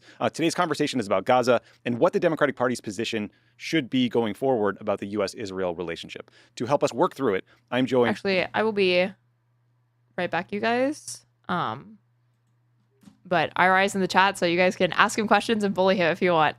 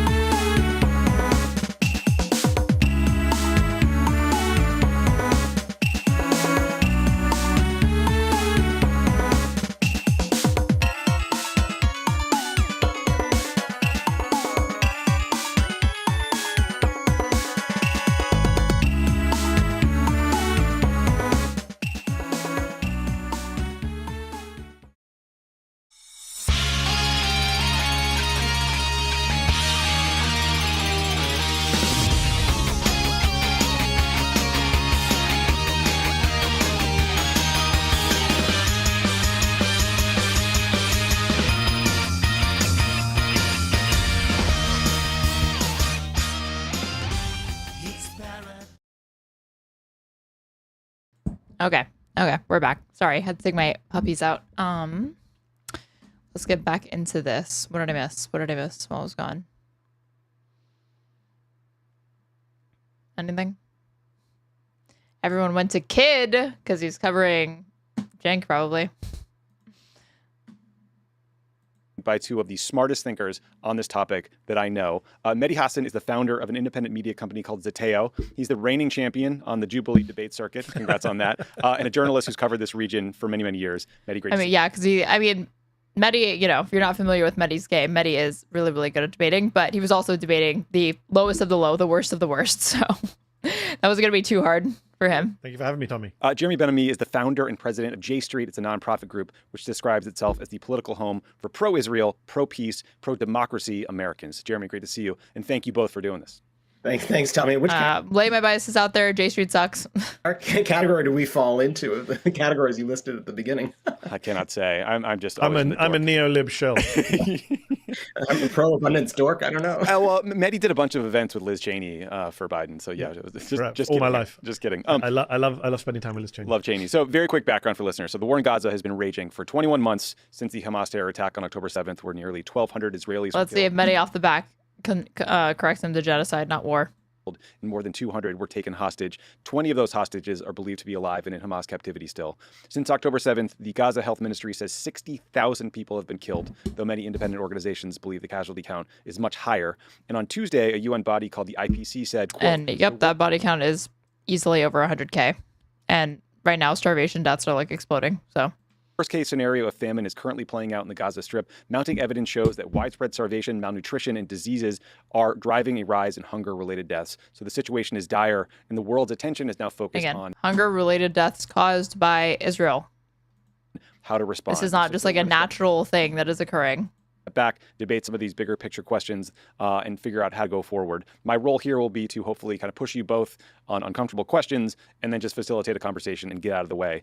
So let's start with Jeremy. Jeremy, how do you think the Democratic Party should adjust its policies in the wake of this war? Specifically, should Democrats announce that they're going to stop supporting military aid to Israel? And should Democrats support recognizing Palestine as a state? Yes. Will they do that? No. And apparently, I thought Democrats already supported a two-state solution. That's what all these liberals are telling me. Like French President Emmanuel Macron recently announced he's going to do in September. Yeah, there's got to be major adjustments. It should have been adjusted 15 years ago, 30 years ago. The idea Israeli estimates project that Gazan population has dropped from around 2.23 million to around 1.5 million. Yeah, and I believe that also factors in like evacuations as well, people that have escaped. So that we're going to provide, it should have been adjusted 15 years ago, 30 years ago. The idea that we're going to provide a blank check to Israel, act as its lawyer in international fora, and then put ourselves forward as a mediator in a conflict with another people, it never made sense from the beginning. And so either we need to get out of the way and let somebody else try to mediate this. And I think the French have shown some real leadership working with Saudi, working now obviously with the UK and others. But we need to stop writing a blank check. Our aid is not an as of right, birthright. And we need to stop providing protection for Israel in international institutions for accountability for the violations of international law that it perpetrates. And so those are core elements of Democratic and Republican foreign policy of the United States. They are these are reasonable positions, but when you look at the types of people that J Street has supported in the past and the types of things that their moneyed interests go towards supporting, opposing, etc., not great. And there is a huge disconnect between what he is saying is the nominal goal of J Street versus what goals they have actually pursued. In my opinion, they have been for 15 years. As long as J Street's existed, it is part of the problem. And the Democratic Party needs to shift and make sure that it's understood its support for the state and the people of Israel is real, but it cannot be in the form of blank check and providing immunity. So, Medhi, but that is a message that I do believe that the majority of Democrats and independents can get along or get on board with. America this week, I argued in favor of cutting off military aid if they aren't already. Someone I really respect and who's been a tough critic of Israeli policy and of U.S. policy said he felt like even that was going too far. This person argued that military aid has been critical in helping the U.S. broker peace deals in the past, like the Camp David Accords, and will likely be part of peace deals in the future, and that we should be more nuanced, and instead the U.S. should be for conditioning aid and enforcing laws already on the books, like the Leahy Law, which says the U.S. cannot train or equip military units that commit gross human rights violations. That law has never been enforced against Israel. What do you think about that? Do you think that approach would be easier for Democrats politically, but also sort of get us where we want to be? I think that debate is done. I think the conditioning of aid was something people forget. 2020, you had mainstream centrist candidates like Pete Buttigieg saying he was willing to consider conditioning aid. This is well before the current genocide, but post, obviously, the various Israeli attacks on Gaza over the years. Elizabeth Warren, Bernie Sanders. In 2020, they were talking about conditioning aid, and people like me are like, wow, at that's the J a new Street topic. Forum that I was at with Jeremy and me and Ben Rhodes. And I was thinking to myself... And this is true, and this is also why AIPAC opposed candidates like Bernie Sanders, because they did not like his positions on Israel, even though they were incredibly modest. That's a new topic for me to hear about. But we're way past that now. Fundamentally, right now, the United States is complicit in a genocide. It's complicit in one of the worst crimes of our lifetimes. And therefore, the only question is, do we want to be complicit or not? It's a moral question. It's a legal question. The politics has to come later. Morally and legally, we should not be arming and funding a military that is being investigated both by the International Criminal Court and the International Court of Justice, and is using our weaponry to kill innocent civilians. Yes, we're in violation of the Leahy law. Leahy himself says we're in violation of the law he wrote. He said that a year ago. So that's just a no-brainer, but I think we have to go past that now. We have billions of dollars that we've given over the last year or two. I think $20 billion under Biden alone. I think Trump came along with another 5-10 billion. Can't even keep track. What's a few billion between friends? But a lot of money in military aid and hardware has been given to Israel just since October the 7th, separate to our annual $3 billion going back, several decades. So I think the debate about conditioning aid, that's all over. Israeli generals said after October the 7th that without American bombs and bullets, we can't do what we're doing. And that's why people like me, I wrote in The Guardian, I think over a year ago. And I mean, this is just the case. This is the United States genocide as much as it is Israel's, given how much aid, weapons, transfers there have been from this country to theirs, unconditional. That if Biden made a phone call like Ronald Reagan did to Begin in 1982, he could stop this in 20 minutes. I would like to hear the robust rebuttal to this, because I do hear a lot of people saying it's not as simple as that, but they don't really have like a reason to, I have yet to hear the explanation as to why it is not as simple as that, or why they believe the United States does not have this amount of leverage over what is effectively a client state of ours. Because of the leverage that we have. He didn't do it. We're way past all of that now. Right now, we are in the midst of a genocide. We're in the midst of a famine. What on earth are we doing having any ties with this rogue government, this rogue regime? So, Jeremy, a few days ago, AOC's, Congressman Ocasio-Cortez's office in the Bronx was vandalized. A group of protesters splashed red paint on the building. They left a sign that said AOC funds genocide in Gaza. And that happened right after she voted against an amendment to a military spending bill that would have cut $500 million from funding for Israel's Iron Dome missile defense system. And so that vote from AOC, it kicked up a bigger debate about whether lawmakers should make a distinction between offensive and defensive weapon systems, like missile defense systems are considered. Either way, you are opting to transfer defensive weapons to a state that you believe is a hostile actor that is currently perpetrating a genocide. So by the own, and that, again, AOC calls it a genocide. So by the own standards that she has put forth, it makes no sense for her to vote that way, other than for realist or political reasons, but that goes against her stated principles and goals, and I'm not surprised people called her out for it. Defensive weapon systems, obviously a bomb would be an offensive system. Crystal Ball pressed Senator Alyssa Slotkin on this question during an excellent interview on her show Breaking Points. Let's listen to a clip. Will you cut off aid to Israel so long as they're committing crimes against humanity? There is a difference between a weapon to protect a country from incoming missiles versus other type. Offensive and defensive weapons are different. So would you support offensive weapons ban? Like, would you stop any offensive aid to Israel? That certainly, to me, would be a place to look, but I'm not going to cut off a blanket next sale. I'd be interested in thinking about looking into that potentially one day down the line in the future, one day. On a defensive weapon that comes through. No. So, Jeremy, I mean, where do you land on this distinction between this was the article that I was thinking about.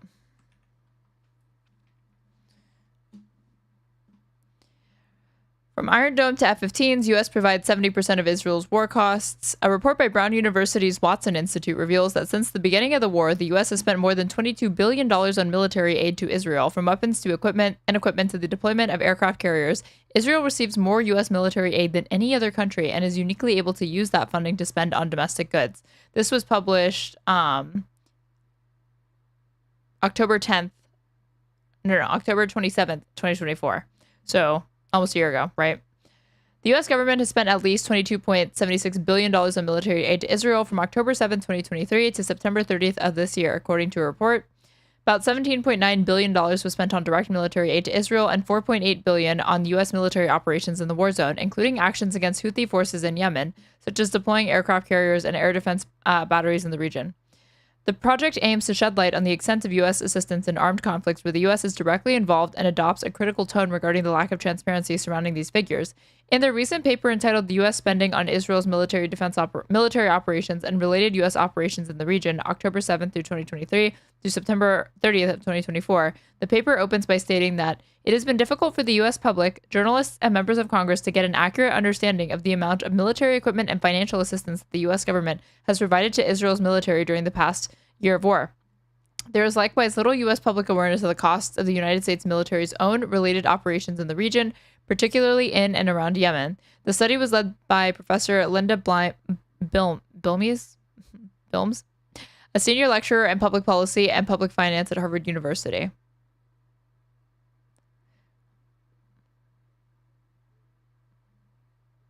So there's no denying that, like, again, we are complicit in this. They could not do what they were doing without us.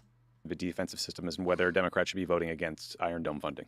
Yeah, you probably won't be surprised to know I land where Alyssa Slotkin lands on this. I actually think Iron Dome is one of the most important pro-peace systems that exist, because every time a missile gets intercepted in the air and it doesn't land on a school or on a bus or on kids or whatever, we are doing something right. And I think that the systems that are trying to tamp down the level of damage and tamp down the violence. I have a question. Can I ask Jack Daniel old time? You just did. Violence are part of an important equation. And so I think a sledgehammer approach that just says absolutely nothing, nowhere, ever for Israel is a mistake. I think Israel does actually have real security threats, and it is. And like AOC's reason for it is kind of like, we have to protect civilians or whatever. It's like, are we giving Iran an Iron Dome? Do you support giving Russia an Iron Dome? They've endangered their civilians by waging an imperialist war against Ukraine's sovereignty by invading. Would you support something like that? No. Then why not? If it's not truly a commitment to just the kind of being against any excess civilian casualties to the extent that you could possibly control it, then what are we talking about? Why is it like this for Israel but not for any other country? It can be under a different government, an ally of the United States, and we can be rowing in the same direction on things.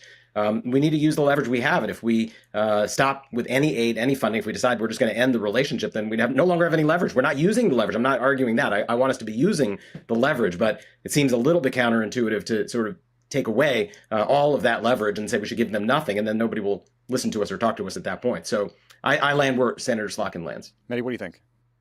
Yeah, I have to disagree with Jeremy. Three quick things. Number one, as I say, I take Jeremy's point on the leverage, but I think we're way past that. If this was November, December 2023, then sure. I think we're way in a different place. 21 months of nonstop killing. This is not about leverage. This is about stopping the killing. And if that means stopping US arms, sure. And again, moral complicity, which is important to me. I would say I'm a great admirer of AOC. I'm one of her biggest admirers. I don't agree with her on Iron Dome. I think the ridiculous vandalism of her office and accusing her of being pro-Israel is nonsense. I just happen to disagree with her and Jeremy on this issue about kind of the defensive nature of Iron Dome. The problem is that Israel doesn't simply use Iron Dome in a defensive capacity. It uses Iron Dome to project force abroad. It's because it has Iron Dome that it acts so recklessly, because it knows it has impunity. It's because it has American... Right, I was about to say, that defensive capability is something, anytime you give somebody defensive capability, that enables them to increase their offensive capabilities and actions because they're able to protect themselves better. Support that it can in the same way, somebody who has a gun and is or has a knife or has some sort of weapon to use in self-defense feels entitled and emboldened to be more reckless with their actions. It does. I can think of no other country on planet Earth that has attacked 5 different countries in the last year. Israel has attacked Iran, Syria, Yemen, and of course West Bank and Gaza, constant bombing of both of those places, and Lebanon, right? So 4 countries plus occupied Palestinian territories. Part of the reason it's able to do that is because it says, well, I'm the bully in the neighborhood, I'm the big boy, I've got the superpower behind me, I've got Iron Dome, come get me. And I think that's a fundamental part of its strategic thinking, is that we can act aggressively, recklessly, unilaterally, preemptively, if that's the phrase they want to use, because we have this support from Big Brother United States in the form of Iron Dome, and not just Iron Dome. You remember last year year when Iran and Israel first exchanged missiles, it was the American Air Force, it was the Jordanians, the Saudis, all came to Israel's defense to block some of those Iranian drones and missiles. So I think as long as, look, my sorry to use a crude analogy, my analogy has always been Israel reminds me of the child in the playground that goes around picking fights with everyone, knowing that his big brother will come along and sort everything out if things go wrong. And big brother has to say to little brother, I'm not there for you anymore. Fight your own battles, see how that goes. And maybe then little brother will stop going around picking fights with everyone. You know, I think that I think it's an apt comparison. A very selective read of this. I understand, Medhi, and I hear in your voice, and I know in my voice, and in many of us, anybody with a conscience is exceedingly beyond, the words, angry, and we want to do something to take out our anger. But it's really, I think, important to take a wider lens here and understand that Hamas. I know you think it's a genocidal regime. I know that you see an ongoing genocide unfolding, and it's completely man-made, and it could be stopped, but let me give you the reasons why we shouldn't intervene. Hezbollah, other factions have, over the course of the last 20 years, consistently fired missiles at Israeli civilian centers, and they have. Is he going to be like, but why? Do you think the occupation has anything to do with that? Do you think the blockade has anything to do with that? Consistently caused casualties and deaths with no strategic aim other than terror. Iron Dome has played an important role over the course of those 20 years and making sure that a lot of those missiles didn't land. Nobody wants more than me to find the points of leverage to say to Netanyahu and to the extremists in this government, who I despise with every fiber of my being, as a Jew. Like, why leverage? It's like, this is the time for action. It's like long past the time for action. But he's just talking about like words and pressuring or whatever, when if this were any other country, it would be sanctions immediately. About Israel. I think this government is doing everything in its power to undermine the future of the state of Israel, and I want them gone. But I don't think that taking away a missile defense program that over the course of decades has saved lives and prevented wars at the times that it was used, I don't think that's the right strategy. Can I just ask two questions to you, Jeremy? One is, I totally take on board. I mean, he's saying that they need to fund their own. He's not saying that they can't have an Iron Dome, that they're forbidden. He's saying that the United States is not going to foot the bill for it anymore. Everything you say. But do you disagree with what I said, that having all these American armaments and defense allows Israel to bomb, in violation of the UN Charter, sovereign neighbors like Lebanon, like Iran, like Yemen, like Syria? They have no legal right to be bombing Syria right now. Certainly the attack on Iran was there's no legal basis for that.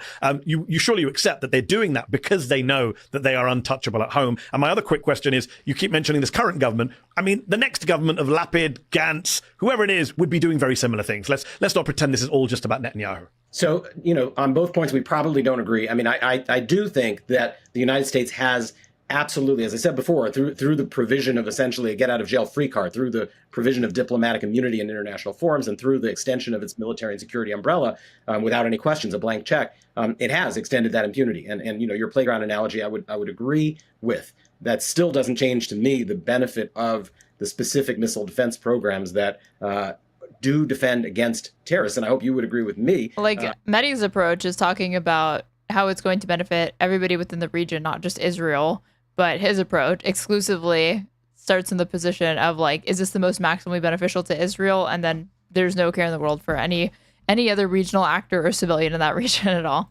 That, the things that Hamas and Hezbollah have done over the course of decades. It's kind of just like circular logic of like, there's strategic benefits to it. Medhi explains that there's also a lot of cons, and the cons actually outweigh the pros that you could reasonably get from this. And then he's kind of just repeating, but there's strategic benefits for it.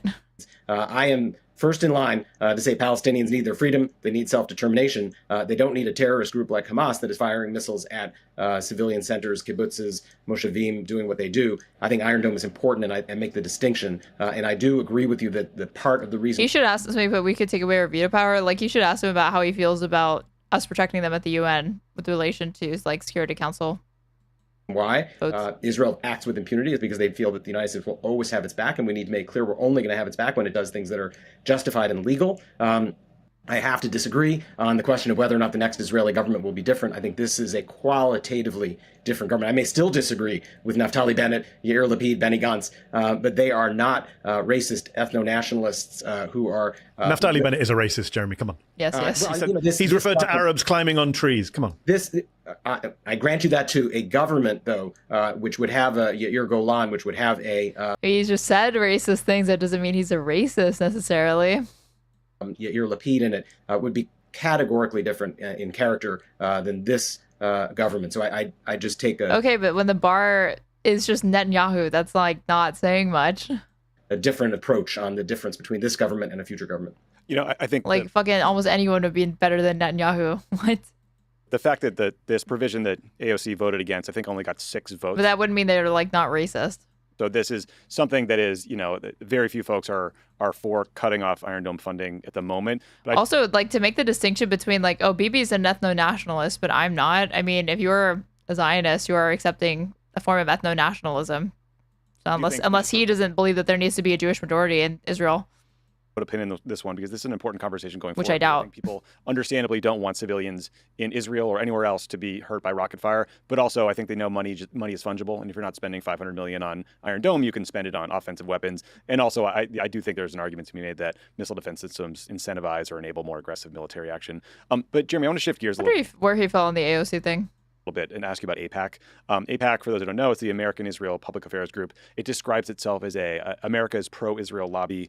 They work to build, quote, bipartisan support for the U.S.-Israel relationship. That includes lobbying for the U.S. to provide security assistance to Israel, countering Iran, a bunch of other issues. A lot of people argue that AIPAC is lobbying for Israel and that they should have to register as a foreign lobbying group under the Foreign Agents Registration Act, or FARA. Do you think AIPAC should have to register under FARA? Well, that's been investigated. I mean, the stance of AIPAC has always been that we should back up whatever the Israel government supports, right or wrong. The reason we started JSTRD is because that's the wrong way to be pro-Israel. Disagreeing with the government of Israel and actually trying to chart a different path for the United States and for Israel is pro-Israel. And so we disagree 100% with them. But their stated approach to everything is we're just going to support and back whatever it is that the government of Israel and uncritically does. And so, whether or not they're doing it at the explicit behest of and, are actually acting as an agent, or they're just simply doing it, we'll let the courts decide. But that they state it themselves. That's their mission. That's the way that they approach their advocacy. And, but how many people does he think know or realize that is the stated mission of AIPAC, and that is the goal that they are pursuing when they are dumping all of these millions of dollars into races all over the United States? You don't need a court case to just know that that's who they are. Yeah, I mean, Medhi, same question. Okay, but you would need a court case to potentially make them register, right? And make more people aware, make there be more transparency. But also with a twist, because in 2020, the Department of Justice ordered AJ Plus, the U.S. affiliate of Al Jazeera, to register under FARA. And I believe they're still fighting that order. But because they take money in part from Qatar, I believe. DOJ said, well, AJ Plus's activities are controlled by the Qatari government. Yeah. You worked at Al Jazeera back in the day. Do you think that's a fair characterization? And what do you make of the disparity between the treatment of AIPAC and AJ Plus by the Justice Department? I mean, I worked at Al Jazeera, and if anyone's seen my interview with the Qatari foreign minister, I think it's fair to say that the Qataris were not telling me what to say or what to do, and if they were, I wasn't listening. No, and I still do a show for Al Jazeera called Head to Head, and no one interferes in the editorial line of that, and you can see it for yourself on YouTube. I think it's an absurd analogy that Republicans might make to try and defend, and Republicans in particular right now, because of course AIPAC has become so partisan. It's interesting that Alyssa Slotkin interview you mentioned on Breaking Point, she was asked about registering, and I was surprised to see her kind of go, well, maybe, I'm not sure, which was surprising to hear from a leading Democrat. I think it is shifting. I mean, look, AJ Plus is a media organization. Al Jazeera is a media organization. There are many media organizations either owned or funded by foreign governments. That doesn't make them foreign lobbying operations. Al Jazeera English, when it covers whatever it is, the conflict in South Sudan, is not lobbying for Qatar. Right. AIPAC, as Jeremy just pointed out, is very brazen about what it does. If memory serves me correctly, the predecessor organization to AIPAC was investigated by RFK, the good RFK, not the evil one we currently have, back when he was AG under in the 60s. So this is not the junior. A long-running conversation. I think Senator William Galbraith, the famous chair of the Foreign Relations Committee, had asked for AIPAC to be investigated as a foreign agent. And clearly, look, there's been cases in the past where people have been accused of spying, indicted, et cetera, et cetera.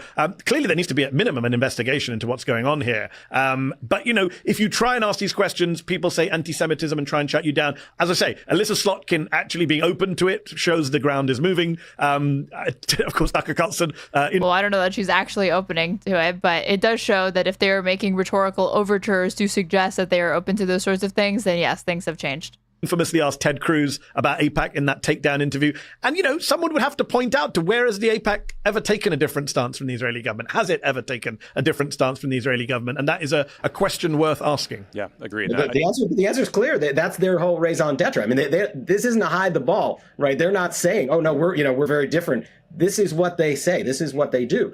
The interesting thing is, of course, that the hundreds of millions of dollars that they are funded with is not coming from Israel. It's coming from Republican billionaires, right? I mean, it's important to actually call out specifically, whereas other foreign agents are getting back channel funding, perhaps. Thank you for the raid. Dahorumba, the party of one. From foreign governments. This is an advocacy organization where you do see publicly, its finance records for its super PAC, and it's just one Republican billionaire after another. And then they use that money to interfere in Democratic primaries. Right, exactly. And they did it to take down Jamal Bowman. They did it to take down Cori Bush. They were quite open and proud about that. What's interesting is, and this goes back to I thought he was going to say, that's not why those people actually lost their races. It's because of XYZ or whatever. But he kind of just was like, I guess so, yeah. Of this discussion, in the ads they ran in those primary campaigns, they did not mention Israel. Right. They talked about the infrastructure bill and how Cori and Jamal education, were not pro-Biden enough. They didn't mention Israel because they know that Israel is a hugely unpopular issue, and that is where we are right now as a country. Americans are not happy with Israel. I think Pew found for the first time ever a majority of Americans have an unfavorable view of Israel. Surprise, surprise. 53%, and that is just American adults. That's not Republicans. That's not just independents. That's not Democrats. That is just American adults over the age of 18. If Americans want restrictions on arms sales. I don't know if you guys saw the data for Progress poll that came out this week. Astonishing numbers from New York. Aaron, why is he saying Republican billionaire? It is not a left-right thing. Name a leftist billionaire. You won't be able to because it's a fucking contradiction in terms. York primary Democratic voters, 79% say the US should restrict arms to Israel. 78% say Israel's committing a genocide. 86% say the $30 billion paid to Israel since October the 7th will be better spent at home here in the US. These are Democratic primary voters who are not being represented in Congress. There's no representation of those views in Congress. Not at all. I would say that the majority of Jewish Americans also have an unfavorable view of what Israel is doing. The majority of Jewish Americans do not want... But Congress doesn't, Jeremy. That's the point. But the Democratic Party does not. But you're seeing a very, very significant shift. I mean, you are seeing unanimous letters coming out of the Senate that are condemning what is going on. You are seeing increasing calls for restrictions on aid. I mean, you are seeing... No, Jeremy, come on. We're sitting on a day where there's going to be a vote for Bernie Sanders' arms bill. That is not going to get a majority of Democrats, let alone a majority of members of Congress. That is the tragedy. We have to go back. Got stuck with something. Unanimous letters coming out of the Senate that are condemning what is going on. You are seeing increasing calls for restrictions on aid. I mean, you are seeing... No, Jeremy, come on. We're sitting on a day where there's going to be a vote for Bernie Sanders' arms bill. That is not going to get a majority of Democrats, let alone a majority of members of Congress. No. That is the tragedy we're in. You can sign all the letters you want, but as long as they keep voting for arms and money, they are complicit in the genocide, and they are not representing the party base. I have not seen such a disconnect on any issue from the Democratic Party, where you've got 80-90% of Democrats saying one thing, and in Congress, it's 80-90% the other direction. That's a crisis of democracy at this point. But I will say, I mean, just to give the Democrats in the Senate, I mean, I do think that it is very possible you get a majority of the Democrats voting for this joint resolution of disapproval today. All of us have been around this for a very long time. And I don't think that happened.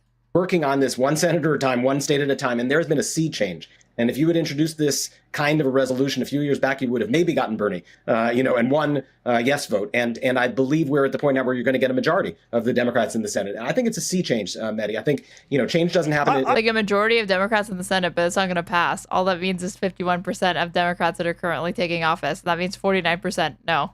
I hope you're right, but, it took 22 months of 60,000 people dead and 17,000. Medhi is technically wrong that Bernie's recent bill to get a majority of Dems voting in favor of it. Yeah, but it didn't actually pass.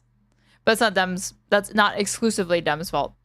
1,000 children dead and a man-made famine for them to even come out and vote on some resolutions and sign some letters. So, look. I think in a few years, it's going to be caustic for Democrats to not call it a genocide. For welcoming people. Tommy was having this debate on Twitter the other day. I think a lot of them, it's going to be like the Iraq War, where they're going to be pretending like they were against it the entire time and they were hoodwinked by Israel and they thought it really was going towards defensive weapons and blah, blah, blah, blah, blah. It's going to be like that. They're all going to point to this as being the red line, the starvation. The first 100,000 Palestinians that died, these things happen, war is hell, etc. But the starvation is where they're drawing the line. all for welcoming people who change their minds. I'm all for Angus King coming out strongly against Israel. But that doesn't change the fact that for the last 2 years nearly, these people, Democrats in Congress, were A, not representing the American public, and B, supporting a genocide, arming a genocide, funding war crimes, funding Israeli snipers shooting kids in the testicles, funding torture in Israeli gulags, funding, the blocking of infant formula going into Gaza. That happened on a Democratic president's watch. That happened on a Democratic senator's watch. And that, I think we really have to have a reckoning about that. We have to have a reckoning, but I also think it's really important to have a balanced reckoning. And I think that one of the reasons why it is taking 22 months is because what did this begin on October 7th with? It began with what was a horrific, a day that is beyond description of what was done. And I think that it takes. I disagree. I think they will stick proudly behind Israel until death. No, I don't think so. I think it's going to be, I think people are overestimating the extent to like how quickly it's going to be. It's that shift is going to happen because they're discounting the lobby's impact, right? And people's just like congressional representatives and senators ideological commitment to Israel. But I see it changing at some point. A little bit of perspective on the fact that there is a deep problem on both sides here. And it isn't, to only go one point after another about Israel does make the conversation difficult. But what do you mean by both sides, Jeremy? Who are you talking about? What I'm saying is that Hamas is an evil terror organization. But we don't fund or arm Hamas, so it's not relevant to the conversation. No, but it's exceedingly important if you're going to have a rational conversation and reach people across an aisle that there be some acknowledgement that there was a crime committed and there are terrorists on the other side and their worldview. Yeah, but you're talking to somebody who you have to acknowledge that you're talking to people who believe it's a genocide, the crime of crimes, and that there can be no precursor to it that could ever justify it. There's nowhere in international law that says you get to do a genocide in defense after a massacre on your population. But that's all we've acknowledged, Jeremy. But that's all we've acknowledged for 22 months. Like every American member of Congress only talks about Hamas and hostages, doesn't talk about Palestinian deaths, and hasn't voted against arms restrictions or leverage. To go back to where we started, forget ending arms sales. You said you support conditioning aid, you support using arms as leverage. That has not been the case in the Democratic Party in government. Joe Biden barely paused one set of 2,000-pound bombs. That's it. Otherwise, he gave Netanyahu everything he wanted. So the Democrats, I take your point. It was look. October 7th was a horrific day, but every day since October the 7th has been a horrific day for people in Gaza. I know that there was no good part of this war. I know J Street came out for a ceasefire in about January, but that doesn't mean October, November, December were not horrific months for Gazans who were being bombed with US bombs. Thousands of people died in those first few months after October the 7th. Right, and October 7th happened, and for those of us in the Jewish community, those of us who have friends and family who died on that day, those of us who are, really, really deeply committed to finding a peaceful resolution to this conflict. It's a bullshit false equivalence, yeah. That first few months was a very, very difficult period, and it remains a very difficult period for the people whose families are still in tunnels underneath Gaza. I mean, it is important. Again, I think it is a one-sided presentation of this that makes it difficult to come to a positive place for American policy, for inter-communal dialogue. There is a terrorist group holding people hostage. If tomorrow they decided to release the hostages, all of this would end too, right? Jeremy, you don't believe that. You don't believe that. No, you don't. Come on. You're J Street. You're not AIPAC. That's an AIPAC talking point. That if you release the hostages, this all ends. The Israeli government made it very clear that is not the case. The Israeli government. They said nothing short of total victory, even by their stated war aims. And that did not only mean the release of the hostages.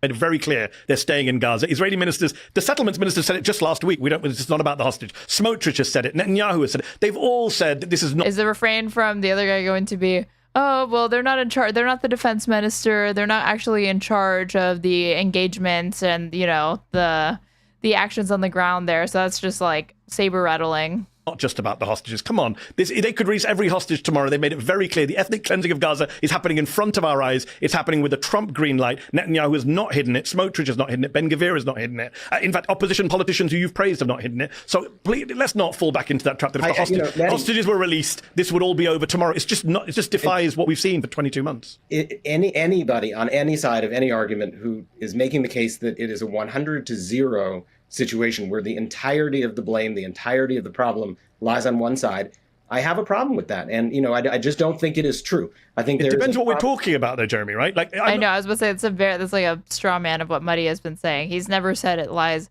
solely with them. He's saying that we don't fund Hamas. We don't fund these other terrorist groups or whatever. We fund Israel. So we have leverage over Israel. So that's where the majority of his concern is going to be apportioned to, because we can't control what those groups do, but we can control how Israel responds since we're the ones arming them. No, I agree with you. 100% of the problems in the Middle East are not on one side. Agreed.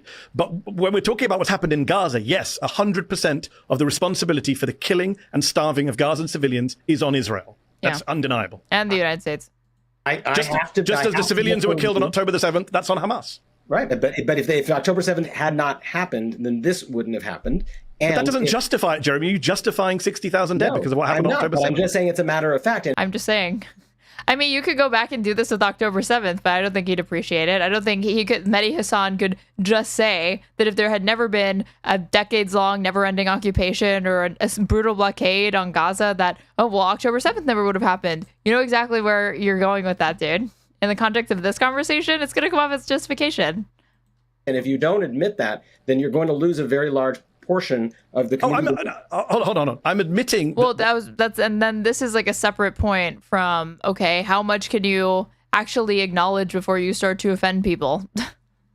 What happened in Gaza and like framing came about as a result of October the 7th. I'm saying it doesn't justify it. And I would argue nothing justifies October the 7th, but October the 7th doesn't justify what happened in Gaza. And that's what my position is. Your position is up until January, it was justified to do that. And then you came out for a ceasefire. I'm saying when they bombed the Jabalia refugee camp at the end of October. In January.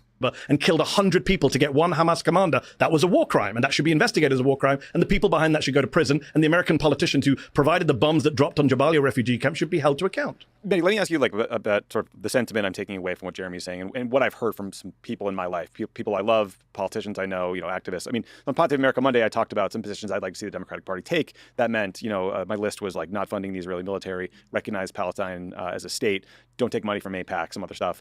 And I got a message from a friend, a good progressive Democrat who was genuinely hurt. And he said to me, you are making the Democratic Party tent feel smaller to me.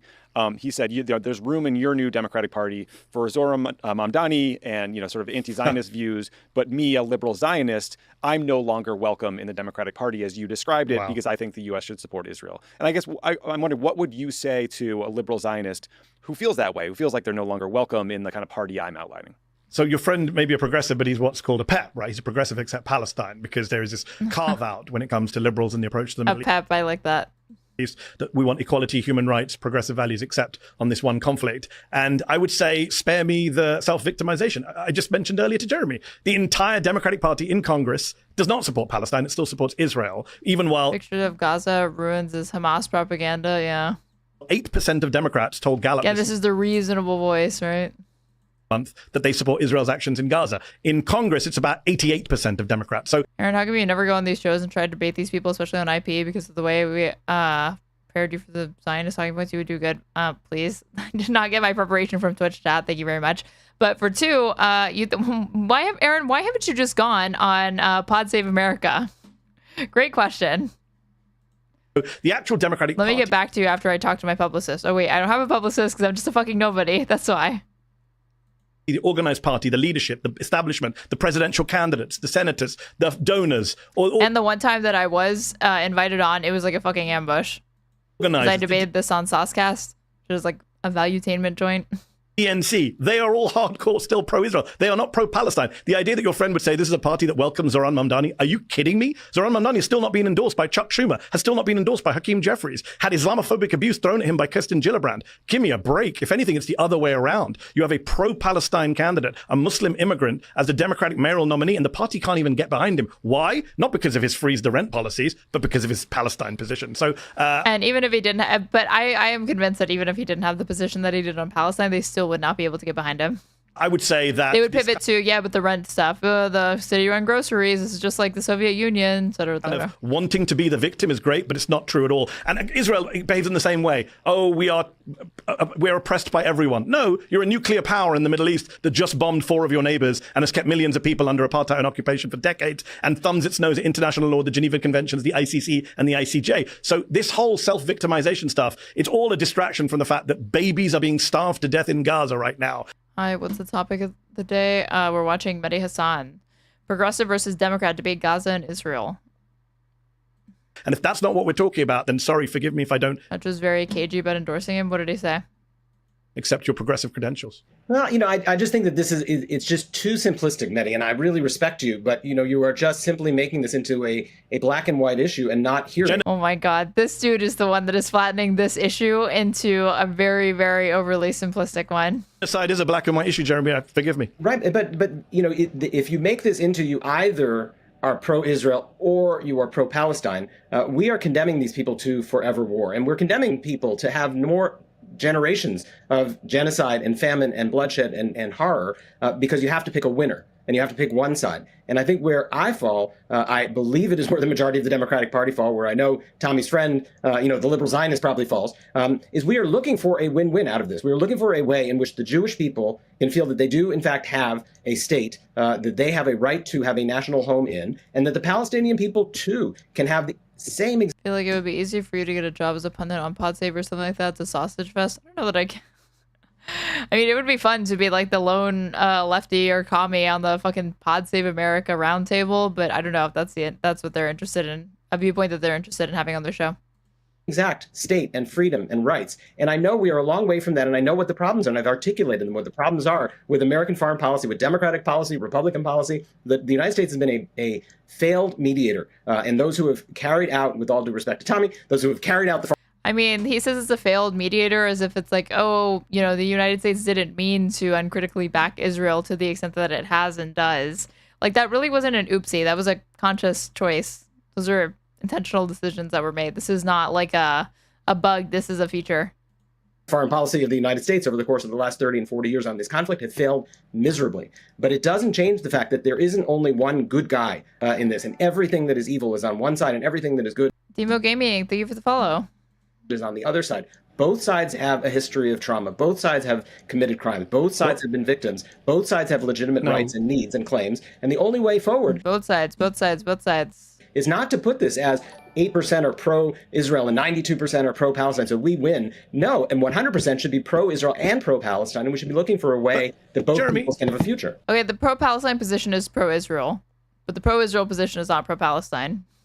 Jeremy, with respect, a couple of things. One is, it wasn't about winning. It was about pointing out there's a few democratic dysfunction in this country where the party doesn't represent its voters. Put that to one side for a moment. I don't want to get into a long history argument about both sides and who's been oppressed more or less. Save that for another day. My position is one side is occupied, one side is occupied. They're not equal sides. But on the specific point about how you solve this and evil, look, I'm not someone who throws around the word evil. Maybe I'm wrong. Check my Twitter account going back years. I try not to throw around the word evil. It's not helpful when you're doing geopolitical analysis. But what we have seen, especially in recent months, there is no other word for it other than evil. When you have Nick Maynard, a surgeon from the UK, saying he saw Israeli soldiers... I really hope the response is, what's really evil is Hamas. What's really evil is Hamas. Let's distract. Let's go back in time 20 months instead of focusing on what's happening right now. Treating Palestinians as target practice. About Hamas and what they do. I always think they're going to be a little bit more creative when it comes to these debates or whatever and these talking points, and it's just the same thing. Yes. Okay. But what's interesting is in American political discourse, we only use it for Hamas. We don't use it for Israel. So it's in fact the reverse again of your both sides point. In fact, if you read Western media coverage, it's always the brutal October the 7th act, the horrific October 7th attack, and then it's literally always just what about Hamas? Like, can we get some new material, please? Israel defended itself and killed some civilians by accident. So the discourse is completely one-sided. And in terms of evil, let me just finish my point. Nick Maynard, a British surgeon, came back from Gaza and said he saw Palestinians being shot for target practice by Israeli snipers. He said he saw patterns of injury, one day legs, one day hearts and abdomens, one day 4 kids in the testicles, right? There is no other word for that but evil. And when you say, we can't pick a side, look, the Balkans had a genocide, and we all agreed that the Serbs were the bad guys. No one went around saying we need to be pro-Serb and pro-Bosnian. We accepted that the Milosevic and the Serbian state was a pariah state, had broken international law. No, but Medhi, you need to do that so you can hang on to leverage and continue to influence them. You should think about how much worse it would be if you didn't uncritically arm them. There's always this hypothetical future evil that it could always be worse if you don't do the thing that is currently leading to a genocide. Had carried out a genocide, had to be punished. Now, we could get into debates about military action in the Balkans, that's for another day. But the reaction is the world did not go around saying we need to be pro both sides. And I think this is the fundamental problem here. Whatever happened pre-October 7th, whatever debates we want to have about two-state solution, one-state solution, liberals, that's all irrelevant to me right now. I just see... Medhi should just do that. Do you condemn IDF every 5 minutes? As base as that would be, he would change no minds and would unfortunately only appeal to people that already agree with him. Daily genocide on my screens. I see people being killed by Israel every day, sometimes in the hundreds per day. And I think to myself, no, I can't be pro that. How can you be pro that? How can any moral person be pro that? And I think that's where the American public is now shifting with global public opinion. And that's why Israel is so isolated now. And that's not me saying rah, rah, rah, win. I don't care about winning or losing. I'm just pointing out people of good conscience, as you pointed out, Jewish Americans, absolutely disgusted by what is being done in their name by the Jewish state. And I think we have to call that out. As am I. I just want to make it really clear. I have been saying for months that this is a moral abomination. And I said this is a moral stain, not just on the... I mean, if J Street's barely calling for a ceasefire at the beginning of this year, that tells me that you were mostly happy with what Democrats were doing and the way that they were supporting Israel.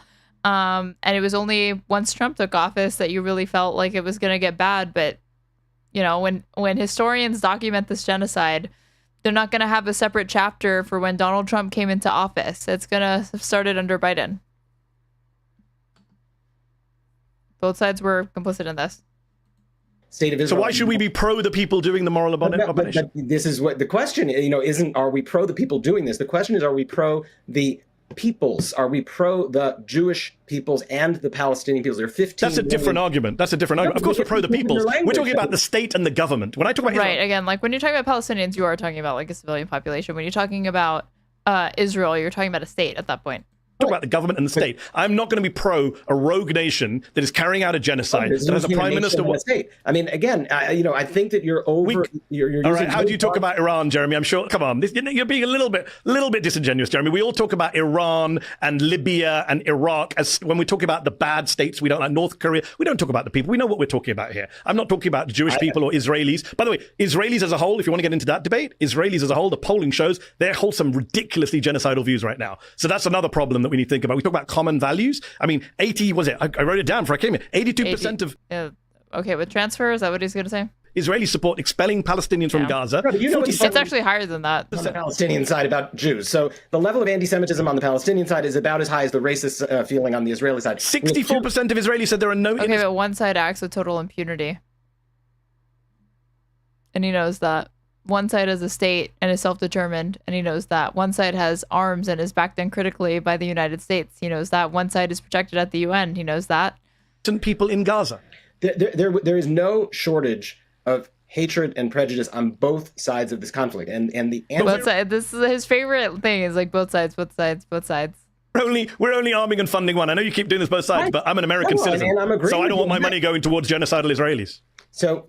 towards a government. And again, I draw that there are hundreds of thousands of Israelis in the streets who are protesting this war, who are protesting this government. We at J Street, at least, and Tommy's liberal Zionist friend, we are on the side of the people of the state of Israel who want this to end. The people whose kids, my cousins, who are being sent into Gaza and who are dying for no reason whatsoever, and are coming home with PTSD and bringing home the horror of having been in the midst of what you are saying right now. This is going to leave scars on both sides of this conflict for generations to come. This is Jeremy, with respect, I have great respect for you. I've known you for many years. Please do not say that this is going to leave the same trauma on both sides. What has been done to Gaza? What has been done to Gaza is incomparable to any other war zone in our lifetimes. I don't need to run through the statistics. You know them. It is horrific what has been done to Gaza. There is no comparison on the Israeli side. Yeah. Look, I don't want this is part of the problem with the whole conflict is the need to try to compare trauma, right? I don't want with respect. What he's been the one doing that by being like both sides, both sides, both sides.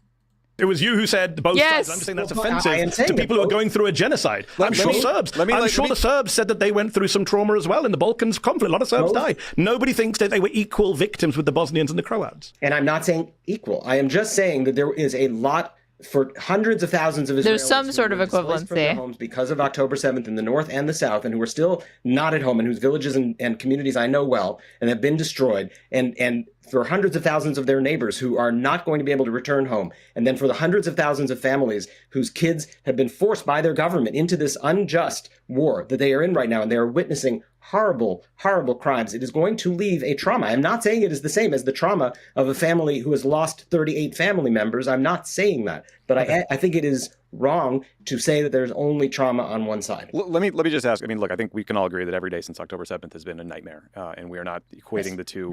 But it's been awful. But just in the little time we have left, I mean, Jeremy, the media. I want to pick up on a point Medhi made. Could you imagine this sort of both sides saying, like he's saying with like Bosnia and Serbs or whatever, use Russia, Ukraine.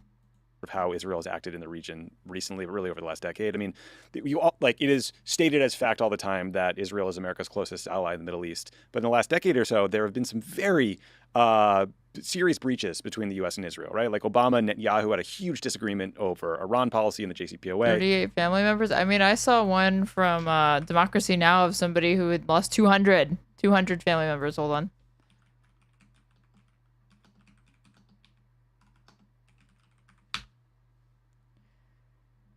Palestinian American student and dad, 200 relatives killed in Gaza. This was 12 days ago. They did an interview. Virginia Commonwealth is withholding the diploma of a Palestinian American student because of her campus activism. In a hearing Tuesday, officials examined the case of VCU student Serene Haddad, who was told she would not receive her diploma at her graduation this year because of her participation in a peaceful memorial commemorating violent police arrests at a student encampment for Palestine in 2024. Serene Haddad is the daughter of Tariq Haddad, a cardiologist who grew up in Gaza. Dr. Haddad made headlines last year for rejecting an invitation to meet with then Secretary of State Anthony Blinken because of the Biden administration's support for Israel's action in Gaza. The Haddads have lost more than 200 members of their extended family in the near 2-year-long assault.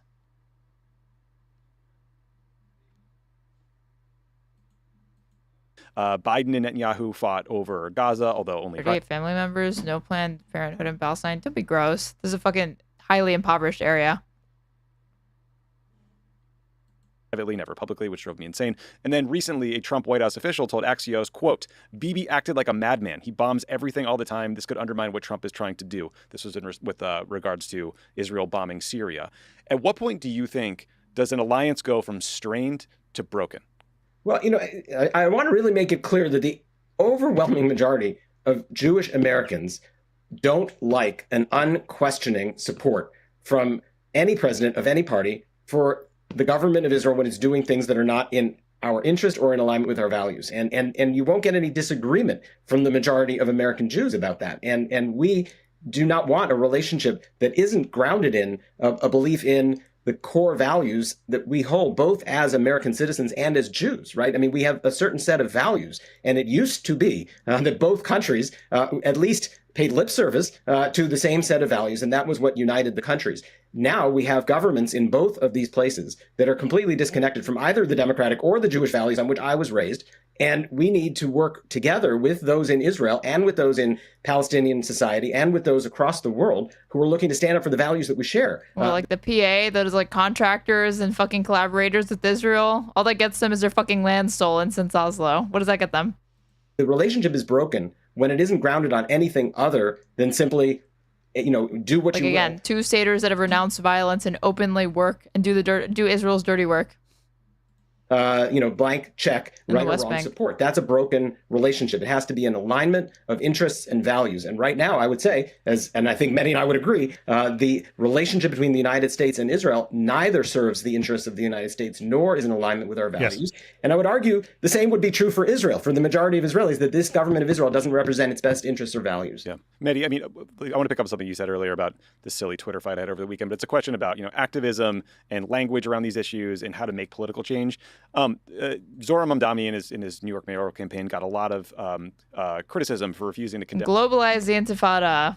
And the phrase. Didn't he say that he actively discourages people from saying it now? Hold on. Donnie, globalize the Intifada.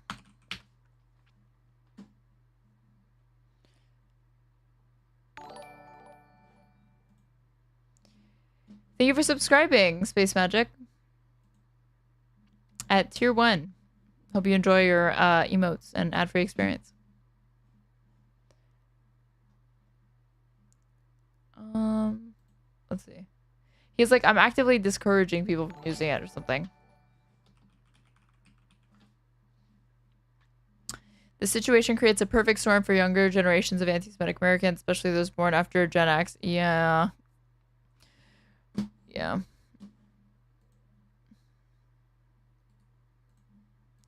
Yeah, Mamdani says he won't use globalize the Intifada amid backlash. Thanks.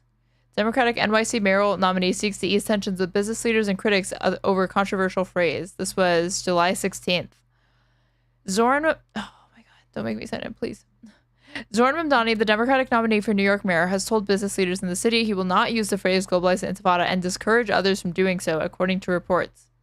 Mamdani, a Democratic socialist who won the Democratic nomination last month, has been under pressure to clarify his position on the phrase that many regard as a call to violence against Jews, and one that he had previously declined to condemn. I mean, declined to condemn a thing that he never fucking said. The 33-year-old made the commitment during a closed-door meeting with business executives hosted on Tuesday by the Partnership for New York City, an influential business body that represents banks, law firms, and corporations, per the New York Times. Many executives have expressed alarm at Mamdani's positions, which they consider to be anti-business and risk-driving corporations in the tax base of wealthy New Yorkers from the city.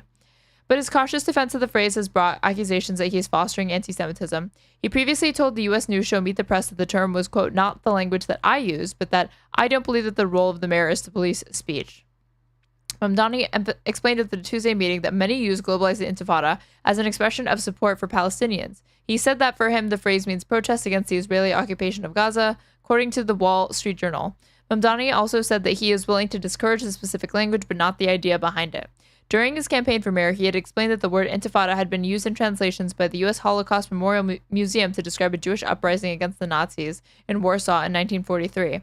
He told reporters at the time, "It pains me to be called an anti-Semite." Many New York business leaders, including Jamie Dimon, CEO of J.P. Morgan, Steve Schwartzman of Blackstone, Brian Moynihan, CEO of Bank of America, Larry Fink of BlackRock, and David Solomon, CEO of Goldman Sachs, did not attend the meeting. Jamie Dimon had other commitments and was unable to attend, a J.P. Morgan spokesperson told the New York Post. Just days ago, Dimon lambasted Mamdani at an event in Ireland, calling the mayoral hopeful more of a Marxist than a socialist. And now you see these Democrats falling all over themselves saying, well, he's pointing out some real problems, affordable housing and grocery prices, Dimon continued, before claiming Mamdani pushed the same ideological mush that means nothing in the real world. I definitely care about the opinion of this person and every billionaire that exists. Mamdani reportedly told business leaders at the meeting his goal was not to drive business from the city. Kathy Wild, head of the business group, described the attitude to Mamdani among her members as guarded. But most recognize that he's a smart young man and a good communicator, and the proof will be in the pudding, Wild told the Times. New York Dems, Hakeem Jeffries, minority leader in the House, and Senator Chuck Schumer, the Senate minority leader, have not yet endorsed Mamdani for mayor. What globalize the intifada means is really wrong and should be condemned, Schumer told the Times. The New York governor, Kathy Hochul, sought to calm frayed nerves, telling MSNBC's Morning Joe on Wednesday that she felt she had become New York's therapist-in-chief. Give me a fucking break. This makes me fucking want to vomit. Why are you even saying that?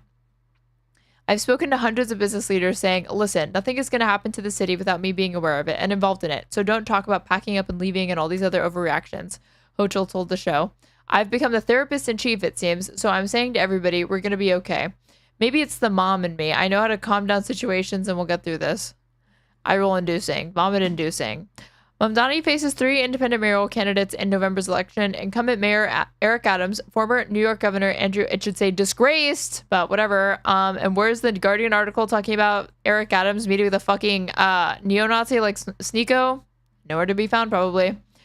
Former disgraced New York Governor Andrew Cuomo and attorney Jim Walden, as well as the Republican Curtis Sliwa.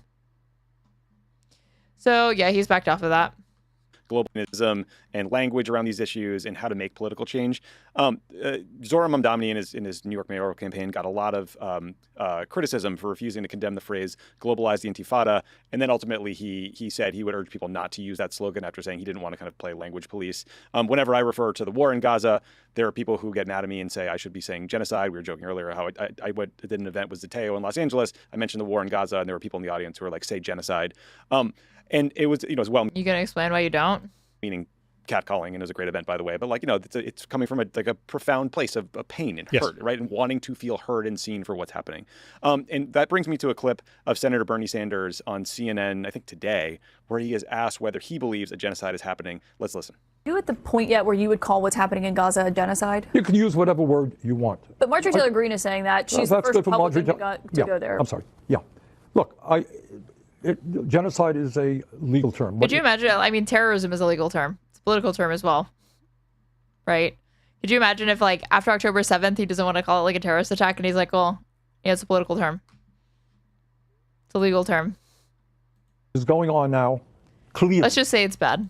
Is absolutely horrific, 60,000 people dead and 140,000 who have been wounded. But the important point is not what you call it. It is horror. And I think the whole world knows that. The answer is, what the hell do we do about it? Should the United States taxpayer, should your taxpayer dollars go to support a government that is doing it? That is the most important issue. So, Medhi, if the International Court of Justice determines that Israel has committed genocide, that will have enormous legal implications, both for Israeli officials and in the United States as well. I think for when, people like us, all three of us, choose which words we use, I think in some sense, obviously there's no legal meaning to what you and I say, but there is a moral takeaway and an urgency from when you use a word like genocide that is different than saying the word war like I did earlier. But I also think about, how does the words I use impact, let's say, a 60-year-old progressive Jewish woman who lives in New York, who has supported Israel her whole life, but is horrified by what's happening, but doesn't want to feel like, like the word genocide is painful for her given the legacy of that. Why are we weighing, again, the feelings of people against, shouldn't it? The number one thing in determining whether or not we call it a genocide probably should be, is it a fucking genocide or not? Yes or no? Okay. And then from there, I don't understand why that's even in the same, that's the way that you assess that, for one. So why are we even bringing up the feelings of random constituents and people in the United States instead of contending with the facts of the matter? Holocaust. How do you think about? Because you can say it's a genocide and then from a separate point say have a conversation about how useful it is to use the term, but it's not under contention whether or not it's an actual genocide. And he seems to he's obfuscating the point as to whether or not he thinks it is or is not. I don't think he thinks that. You use how that impacts our ability to build. So I feel like if he did think that, he would say it. It's the most inclusive coalition. Have you seen the Salt Camp Breaking Points interview, Aaron? I was going to watch it today on stream, but I feel like I've waited too long to watch it. But you guys let me know. It's a big political change. It's a great question. Bernie Sanders, classic Bernie. It's an insane line of thought, and I think he realizes it as he's saying it, because there's no getting around it. How on the one hand, there is an ongoing genocide, and it's important to bring attention to that. But on the other hand, did you ever think that there's a 60-year-old constituent that might have their feelings hurt by using that term? I don't know. Hard to tell. Hard to count. We got to weigh both of these things. There. He says the right thing and the wrong thing at the same time. He's right that we need to focus on the crimes and the language isn't the priority. On the other hand, kind of dismissing it as just a legal term is just not true. We know that we use genocide all the time in contexts where there hasn't been a legal determination. The United States government has recognized the Rohingya genocide, has recognized the genocide in Xinjiang of the Uyghurs. We did not wait for the International Court of Justice on either of those issues. And by the way, by the time the ICJ rules on this, it'll be too late for the Palestinians of Gaza, because it tends to take several years for the ICJ to make a ruling on genocide. What they did do, by the way, last year, just while we're on the ICJ, is they put out a series of protective measures that needed to be followed by Israel. Israel violated all of them, like end bombing, keep track of civilians, end incitement. They violated every single one of those ICJ measures from a year ago. And repeatedly. But on the specific question of language and building a coalition, look, I'm in favor of building coalitions. I want the violence to stop. I don't care about one state solution. I don't care about any of that. I want the violence to stop. That is my only priority right now as a journalist and as a human being and as an American citizen. And if that means building a coalition, accepting people who have come late to the party, fine. I do also think there needs to be a reckoning and accountability at some point for the people in power, right? There's a difference between a politician who has sent money and arms to Israel, who suddenly has a change late in the day because they want to win a primary, versus, well-meaning citizens or activists who change their mind. Finally came around to realize I can't defend what Israel's doing anymore. Them getting voted out of office is just a start. In a just world, they would be put on trial, but it's not going to happen. So that's one thing. In terms of the language, look, I recognize that Jews are the victims of the worst genocide in modern history, the Holocaust. Therefore, when we talk about genocide in relation to anything to do with the Jewish people, we have to be careful. I'm the person who says we need to recognize the danger of anti-Semitic tropes. We need to recognize. Thank you for subscribing, Cygnus C. Recognize how sensitive this issue is. Having said that, and somebody asked me this question at an event, what would you say to a Jewish person who says this hurts me? And I would say, what about the Palestinian right to be able to say their truth? What about the Palestinians' right to have their reality be recognized? And I do think that is the tactful way to respond to that, without it being who gives a fuck about your fucking feelings, man? Which feels good, but it's probably not very persuasive. I think that's quite important here. I do think there are ways you can do it in a way that is sensitive. For example, when I talk about genocide, I make the point to the 60-year-old progressive Jewish grandmother who has memories of the Holocaust. I would say, listen to Israeli historians of the Holocaust. Listen to Omar Bartov of Brown University. Listen to Amos Goldberg of Hebrew University, who we've just published today. You mean these self-hating Jews, Medhi? On the subject of genocide. Listen to Raz Siegel. Listen to Shmuel Liederman. Listen to Daniel Blattman, Israeli historians of the Holocaust. They're saying This isn't exactly like the Holocaust, of course, but this is a genocide. Listen to, for example, Michael Ben-Yair, former Attorney General of Israel, from a much more left-wing period in Israeli history, as Jeremy will remember, from the 90s. He just tweeted this week, "We Jews endured a genocide, now we're doing a genocide to another people." So that is what I would say to open-minded, good faith, Jewish, liberal Zionist friends, colleagues, fellow progressives who say this language of genocide is offensive. I would say, listen to the Holocaust historians, listen to the genocide scholars, listen to the former AG of Israel, and listen to Palestinians who have a right to tell their truth, who shouldn't have to be the victims of a genocide, but also victims of a genocide. What I missed, just the whole stream. Genocide, who have to then be silent about the genocide they're enduring. Yeah. Jeremy, how do you think about this question of language, the term genocide, coalition building? I mean, look, I think that it is absolutely possible, the way that Bernie Sanders just did, and much of what Medhi has said and you have said, it is absolutely possible to talk about the absolute moral horror of this and to talk about just how wrong this is, how we can't live with it. Well, of course. I mean, that position benefits Israel, right? Because you're obfuscating the reality when you decline to use the term genocide.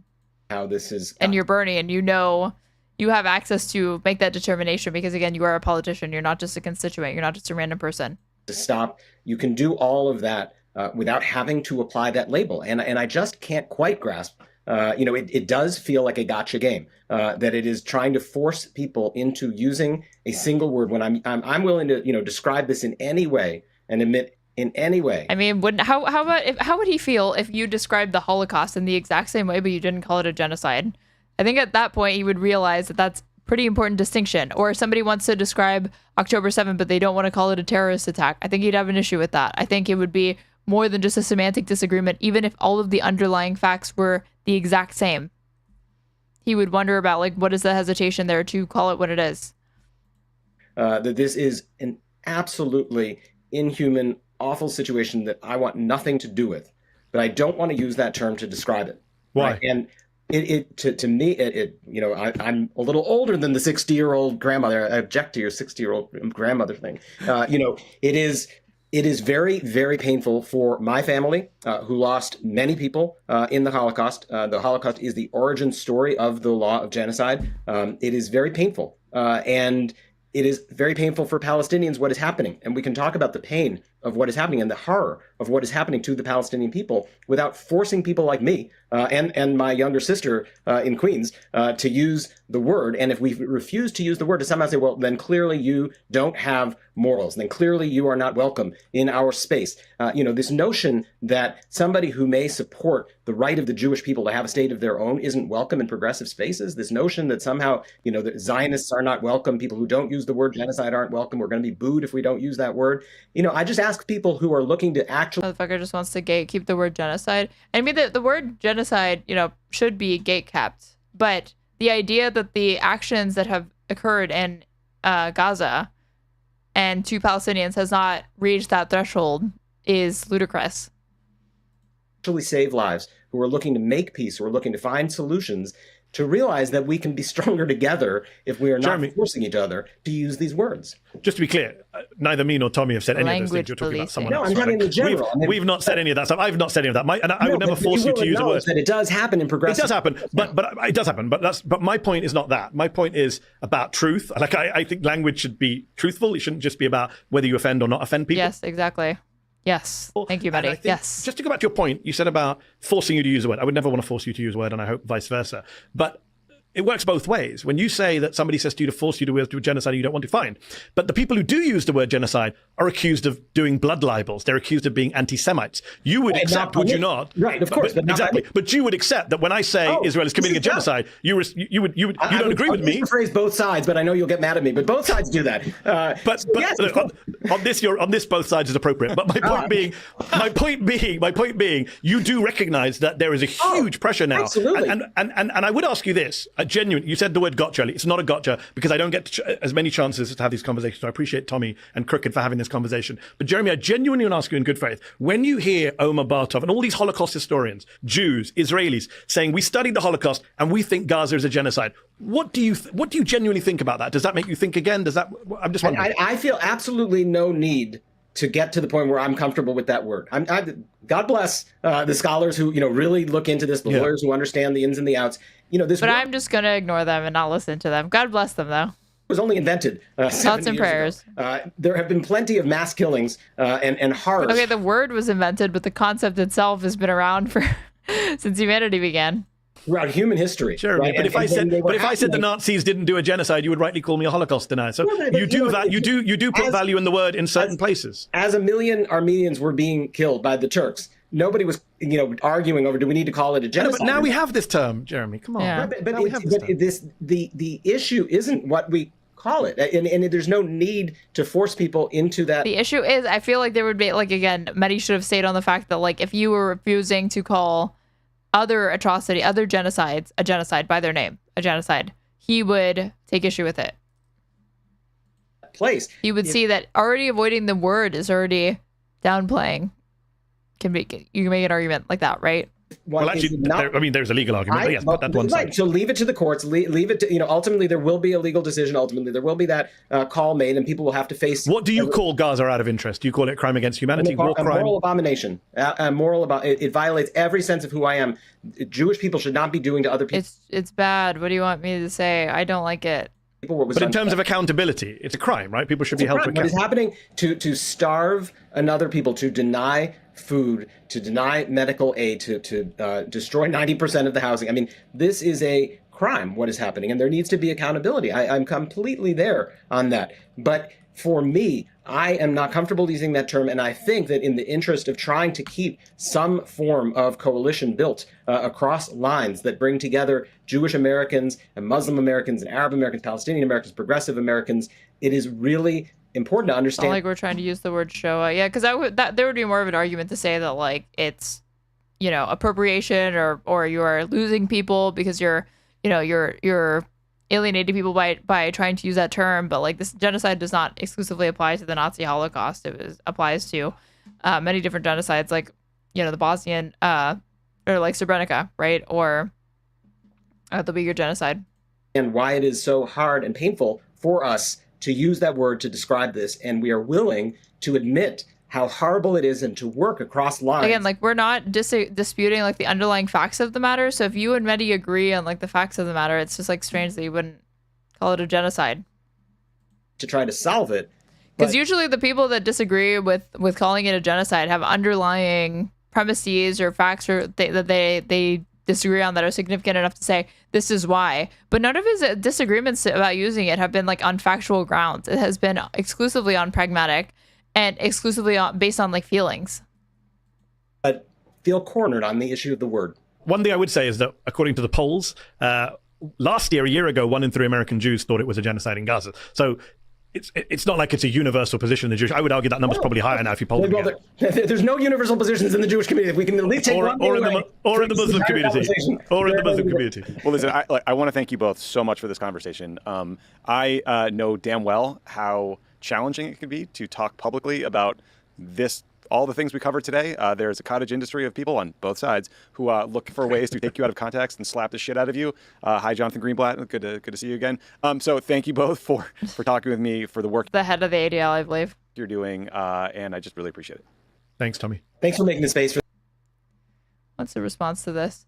Not wanting to call a genocide because it hurts your feelings is absolutely wild. Jeremy is saying, even if it's a genocide, I prefer not to call it a genocide because it hurts my feelings. Could you imagine how much it hurts actually being in one? I'm a 68-year-old Jewish male who grew up indoctrinated in Israel's miracle in the desert, though Sunday school and later Hebrew school through my bar mitzvah. A land without people for a people without a land, and various other happy horseshit stories. Fast forward to my being a supporter of J Street for many years, although not for the past 5 years. That all said, I was blown away at Jeremy's painful discomfort in using the word genocide. Really? Nothing could possibly be more obvious than Israel's intention to use October 7th as a justification to execute the final solution to completely force all Palestinians from Gaza and the West Bank. Or to use Naomi Klein's term, shock doctrine, Israel sees the opportunity of October 7th as a springboard to steal more land to expand their current borders closer to the greater Israel map Netanyahu constantly brandishes. I personally am totally comfortable using the combo genocide/ethnic cleansing, as this most closely captures Israel's actions and its intent. One can accurately refer to Israel as a settler, colonial, racist, ethno-apartheid state who has been carrying out an ethnic cleansing operation since Zionism began to take hold before the Balfour Declaration in 1917. Lastly, what is a shame I have to say this, I'm not a self-hating Jew. Unlike Jeremy, I now understand that the basis of Jewish state is no less racist than Nazi Germany's superior race culture or the white Christian nationalist fascists in the U.S. Damn. If Jeremy truly believes in never again, then he needs to call a spade and a genocide a genocide. Jeremy legally described it a genocide in his own words and refused to call it a genocide. This is what is weird to me, because he doesn't disagree with the underlying facts of the matter. So at that point, why are you doing this? That only seems to work against you. I don't understand. But I guess cognitive dissonance, I don't know. I don't know if it's really like a pragmatic thing, an ideological thing. I don't know. But if you're watching on Twitch, you should go ahead and subscribe to me. If you haven't already, you can get access to cute emotes and an ad-free experience. If you aren't following me, you should. That way you can know when I go live, which will be again tomorrow for Just Press Play with Pisco episode. I don't know. I will find out tomorrow. 11, 12, I don't know. Maybe we're at a dozen already. If you're watching on YouTube, you should go ahead and like the stream. That way it pushes it out to other people. And subscribe to me if you aren't already. And if you go through my YouTube channel, you can see my past VODs, which are timestamps, so you can go directly to my segments that you want to check out. Yeah, if you want to support the stream, you can follow the donation link pinned in my Twitch chat or my YouTube description box. I'm at Straighterade, Straighterade _ on everything. And that is going to do it for tonight, folks. We are going to be sending you to Mason, who was in chat earlier, One Hand Politics. And he looks like he is covering... What the hell is he doing? I don't know what the hell he's doing. I guess you're going to have to go find out. So... Ending already? It's been 5 hours. And I got to stream late because it was quite a day. All right. I will see you guys tomorrow for Just Press Play. Bye. Not even 5 a.m. yet. Bye, guys.